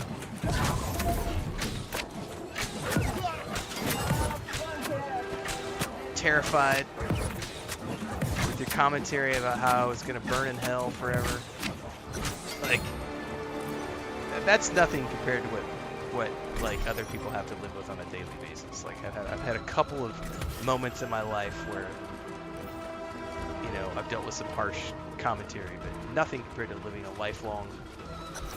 You know, Tim Curry was talking about this because there were people who are like ranting about the Rocky Horror Picture Show, and he's like, "You do realize that when we made Rocky Horror Picture Show, like something like 6 years before it was on stage, it was still illegal." Think about that for a minute. Illegal illegal in the UK to be gay. They would chemically castrate you. Lashed by tongues of darkness. Think about that. Purged of If they their found out you were resolve. gay, they would chemically castrate you.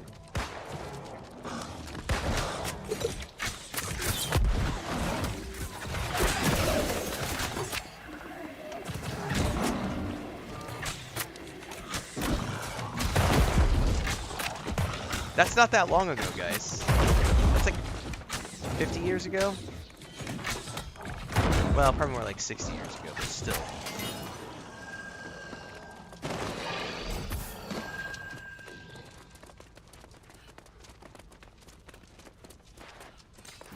The ropes.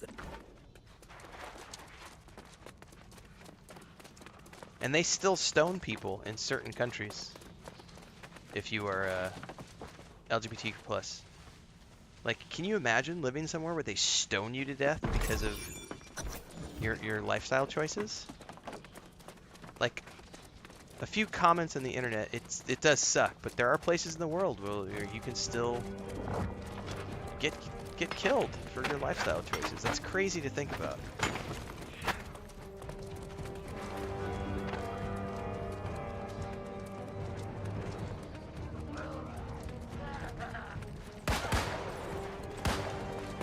Okay, these guys are just running and not fighting.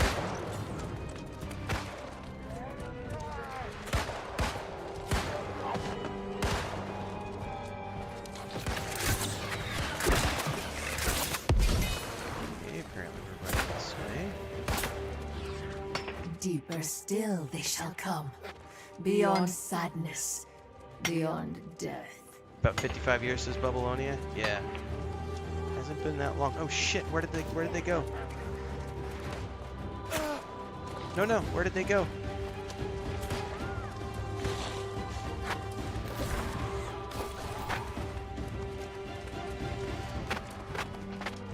Whew.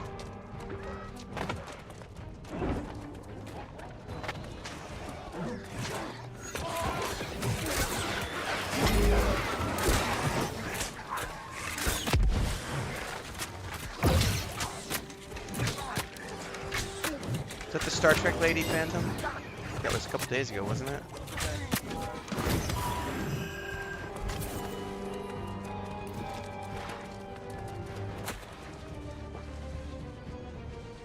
Thank you, PC. I finally found it. Almost didn't find it.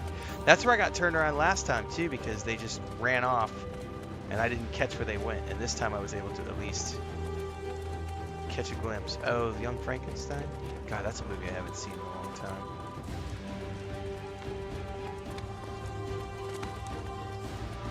Yeah, you're not wrong, Babylonia. Like, we're a very thin... We're not that far away from the tribalism. You know. Kill all the men. Take all your shit. Violate the women and children.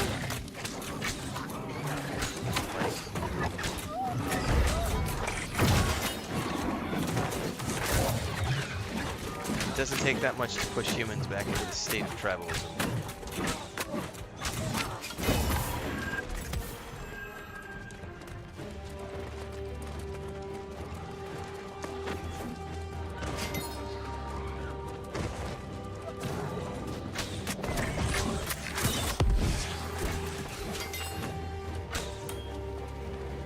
Oh, I bet, Benjamin.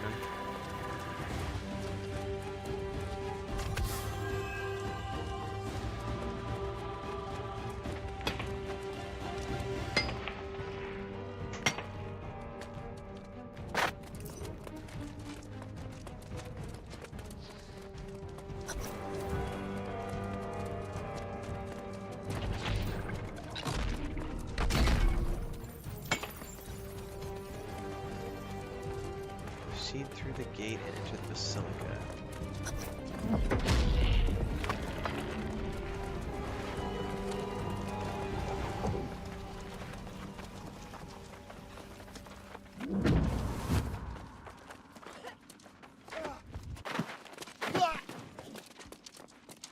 And behold, they will gaze upon the face of their fear, the champion of their doom.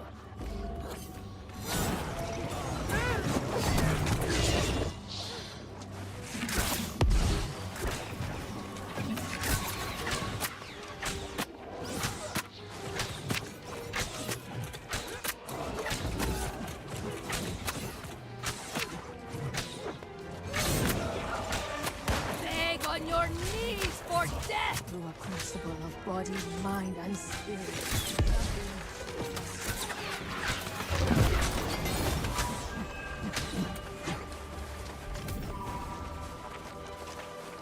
Pursue her further into the basilica.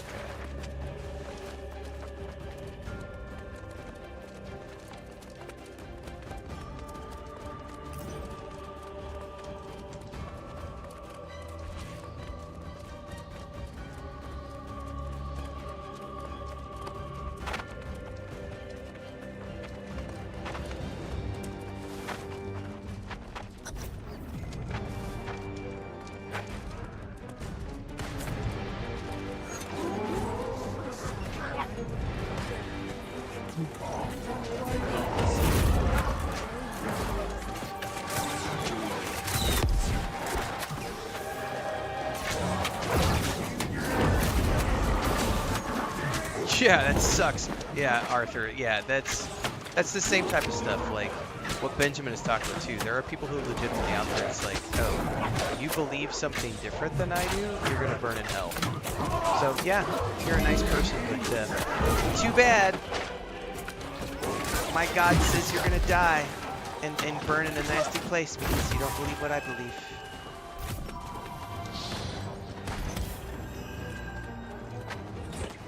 And of course, there's invariably the people who would try to say, not all Christians are like that.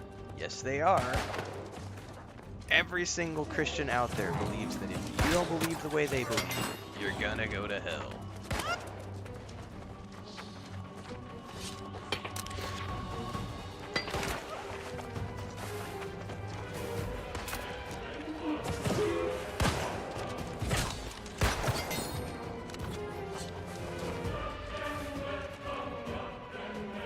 Did that chest just get unlocked? Yes. Oh, I'm gonna get lost. I'm gonna get locked behind. I'm gonna get left behind. Go, go, go, go, go!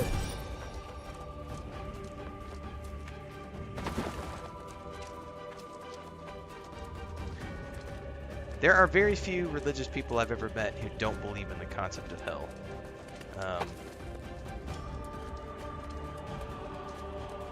It's tricky.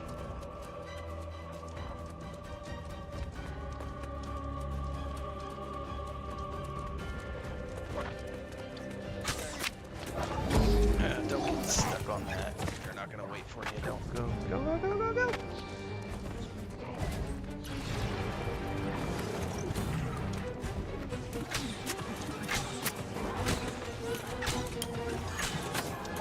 Beg on your knees for death!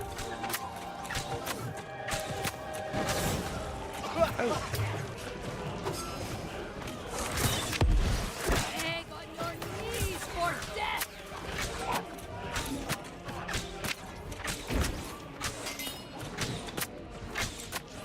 Yeah, I tried to have that conversation with my old man, Arthur. It was right after the Da Vinci Code came out as a film, and I was explaining to him the concept of the book, because I had just read the book before I went and saw the movie. And this was how the conversation went. I said, you do realize that what you believe is a product of where you're born. And I had been listening to a lot of Terence McKenna at that point as well. Culture is your operating system. You know, so I was my mind was wide open and I was awake to a lot of different things. I was like, you do realize that what you believe is the direct product of what your parents believed, and that in and of itself is a direct result of where you were born. Because if you're born in India, you're into Hinduism. If you're born in the United States, you're into Christianity. If you're born into, say, China, maybe you're Buddhist. You know, there's lots of Middle Eastern or Oriental. Is that the correct terminology? I don't know the exact terminology to talk about these things, so if I'm offending anybody, I apologize. And the response he gave me was, well, none of those none of those are real religions in the first place, so your point is invalid. And I was just like, oh shit. Wow. Wow. And then I tried to have a discussion with them about the fact that the Bible is, as we know it, was determined by a council underneath the Roman emperor at the time. And I was like, you do realize that those books were voted upon based upon a series of discussions that were had to find an order of material that would come together to create the most cohesive, organized religion to help join all the people together so that there wouldn't be all this splintering because they were having so many issues with war and infighting and everything else. And his response to that was, well, I have faith that the right books were chosen to be included in the Bible. Then I tried to have a conversation with him a different time about how, so a good example is like in Spanish, there is no direct translation for the word earn. So in English, if I go to a job and I work for my money, we have a word for that. It's called I earn a salary. I earn my income in exchange for working. That word does not exist in Spanish. There's a word called ganar, which is to win. So you use the same word to win the lottery as you also use to win your salary or to win a race. You ganar a race, you ganar your salary, you ganar a lottery, all these, you ganar a video game. So they don't have a translation. So then I was talking about how do you take a dead language from, 6,000 years ago and translate that into modern language when you have words that do not translate because it's a dead language that nobody knows. I'm going to die because I'm not underneath the shield. How do you translate words that no one has spoken for thousands of years, and then how does that get translated from English to Spanish to German to Latin to French to Chinese to Japanese, etc., when you have all of these words that don't have a direct translation? How can you tell me that the version that you're reading today, whether it's the King James Version or the Gideon Version or whatever, how can you tell me that your version is the correct version when you yourself don't even speak the native language in which the Bible was originally written? And that was the whole discussion of, well, I just believe that it's the right version. You just can't. That's when you come down to this number one most important thing that you have to do in life. Agree to disagree. And now the dream is released. And move on. Only the darkness remains. Don't hold any ill will And against people for their belief systems. Price. Everybody's The allowed to champion believe what must they pay. want. Everyone has the right to believe what they want. You cannot reason with some people. So you just agree to disagree and move on. That's the solution that's worked for me in life. My wife is a very open person. She's religious. She doesn't like when I make jokes about things, but we do have some very deep conversations sometimes about how, because her faith is Jehovah's Witness, and she's not fully in like some people are, but she does not agree with the no blood transfusion. She doesn't agree with excommunication, like if you get divorced or something, you get excommunicated. Like she's like, I just don't believe that that's the right thing to do. I don't think that that's, So even my wife, who is a religious person, disagrees with some of the teachings of her own faith, which I find to be fascinating.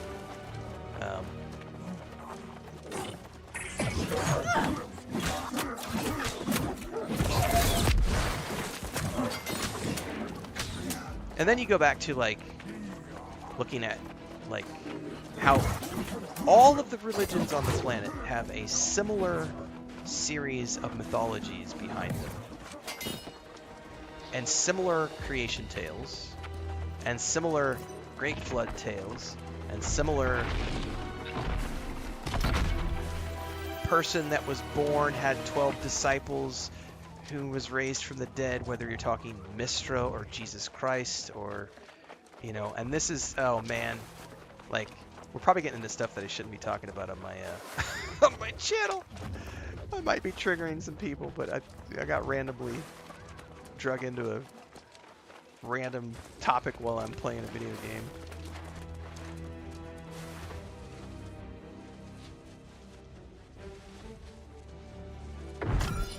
What's really fun is when you get into the study of the Bible, and you start realizing that if you go back to the Old Testament, there's a lot of talk about, you know, you shall have no other gods before me because I am a jealous God. And the realization that, oh shit, so there were lots of gods in the pantheon back then. But their God wanted to be the only God. And so we're going to go exterminate all the other people who have their own gods. And we're going to take over their lands. And we're going to ethnically cleanse them.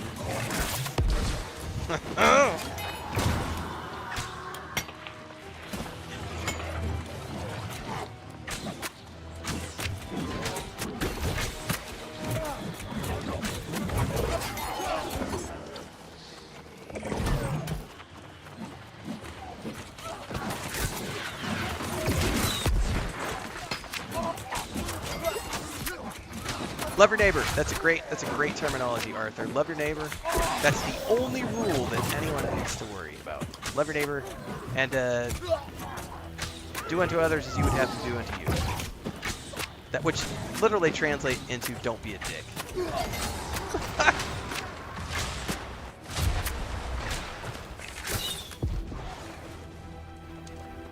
It's really simple. Don't be a dick. Love your neighbors.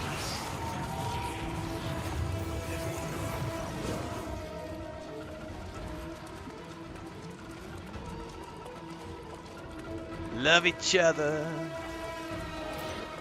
I have read some of Christopher Hitchens' stuff, yes. He was a little aggressive. Like, I definitely don't believe in, like, attacking other people for their beliefs. But...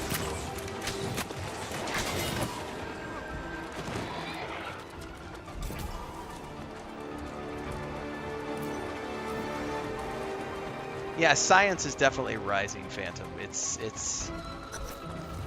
I almost did a video series on this last year.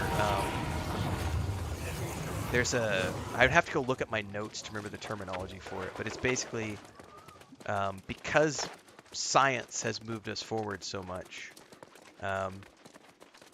There is a certain, you know, like blind faith is becoming less and less common as people become educated and realize the importance of science.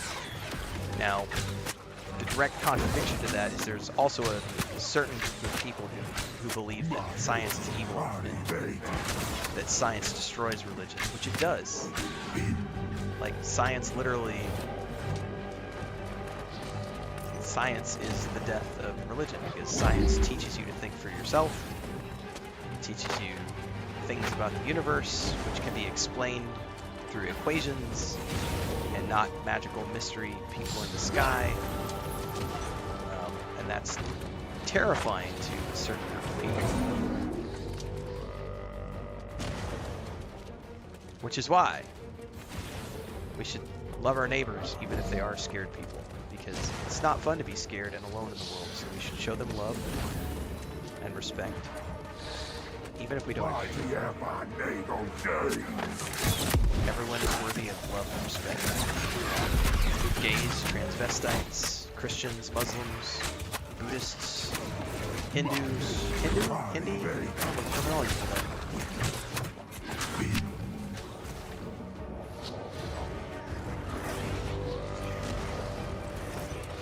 Yeah, I think that the best explanation I've ever heard for it, Nick, too, is, I'm gonna get killed in the wrong place, is, Terence McKenna's discussion on culture as your operating system. That's one of the best essays on,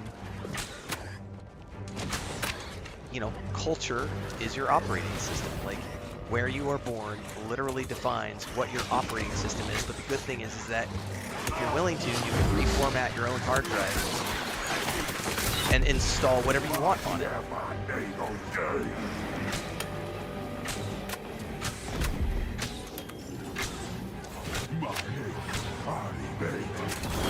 Oh shit, I was in the wrong place. I got stunned.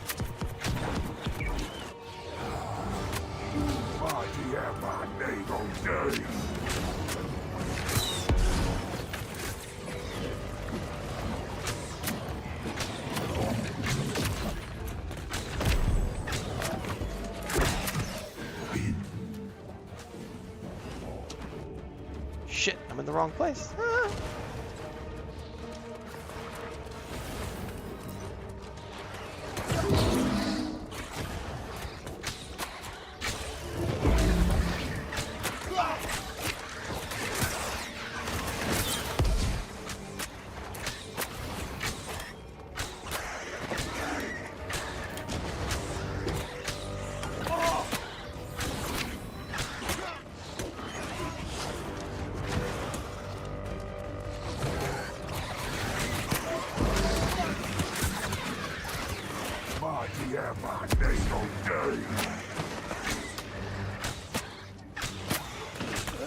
Oh, that tail whip was gnarly.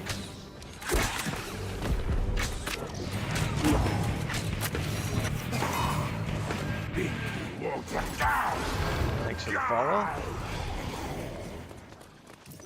What's up, Pippin? You coming back with Daddy? Oh, you almost fell. That's a spinning chair, honey. Hang on. Where are you going? Hang on, I gotta move the Xbox controller.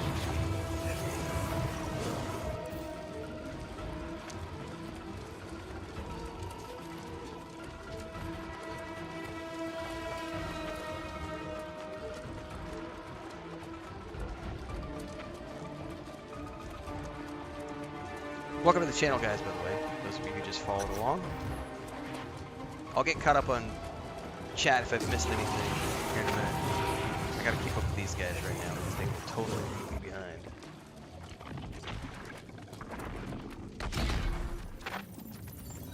I think I've caught up pretty well with chat, I think. Nick says I had a secretary that was one of those people that came to work with the Bible. Hey, I mean, everybody's, you know...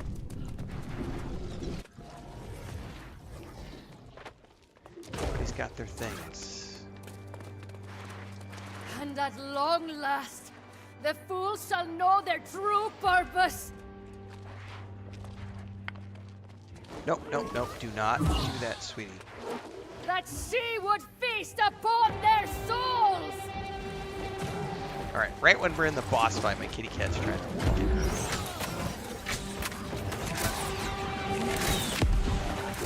Stop. I'm gonna die because I'm not paying. I can't. That was my fault. That was totally my fault.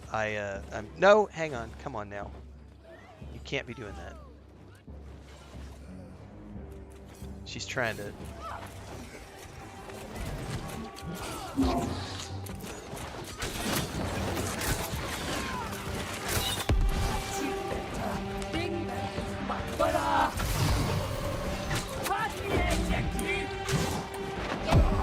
The fuck got me?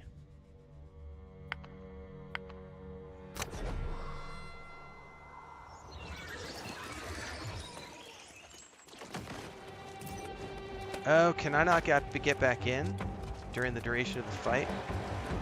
No!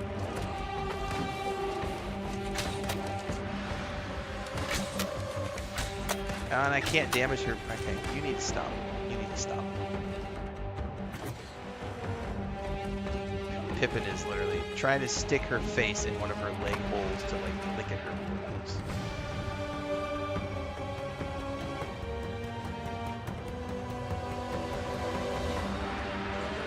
Have I told you guys recently the story of the girl that went on one of our trips into the mountains of San Juan Cholula, Mexico with us that one time? I haven't told that story in a while. I did tell it on stream maybe a couple months back. So Chris and I used to run tours as part of our Airbnb, and we used to run these big travel blogging boot camps.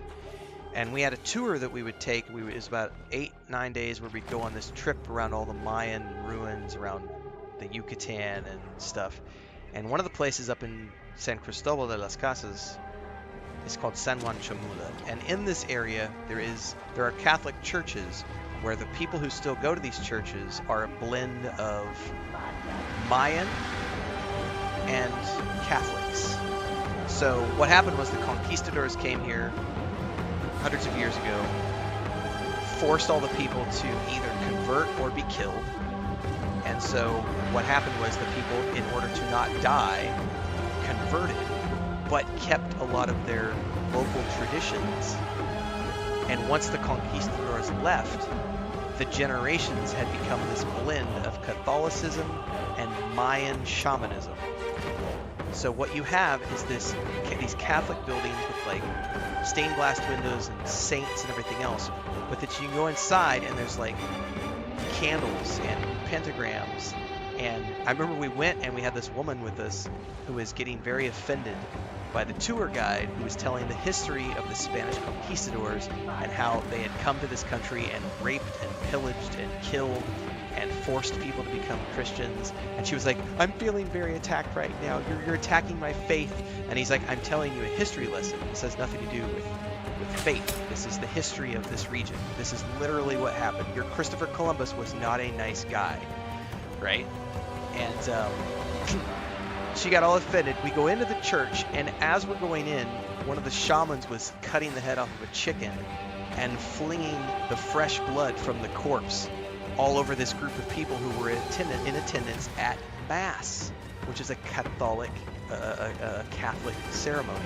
So we were at a Catholic Mass with a shaman drenching people in chicken blood, and this woman had a complete, absolute meltdown and had to leave the tour and like go outside and like couldn't continue because she was just horrified at what she had just seen. And that's not Christianity. That's not. And the tour guide is like, it is.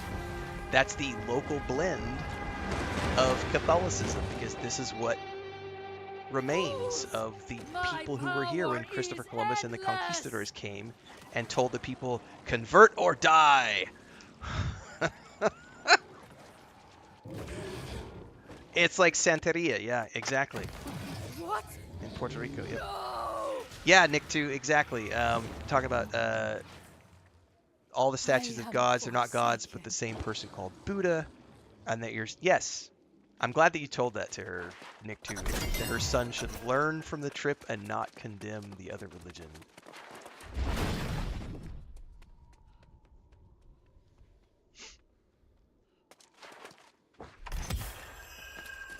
Alright, we should get one more chest up here.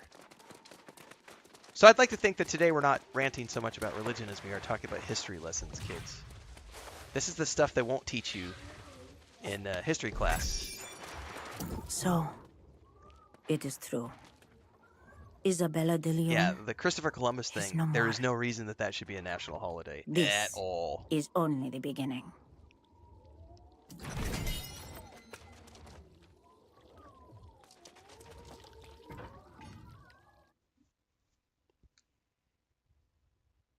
Did you calm down, Pippin?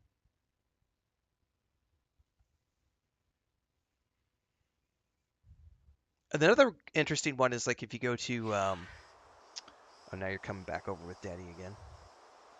If you go to New Orleans and look at the way the voodoo it's an evolution of, African cultures mixed with Christianity. And there's some really crazy local, not crazy as in bad, but like crazy as in weird, cool crazy, like the blending of different mythologies. If you've never played, I always enjoyed Gabriel Knight's Sins of the Fathers. I thought was a great point-and-click adventure game when I was growing up because it was steeped in that New Orleans, Louisiana voodoo mythology. It was just a fascinating video game when I was, 13, 14 years old and sort of opening my eyes as to what other belief systems were like. And yeah, it's a heavily fantasized version of things, but that was like my first foray into Nick too. I did an essay years ago for a client on the Spanish Inquisition and the atrocities that the Spanish Inquisition did under the banner of the Holy Roman Emperor. And then also, like, the Crusades are a perfect example of, like, your land is my land, but I'm going to create a reason why we deserve to have that land. And that's being perpetuated into today, where we have the conflicts that still exist today because of people wanting land because of religious reasons. The Spanish Inquisition was not just the Spanish Inquisition, but the Inquisition in general, as were the Crusades, were just really, really, really bad. Like bad. Like the things that priests would do And yet none of that stuff is taught in schools, like, anymore. Like, they just don't... No one wants to talk about actual history when you go to school anymore. Pippin, what are you doing, Mama? You coming back over? What's up? Are we talking about things that make you offended, Pippin?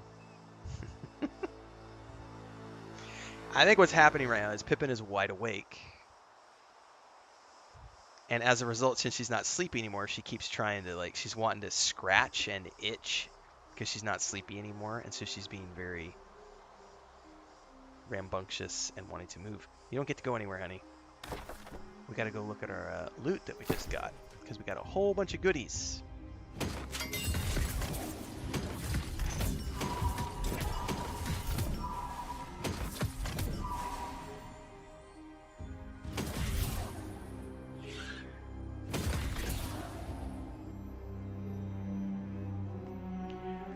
Okay, I don't need a great axe. I don't need a warhammer. I don't need a hatchet. I don't need a sword. I don't need that bow. Don't need that bow. Don't need that rapier. You know, at some point I've probably gathered enough materials to go craft some really cool stuff if I wanted to. No one expects the Spanish Inquisition. Legendary rapier that is slightly better than the one I have, and I'm definitely going to equip it, and it's gold. Ooh, a new bow. It's not a legendary bow, though. After dodging an attack, your next hit within 10 seconds does 29% base damage as fire. That's not that impressive compared to my current.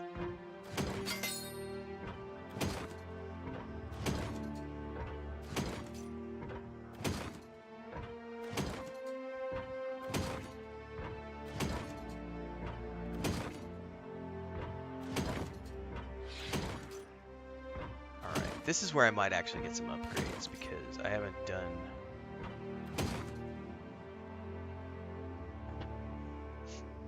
Yeah, Nick too, and also the savages thing. All right, thank you, babe. Can you take the water, please? No, I'll come get it here in a minute. I just don't want to step on that by accident. Thank you. They were classified as savages. There's a whole, yeah, it's fascinating, man. They were classified as wild animals by the government. Yep, the Native Americans.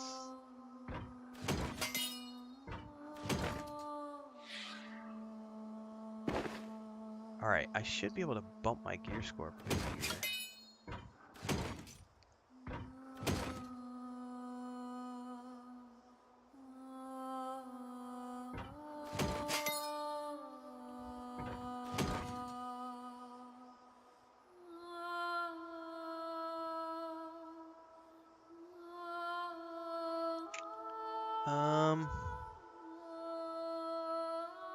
That ring is not that nice. That's definitely a pretty big upgrade. And it's a hood. I finally got rid of that stupid hat.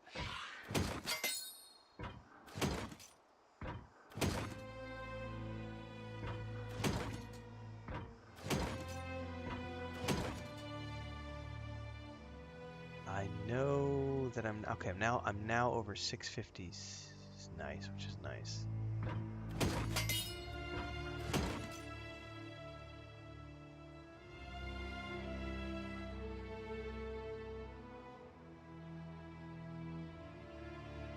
No, that's not that much better.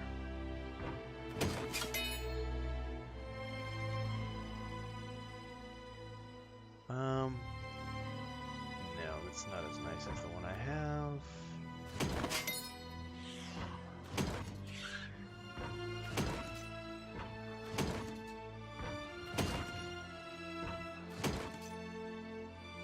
What is this? Get rid of that. What are these runes for? Heart rune abilities.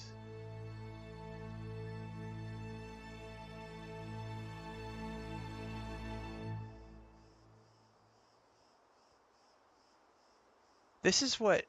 I can't remember who was telling me yesterday to do the Heart Rune quests, and I don't know what those are or how to do them.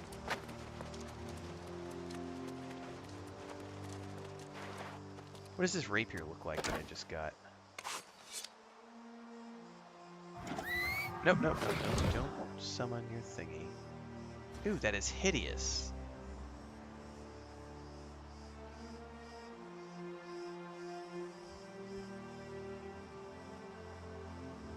I have a statue on my lap right now. She's just sitting here. She's being very grumpy right now because she's wide awake and she keeps trying to scratch. Yesterday, she got out of her bandage and managed to get at her tummy for a little bit. And today, that's why she's in here with me today, because I've been wanting to keep an eye on her, and thankfully she's been completely locked down, so she's not allowed to go anywhere unsupervised today.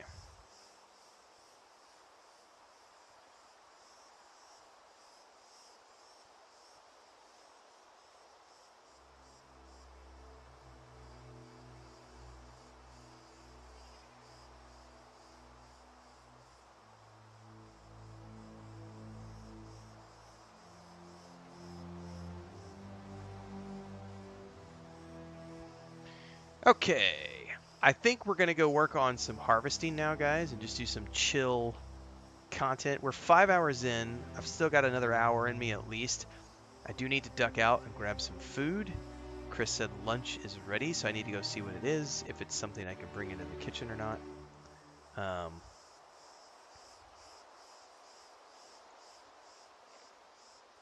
Hang on here.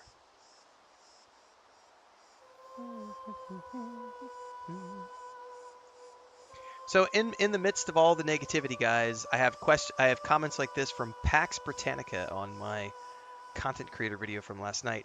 What a breath of fresh air. The only benefit to all of this controversy and rage bait swirling around Dragon of Veilguard is finding your channel like a lighthouse in a storm. Very excited to get sucked into the game, and I look forward to your content going forward. All the best. Thanks so much, Pax. For every nasty... Watch the jokes, guys. I don't want to... Let's not do any... please, let's stay away from any of those kind of jokes. I don't want to get dinged by YouTube for having insensitive jokes. Thank you.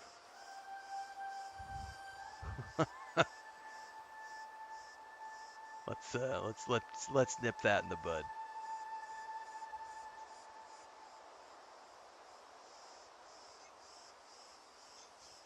It's all good. I just, it's one of those things where we have to be conscious of those types of things.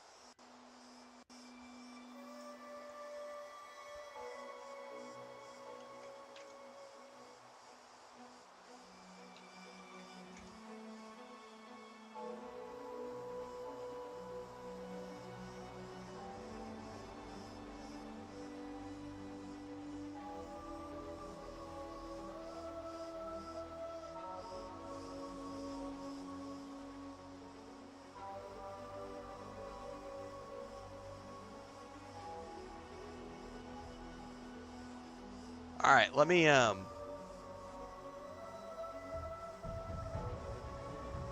go grab some lunch. I need to check with Chris just to see what it is.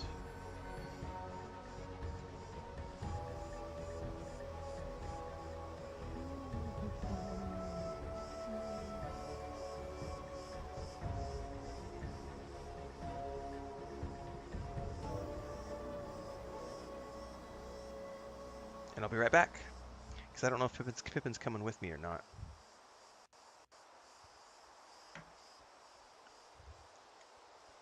You coming with your dad, or are you staying here? Let's go over to the chair. She cooked something that smells delicious. Let's go see what it is.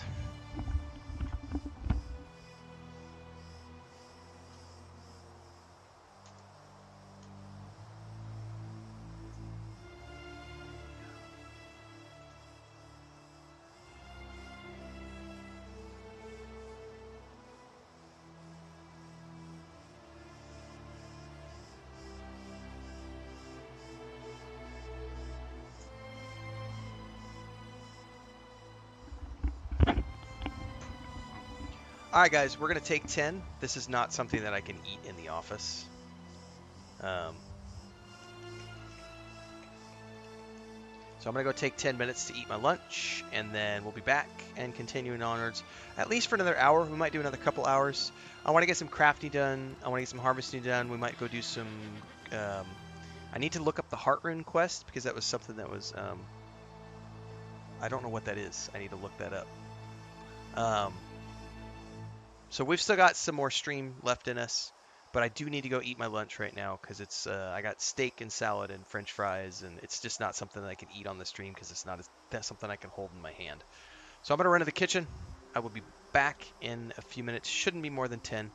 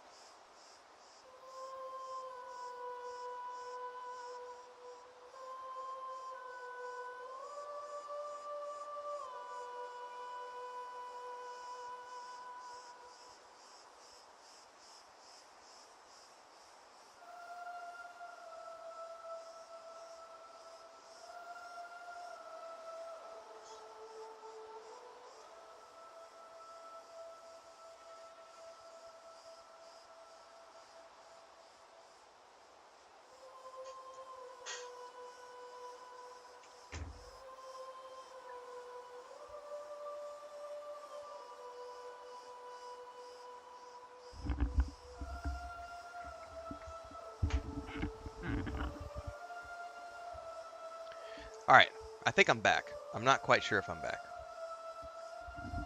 We're close to being back, but Pippin is being very grumpy because she wants to go outside. She was just out back in the yard, in the catio, scratching her claws on the wood pile, and then I picked her up to bring her back in, and she was like, "No, Daddy, no!" She is not very happy right now. She does not want to be in the chair. She's like, "I want to be outside." Unfortunately, Mommy is busy, so she can't watch her. It was a delicious lunch, everybody. I had just some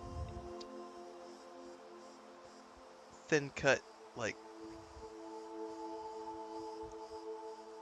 tenderloin strips, French fries, salad, refried beans, and a cup of oatmeal water. Alright, hopefully we'll be able to just sit here and keep going.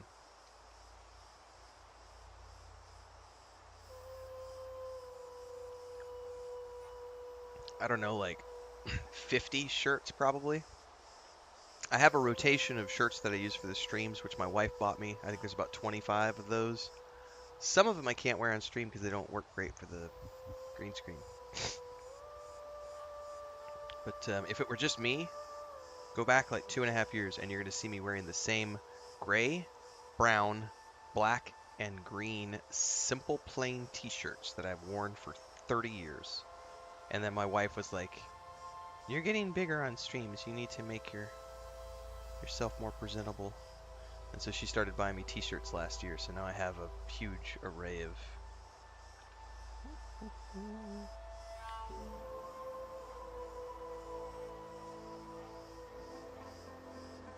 Hey, nope, you sit there, you sit down. I'm gonna go... We're gonna go get the cat carrier if you're gonna be naughty. Alright, hang on, I gotta go ask my wife, because Pippin's being really obnoxious right now.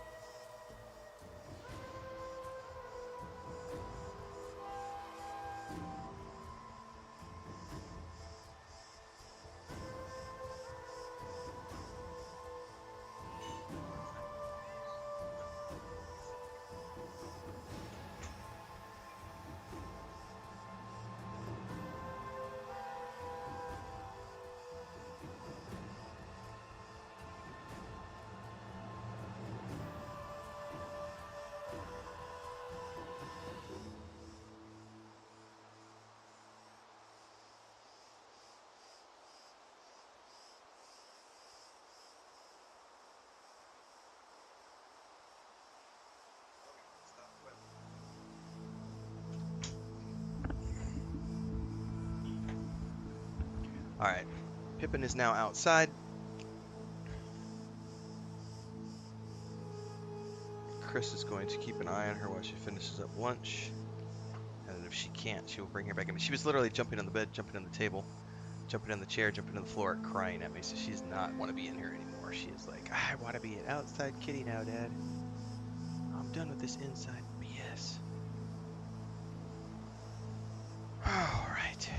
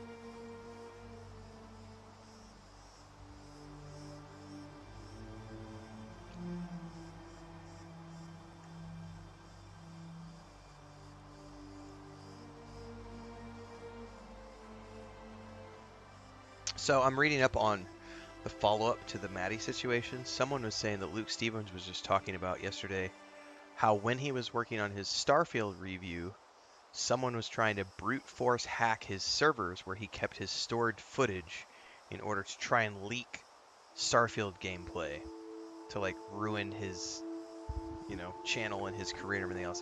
This is concerning to me as I get bigger as a content creator, because I'm still a very small fish, comparatively speaking. I do make a full-time living at this, but I am a small fish. And the only reason I'm allowed to make a full-time living at this is because of lifestyle choices that I've made to live in a small place on a homestead property where everything's paid for. Because otherwise I would still be grinding like so many other people, because a lot of content creators need to get to like 150,000 followers before they can go full-time. So I've been very blessed in that respect.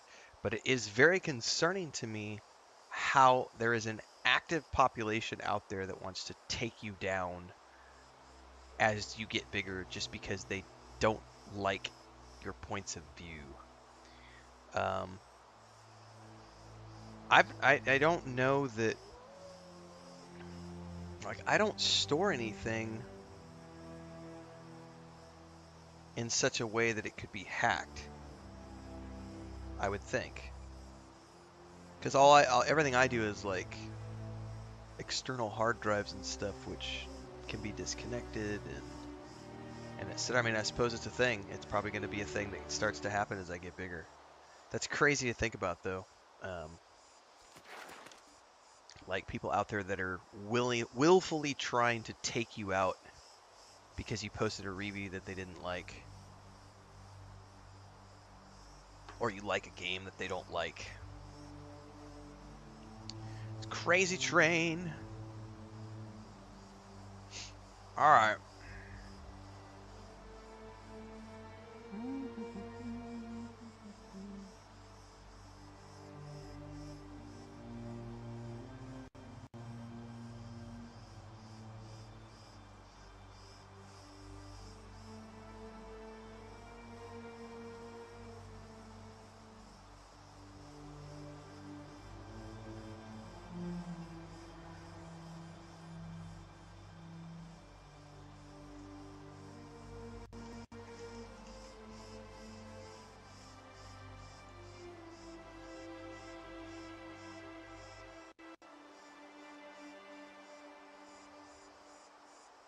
AES encryption, says Phantom.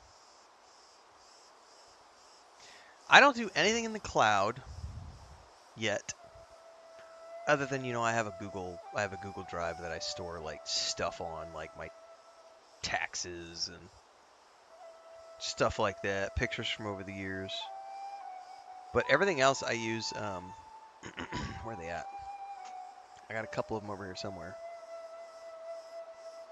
Where are they? These things. Like, they're kind of dusty because they've been sitting over here collecting dust. I use these little things. These are these little SanDisk 1 terabyte discs, and I literally just like once a month or whatever, I'll just dump everything onto these and do a backup. But I don't keep my footage. Like, I don't keep any of my footage. Like, about once a week, I literally go through. So I will record everything because we're streaming, right? So like, everything goes up on the Twitch, and then right now I'm doing most of my stuff gets done in Twitch. I will cut the segments out on Twitch, and then I will export them to YouTube, where then it gets published as a VOD or a discussion video or whatever. Some stuff I will, like my reviews, I generally will record. That just goes to my local hard drive. I then edit that, produce it as a video, which then gets uploaded to YouTube, and then about once a week I go through and all of the videos that have been produced for the week, I just delete them and get rid of them. Like, what do I need them for? It's like, they're up on YouTube, they're out there, they're done. If YouTube decides that one day they're going to come along and just, that could legitimately happen, okay. Like, it's not like I'm going to take all that footage and re-upload it. Like, I would just make new stuff. Like, I guess maybe if I was doing what those guys do, which is, you know, you're playing offline and you're recording the footage to do an early review or something, like, maybe it would matter more. But, like, nobody's getting into these because I have them, they're not even connected to anything. But those are just my backups, like, so, I mean, it's theoretical I could get hacked. But I don't have anything on my computer, like, I'm playing on the console right now. Like, there's nothing on my stream box other than OBS Streamlabs, or just Streamlabs, not OBS. Streamlabs and, like, what else do I have on my computer? Filmora for my video editing, Streamlabs, OBS, which I keep as a backup, and then also BS Player, which is a media player. Google Chrome is installed there. Like,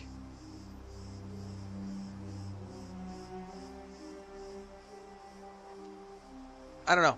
It's a worrying thing that I'm gonna have to start paying attention to as I continue to get bigger. 'Tis concerning for me. All right, I want to go do some. Let's go do some harvesting. Let's just work on wood. Logging is something I can work on. That's relatively easy to do, and then I would like to get my skinning up.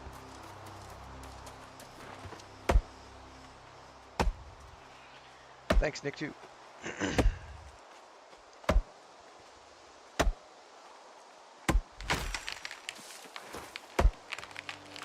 Petrified wood.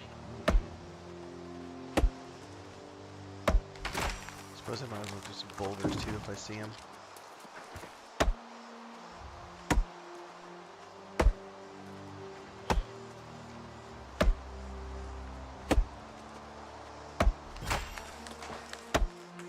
I do have some housing stuff I need to go grab too and place it in my house.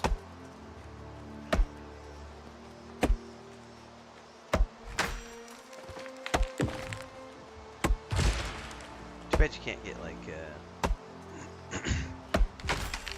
XP pots. But I suppose that's what the territorial stuff is for, is to like get you.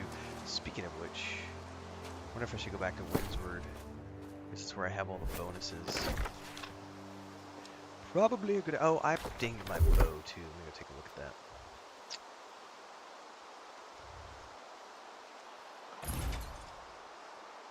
Oops.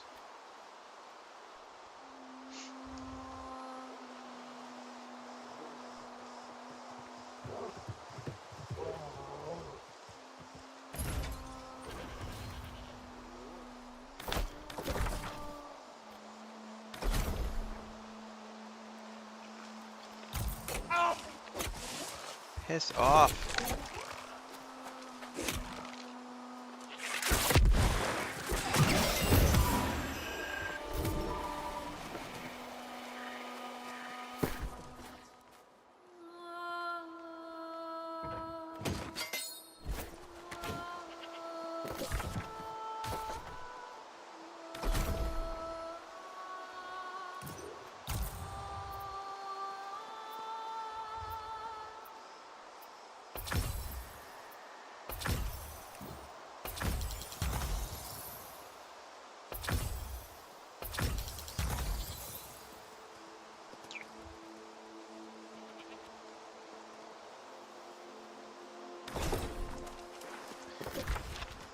Although I do need to record today, actually. Once I'm done here, I have to go. I'll be cutting some things out and clipping them, but I also have to go record my my final review, which is due out tomorrow morning. That'll be my last video on New World Aeternum for a while, because we're going to be switching over to Dragon Age Daleguard on Thursday. Probably still going to do some stuff because I want to get my crafting and harvesting maxed out, but that's stuff that is really easy to do. Kind of in my spare time when I have nothing else to do. Yeah, let's go to Windsward.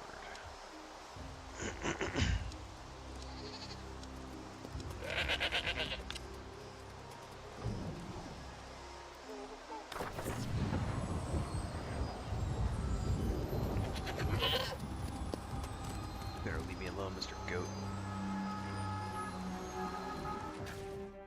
That's a cool piece of art right there.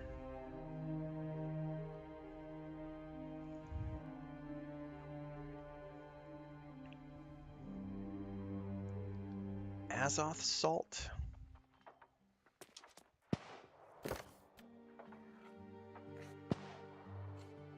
I don't think I have any items.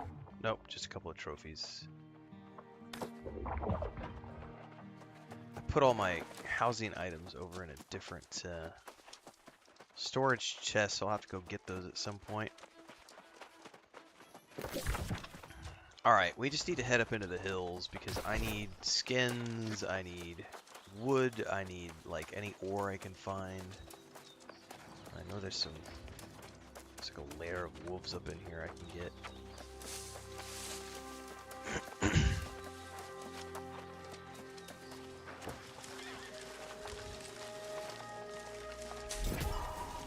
Yeah, like it's literally showing me some ore up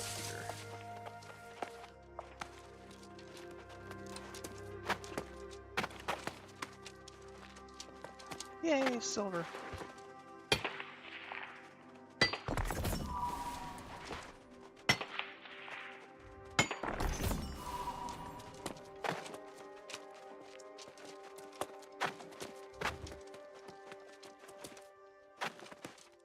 Oh, come on, you can jump up there.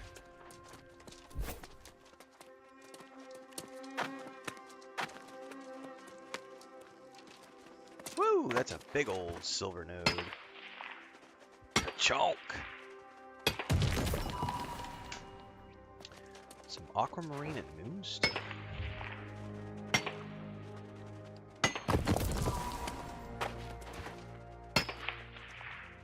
The thing about harvesting right now is that I'm so far behind like the normal harvesting people that there's actually nodes because everybody's out of the way.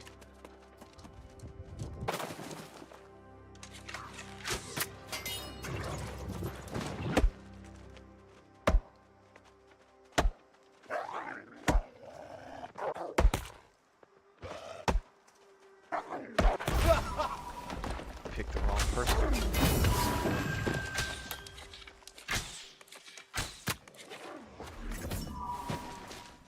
Do I get skill from doing these low-level wolves? I do actually. That's not, it's still significant.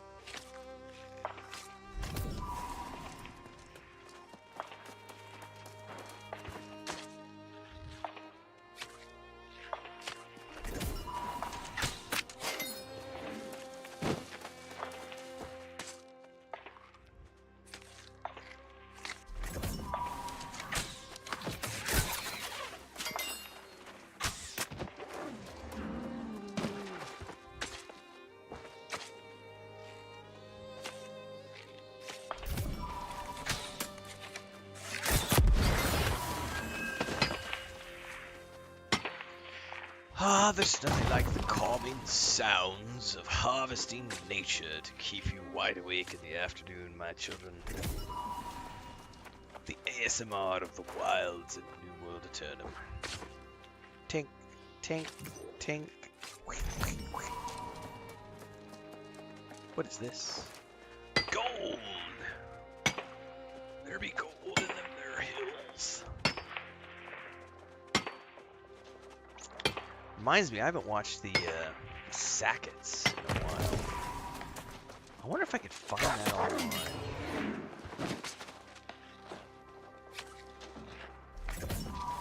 I don't know that that ever got transcribed to like DVD or if it's only ever been available in VHS. Works to put yourself to sleep, says Millennia. It's true. Listen to somebody pickaxing.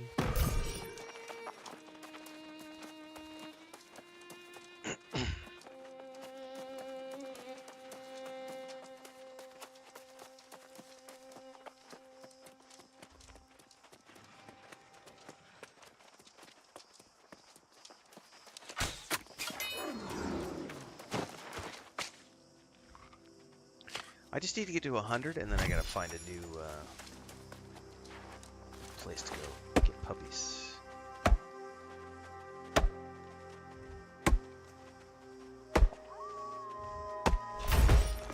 I probably should have checked the town board quests too, because I bet there's some quests related to get more faction up. I always forget to check the town boards.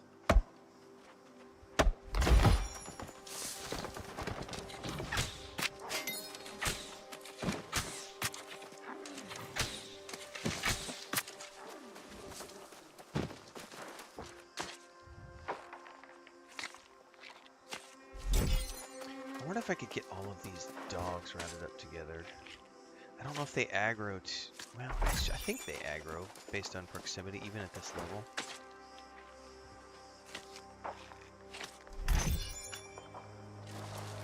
Let's see if I can make this happen. Come here.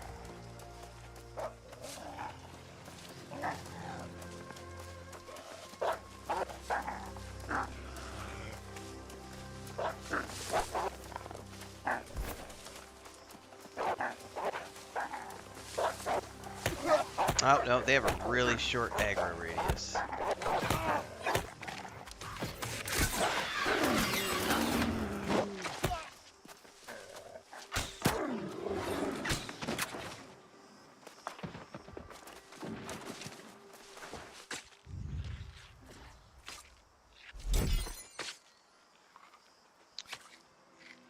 Are they really, Bubblonia?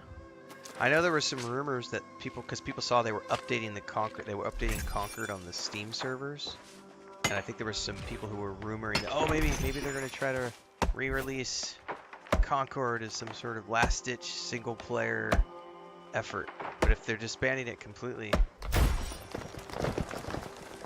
sounds like they're writing it off as a tax loss and moving on.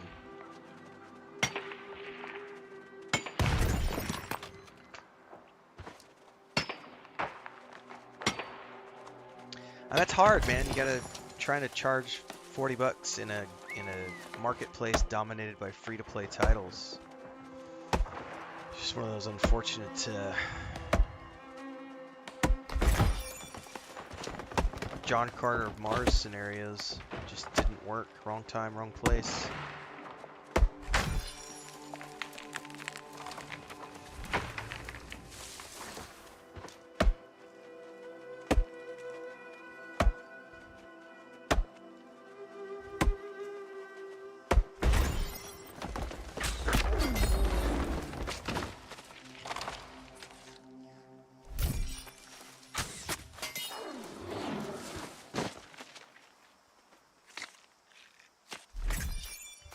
Man, I'm still getting quite a bit from skinning these level 6 wolves. That is genuinely surprising to me.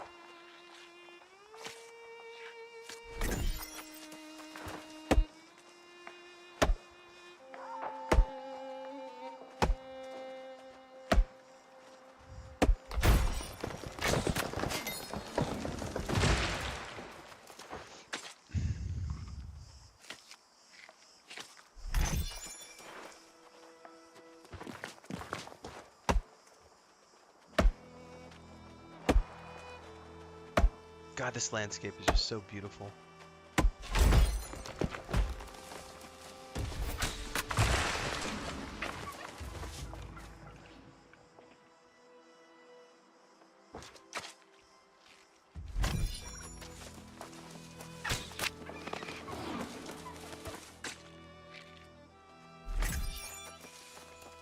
Okay.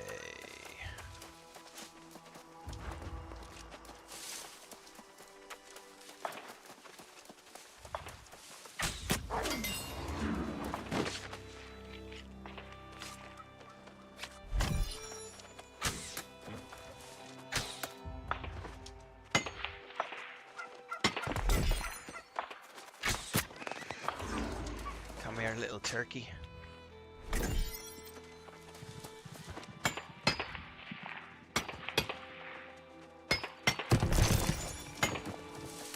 Yeah, puppy, puppy, puppy. Alright, they're not puppies, they're wolves. So let's be real. They'll eat your face off if you give them half a chance.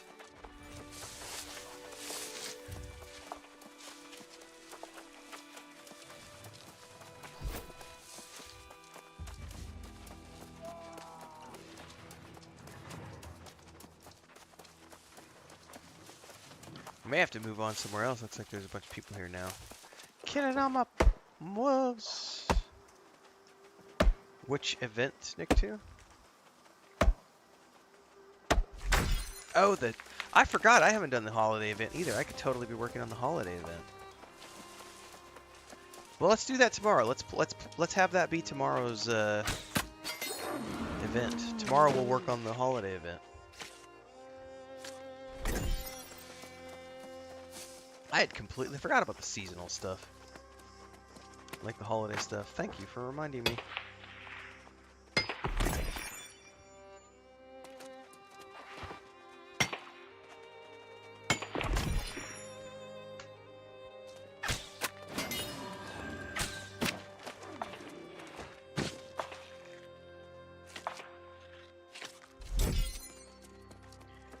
Brain fart is what that was.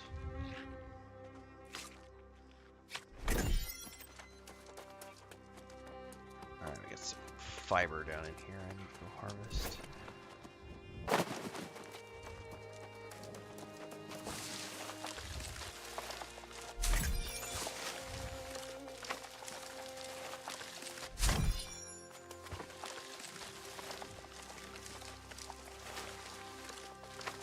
Those beautiful purple buds, man. Purple sticky icky.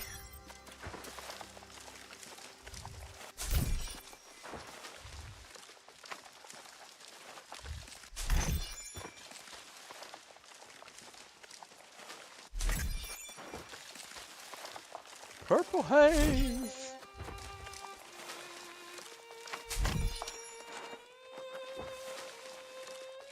I need to remember where I saw that silkweed that one day, because that stuff would be... I need to start harvesting that as well.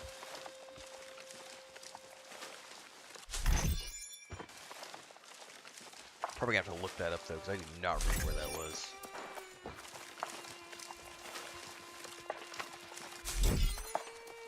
That was like a week ago when I saw that.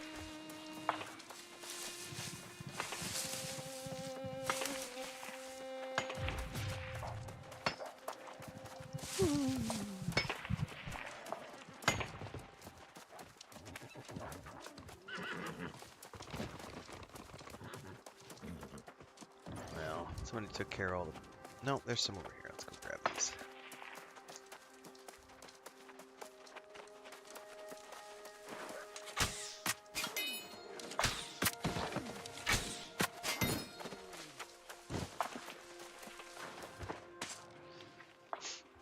You know, I just realized I got coin for shooting those. I never noticed that before.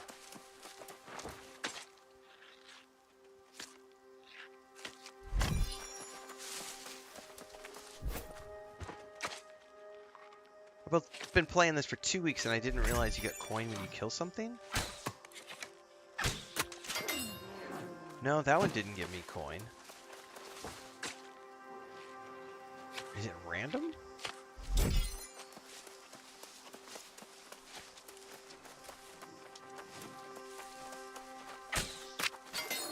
That one didn't give me any either. Was I imagining things? It's possible. It is entirely possible I was imagining.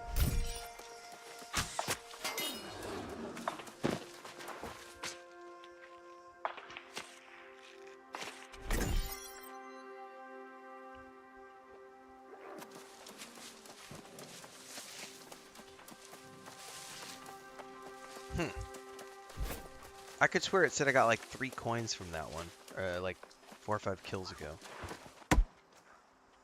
And then nothing since, so maybe I was imagining it.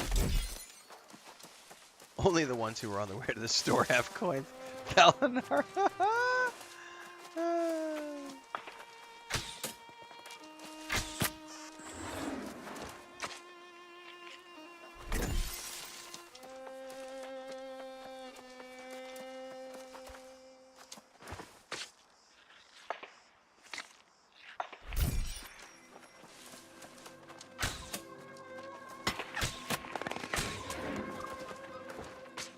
Oh yeah, no. Moving to member only was the right decision, Thalinar. Member and subscriber only. There have been 0 trolls in chat because they're not willing to pony up. I think it's like $3 or $4 on YouTube and like $5 or $6 on Twitch, like for a subscription or a Twitch sub or Prime sub, whatever it is. So far, we haven't had any trolls who have been willing to pay the price of entry, which has been gloriously. It's been the nicest thing ever to just be able to chill out, relax, hang out with the community who wants to be here for the right reasons, who aren't being disruptive and disrespectful, and it's really, really nice. I mean, I wasn't planning on going member only and subscriber only until we started Veilguard, but I turned it on yesterday, and it's just like it's heaven.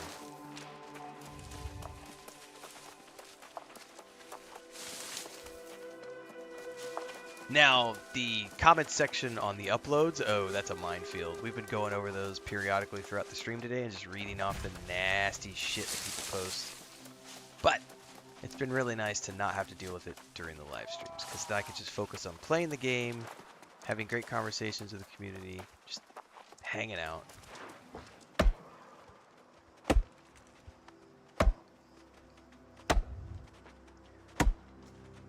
No more Toms.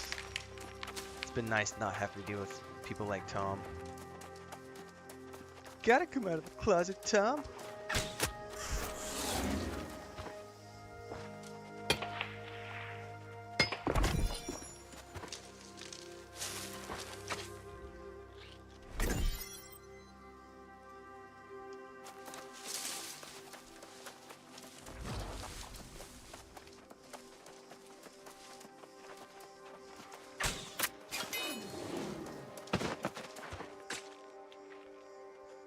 But it's been pretty relaxed. We're down to our next to last. This is the penultimate stream for New World Aeternum, because we're rolling into Dragon Age Veilguard.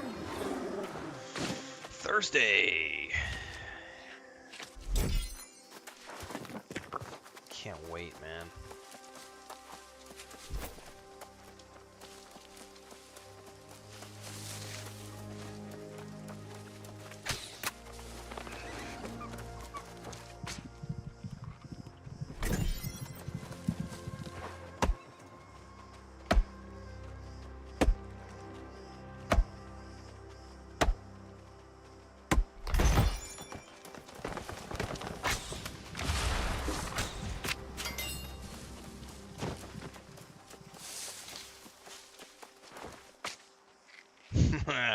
Oh, I forgot about MySpace, Tom. He had that photo that was like forever famous, with that dorky smile on his face. I can't remember. I remember looking him up like maybe 8 or 10 years ago to see what he had been up to, and basically just, you know, he took his earnings and went off and living the rest of his life doing what millionaires do. Living the life that other people only dream of.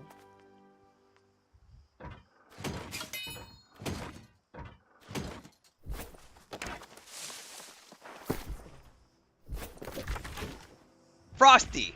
Thank you. You just reminded me. I was asking about this earlier. I was like, what was the thing that Frosty mentioned today? Something about a heart gem or a heart rune or something. You just reminded me to go look that thing up while I'm sitting here. Thank you for reminding me.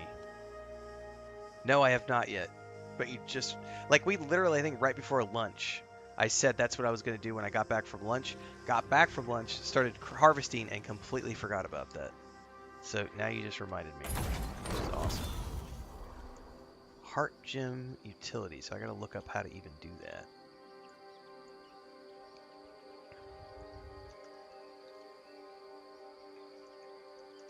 Because I have 2 gems on me, I just don't know how to, like, unlock.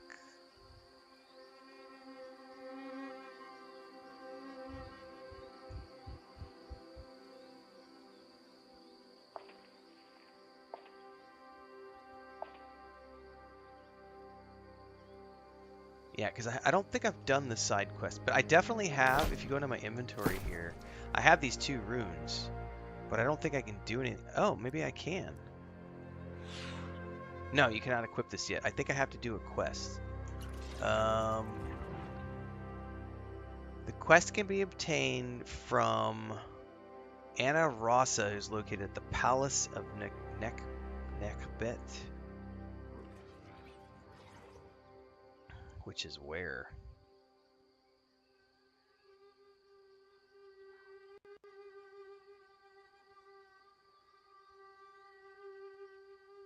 Is that Brimstone? Hang on, let's go find a fast travel.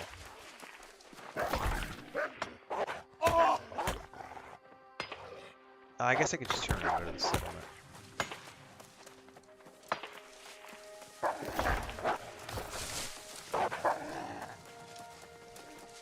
Every New World session devolves into random farming at some point. Yes. This is legit.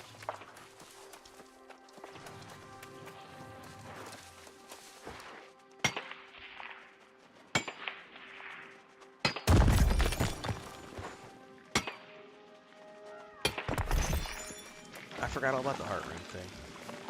Thank you for the reminder.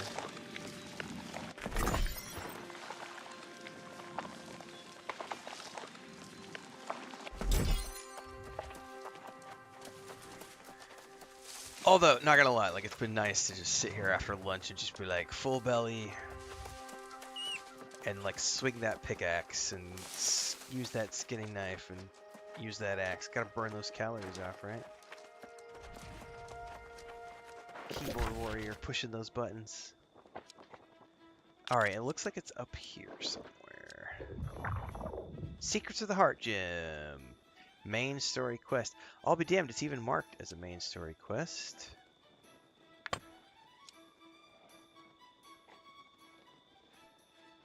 Why can't I fast travel there?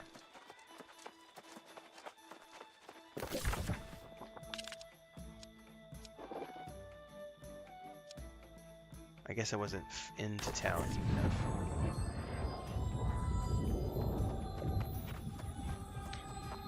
Do do do do do.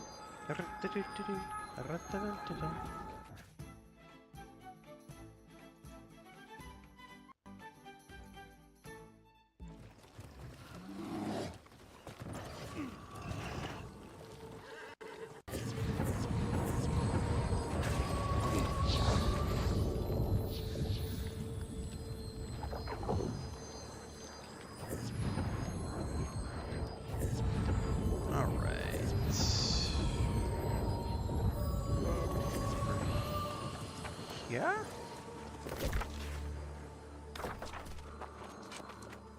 Wait, is that up and over? How the hell do I get over there? Oh, I bet we have to go out. It might be quicker to come down from the crow's nest.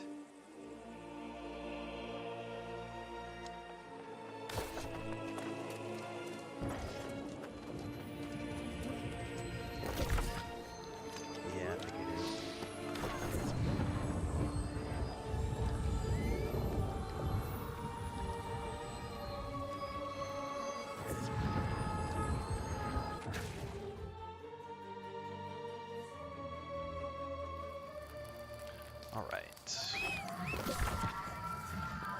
Go out of here and curve down the road. Wait, can I just like... No, follow the road? Screw the road.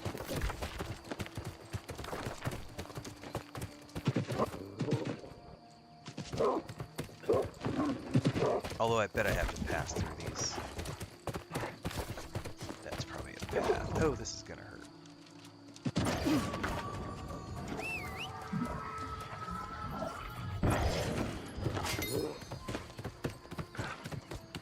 Great wall.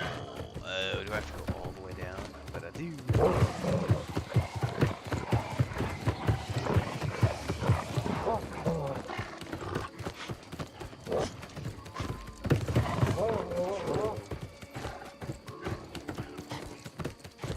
Ancient Colossus.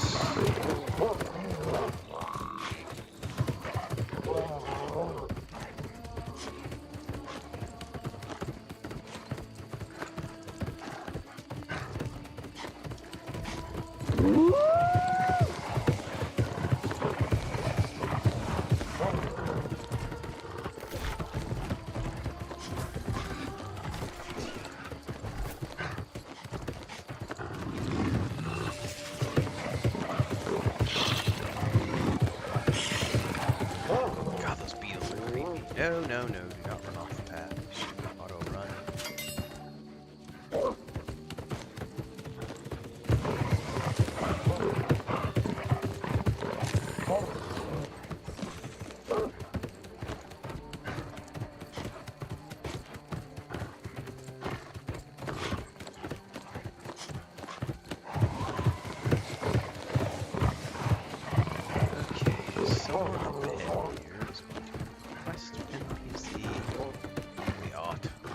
Searching for.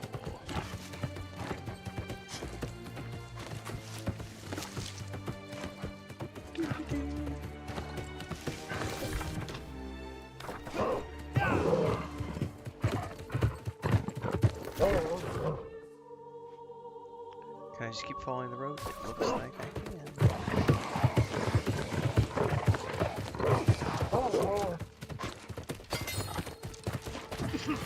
Alright, here we go.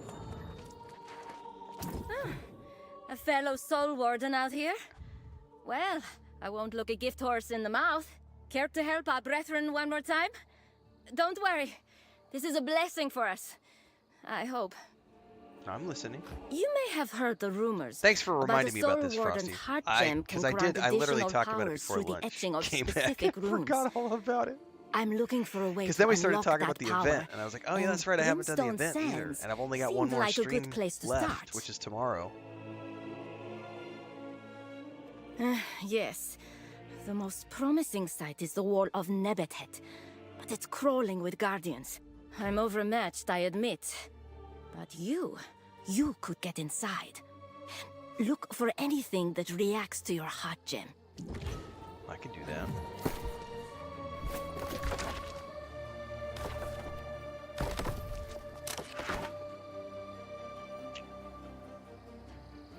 Where's this other quest? Unpin the winter rune, because I can't do that because there's no matchmaker. 800 meters away. Oh, literally right where we just were. Honestly, it's gonna probably be quicker just to jump off the edge of the cliff here and fast travel up.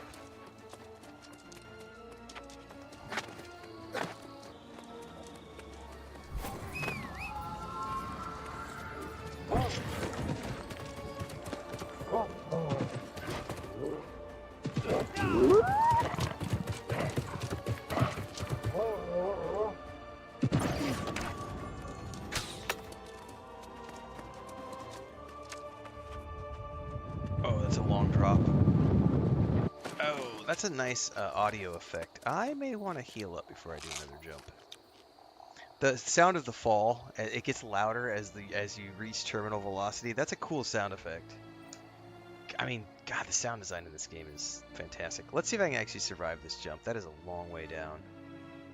All right, here we go.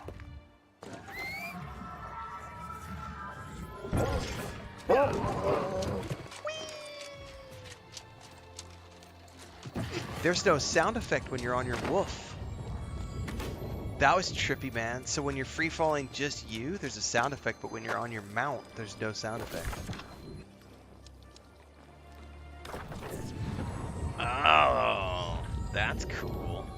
Yeah, Phantom, the audio is fantastic.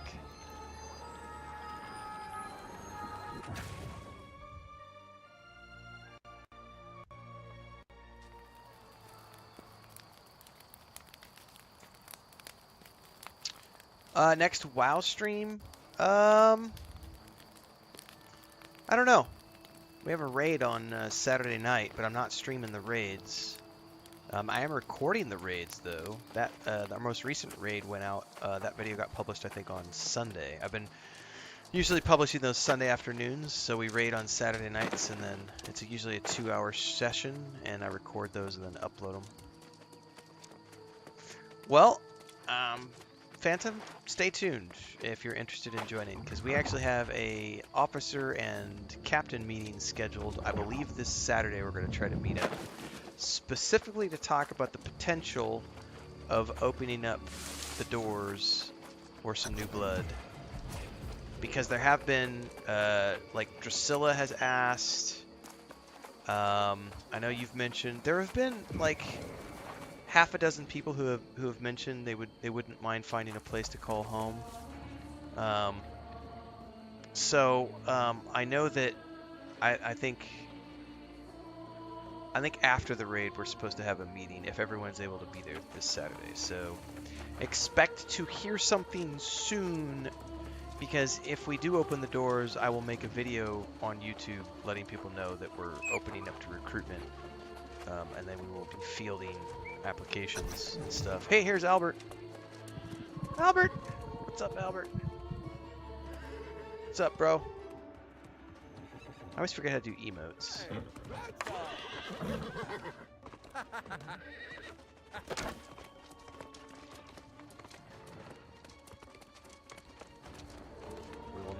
We will know soon.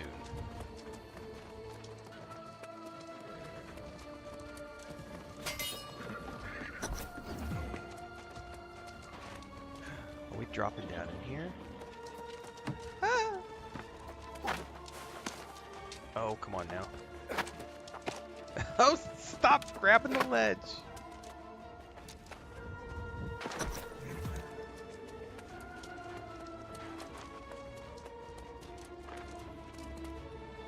Wow, explore the Great Wall. Oh shit, should I have gone up?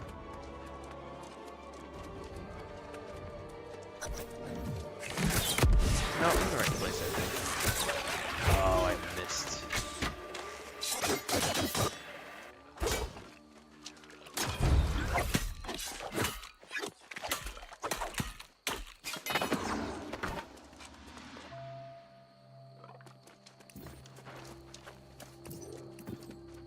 Ooh, look at that big boy. Ooh, his chest. My avatar was scared of the leap of faith. He's like, no! I refuse to let me I refuse to let you chuck me off a cliff again.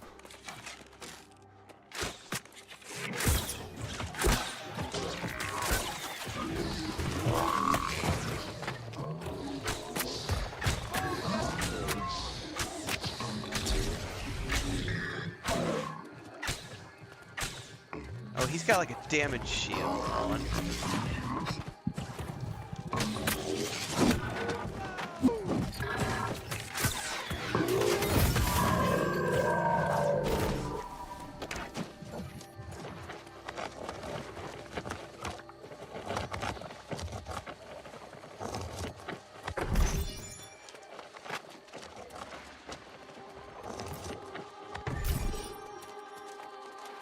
That would be a funny little side thing if you could figure out a way to have little things like that in the game where your avatar like turns to you and says something like, "Hey, that wasn't cool, man."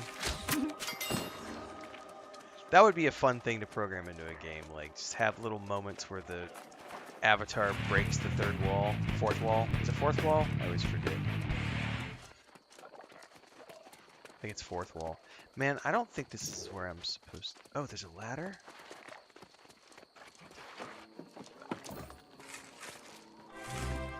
No, that's definitely not a ladder.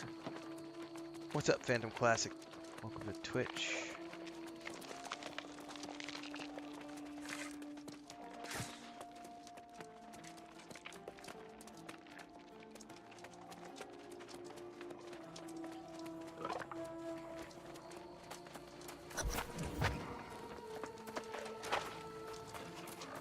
Climb the rubble to reach the top of the wall.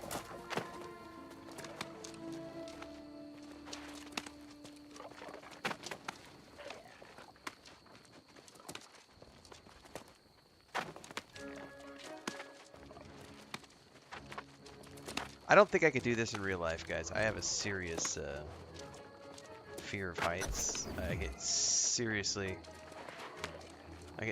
vertigo. We did find Albert. He was lurking. He was waiting for me. Almost as if he was watching the stream and knew where I was going to be.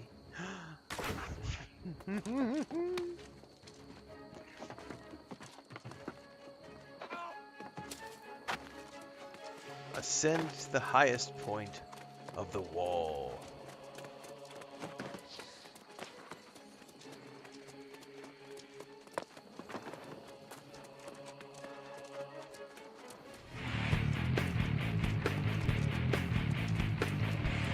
Thanks for the follow, guys.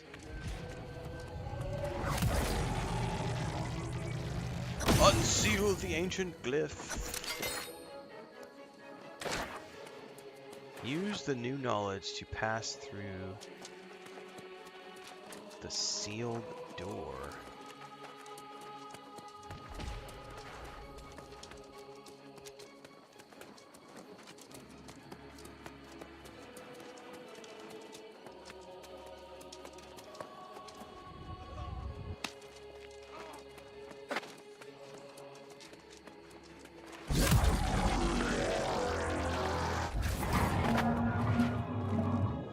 God, this is some cool visuals, man.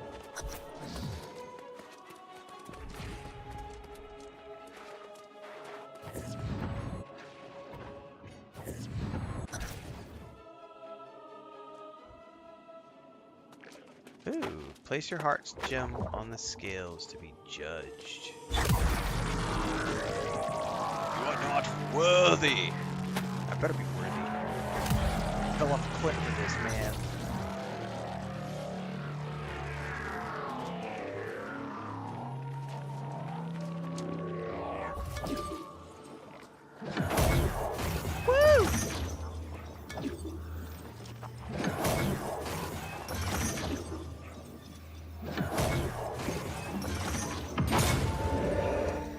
Oh, I need to not move while that process is taking place. I see.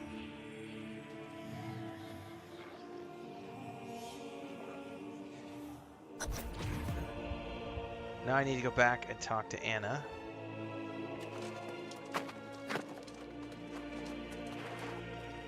Oh, am I gonna make that jump? Ah, I can't watch.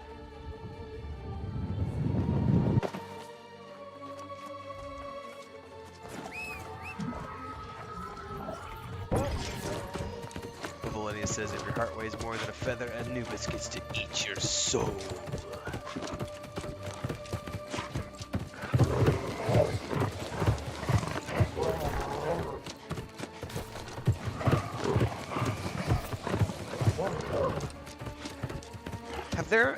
I don't think anybody's ever done an MMO that was themed with like ancient Egypt. That'd be cool. Why is my animal running over here? Apparently this is the auto follow path. Right through a cactus briar. Briar? I don't think it's called a briar. What's a group of It's cacti? But is it a group of cacti? Is it a what is a group of cactus called?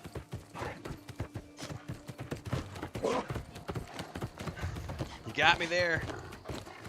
I know it's cacti is plural for cactus, but what is like a group of cacti called? We're gonna go Google here in a minute. That's what we're gonna do. Oh my goodness, the yawns are oh, you know what that is, guys? When did I eat lunch? Like 45 minutes ago? That's what that is. That is the post-lunch nap vibe hitting.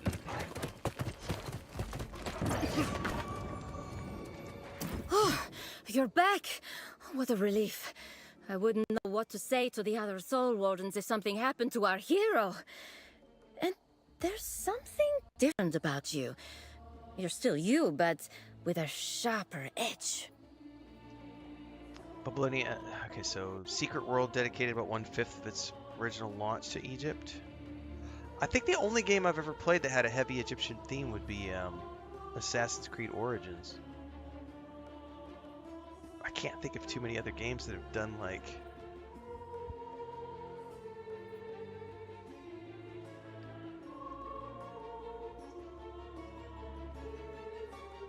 Really?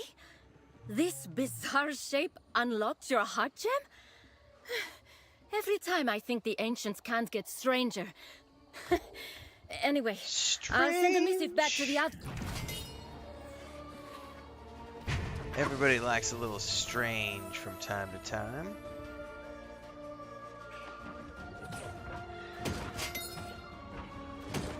So now I have 3 heart runes. Cannon Blast.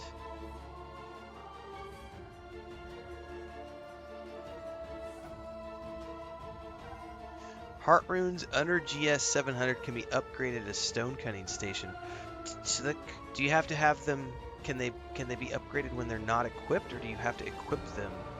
Sorry, I guess the question I'm asking is, can I upgrade them after they are equipped, or can you only upgrade them before they are equipped? Let's go find a stone cutting station and find out more.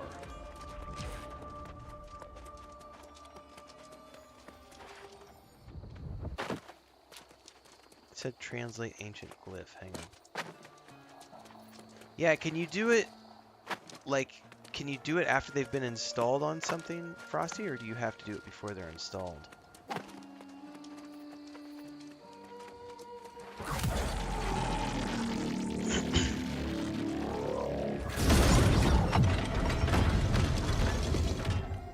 What did I just unlock?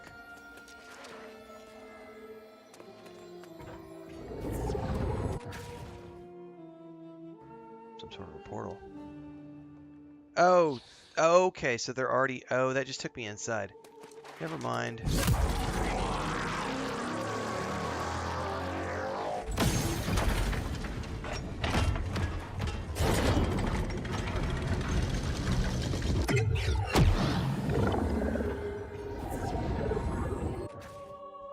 Okay, so since they're already bound to me, nothing's going to change.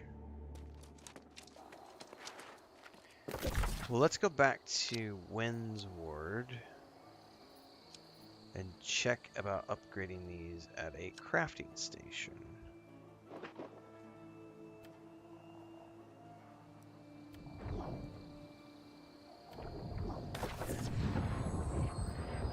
So that's where I've gotten those two I already have then, is from those expeditions.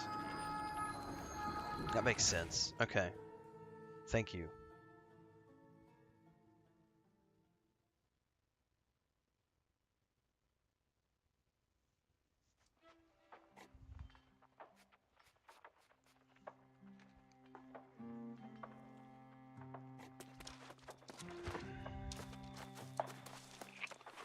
I think it said a stonecutter station.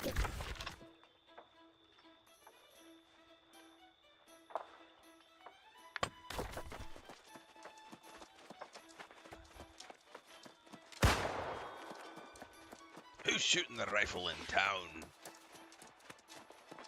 Idiot.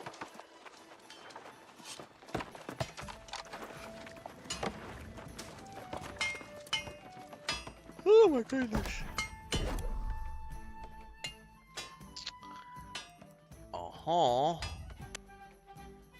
Oh, I need a whole bunch of shit that I don't have. Gypsum orbs, corrupted lodestones, sulfur.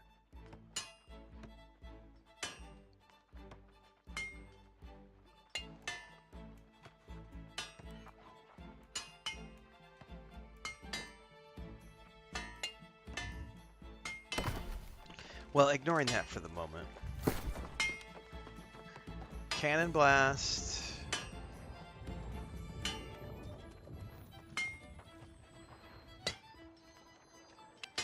I have two of the same, Dark Ascent.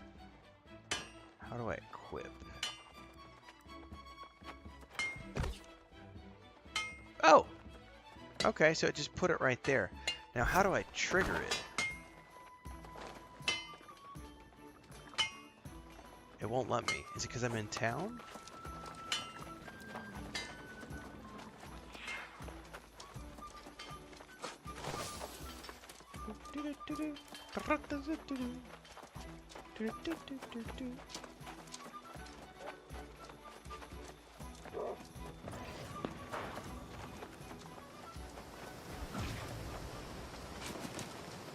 No, it definitely wasn't related to not being in town.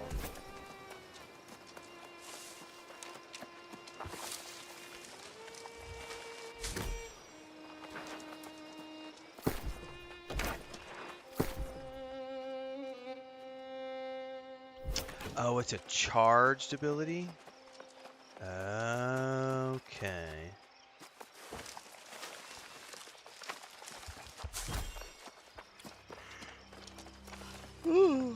There's probably nothing around here that I can kill.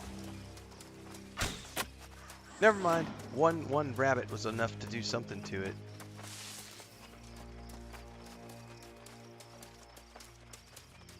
Might not take that many. Let's go find something to blow up here. Stop getting stuck on the supply cache.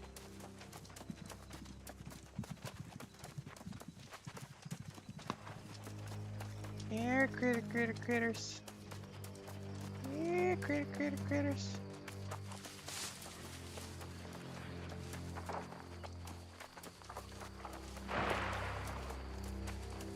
Oh my god.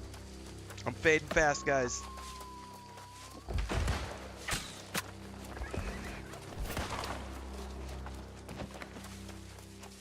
I need to find something that's actually substantial to take out, because those turkeys aren't getting me anything.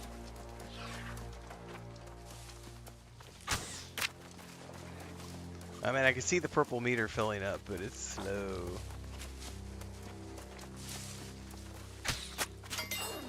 Oh, that's gonna take me forever. I would have to go find some high-level mobs. All right, well, at least I know how to use it. I gotta go, guys. I'm 6.5 hours in, and I'm super tired. I gotta go take a nap. My lunch is hitting me. This was a great stream today. Thanks everybody for being here. First thing that's gonna happen before I go take my nap, I'm about to go clip the Indiana Jones and the Great Circle reaction video out, and then push that to YouTube. So if you missed that several hours ago when we did that, that's gonna be up on YouTube here in a few minutes. And then I also have to clip out the Star Citizen thing that we watched today, and that will go live probably later tonight. Maybe I'll push that later tonight. Have that go out for the evening video, and then tomorrow morning my review for New World Aeternum will be out, and we will have one final New World Aeternum stream tomorrow, and I think we'll work on the Halloween event tomorrow, and then we'll be off to we'll be off to Dragon Age of Veilguard the day after that. So we are almost at the end of our New World sessions. I've seen everything I needed to see except for the raid, which honestly I would love to do. So what I may end up doing is doing a call to people who have been watching my streams, be like, if anybody has like a guild or something on this server and they do raids on like a Sunday afternoon or something, I would like to see the raid. But because you can't matchmake it, you have to group up with other people. It has to be something where it's like scheduled. And I'm not going to just hang out in game and wait for a group. So I might reach out and see who's on my server who's got something going on that I can join in. And because I would like to see that once, just to see it. And like I couldn't do the seasonal trial today because you have to have a physical group. You can't use the matchmaker. Kind of a bummer. Anyway, guys, catch you tomorrow. Thanks for being here. Thanks to all the new members and subscribers on Twitch and YouTube. And if you are watching on TikTok, don't forget the day-to-day stuff happens on YouTube. So I'm going to go make that Indiana Jones video happen, guys. See ya.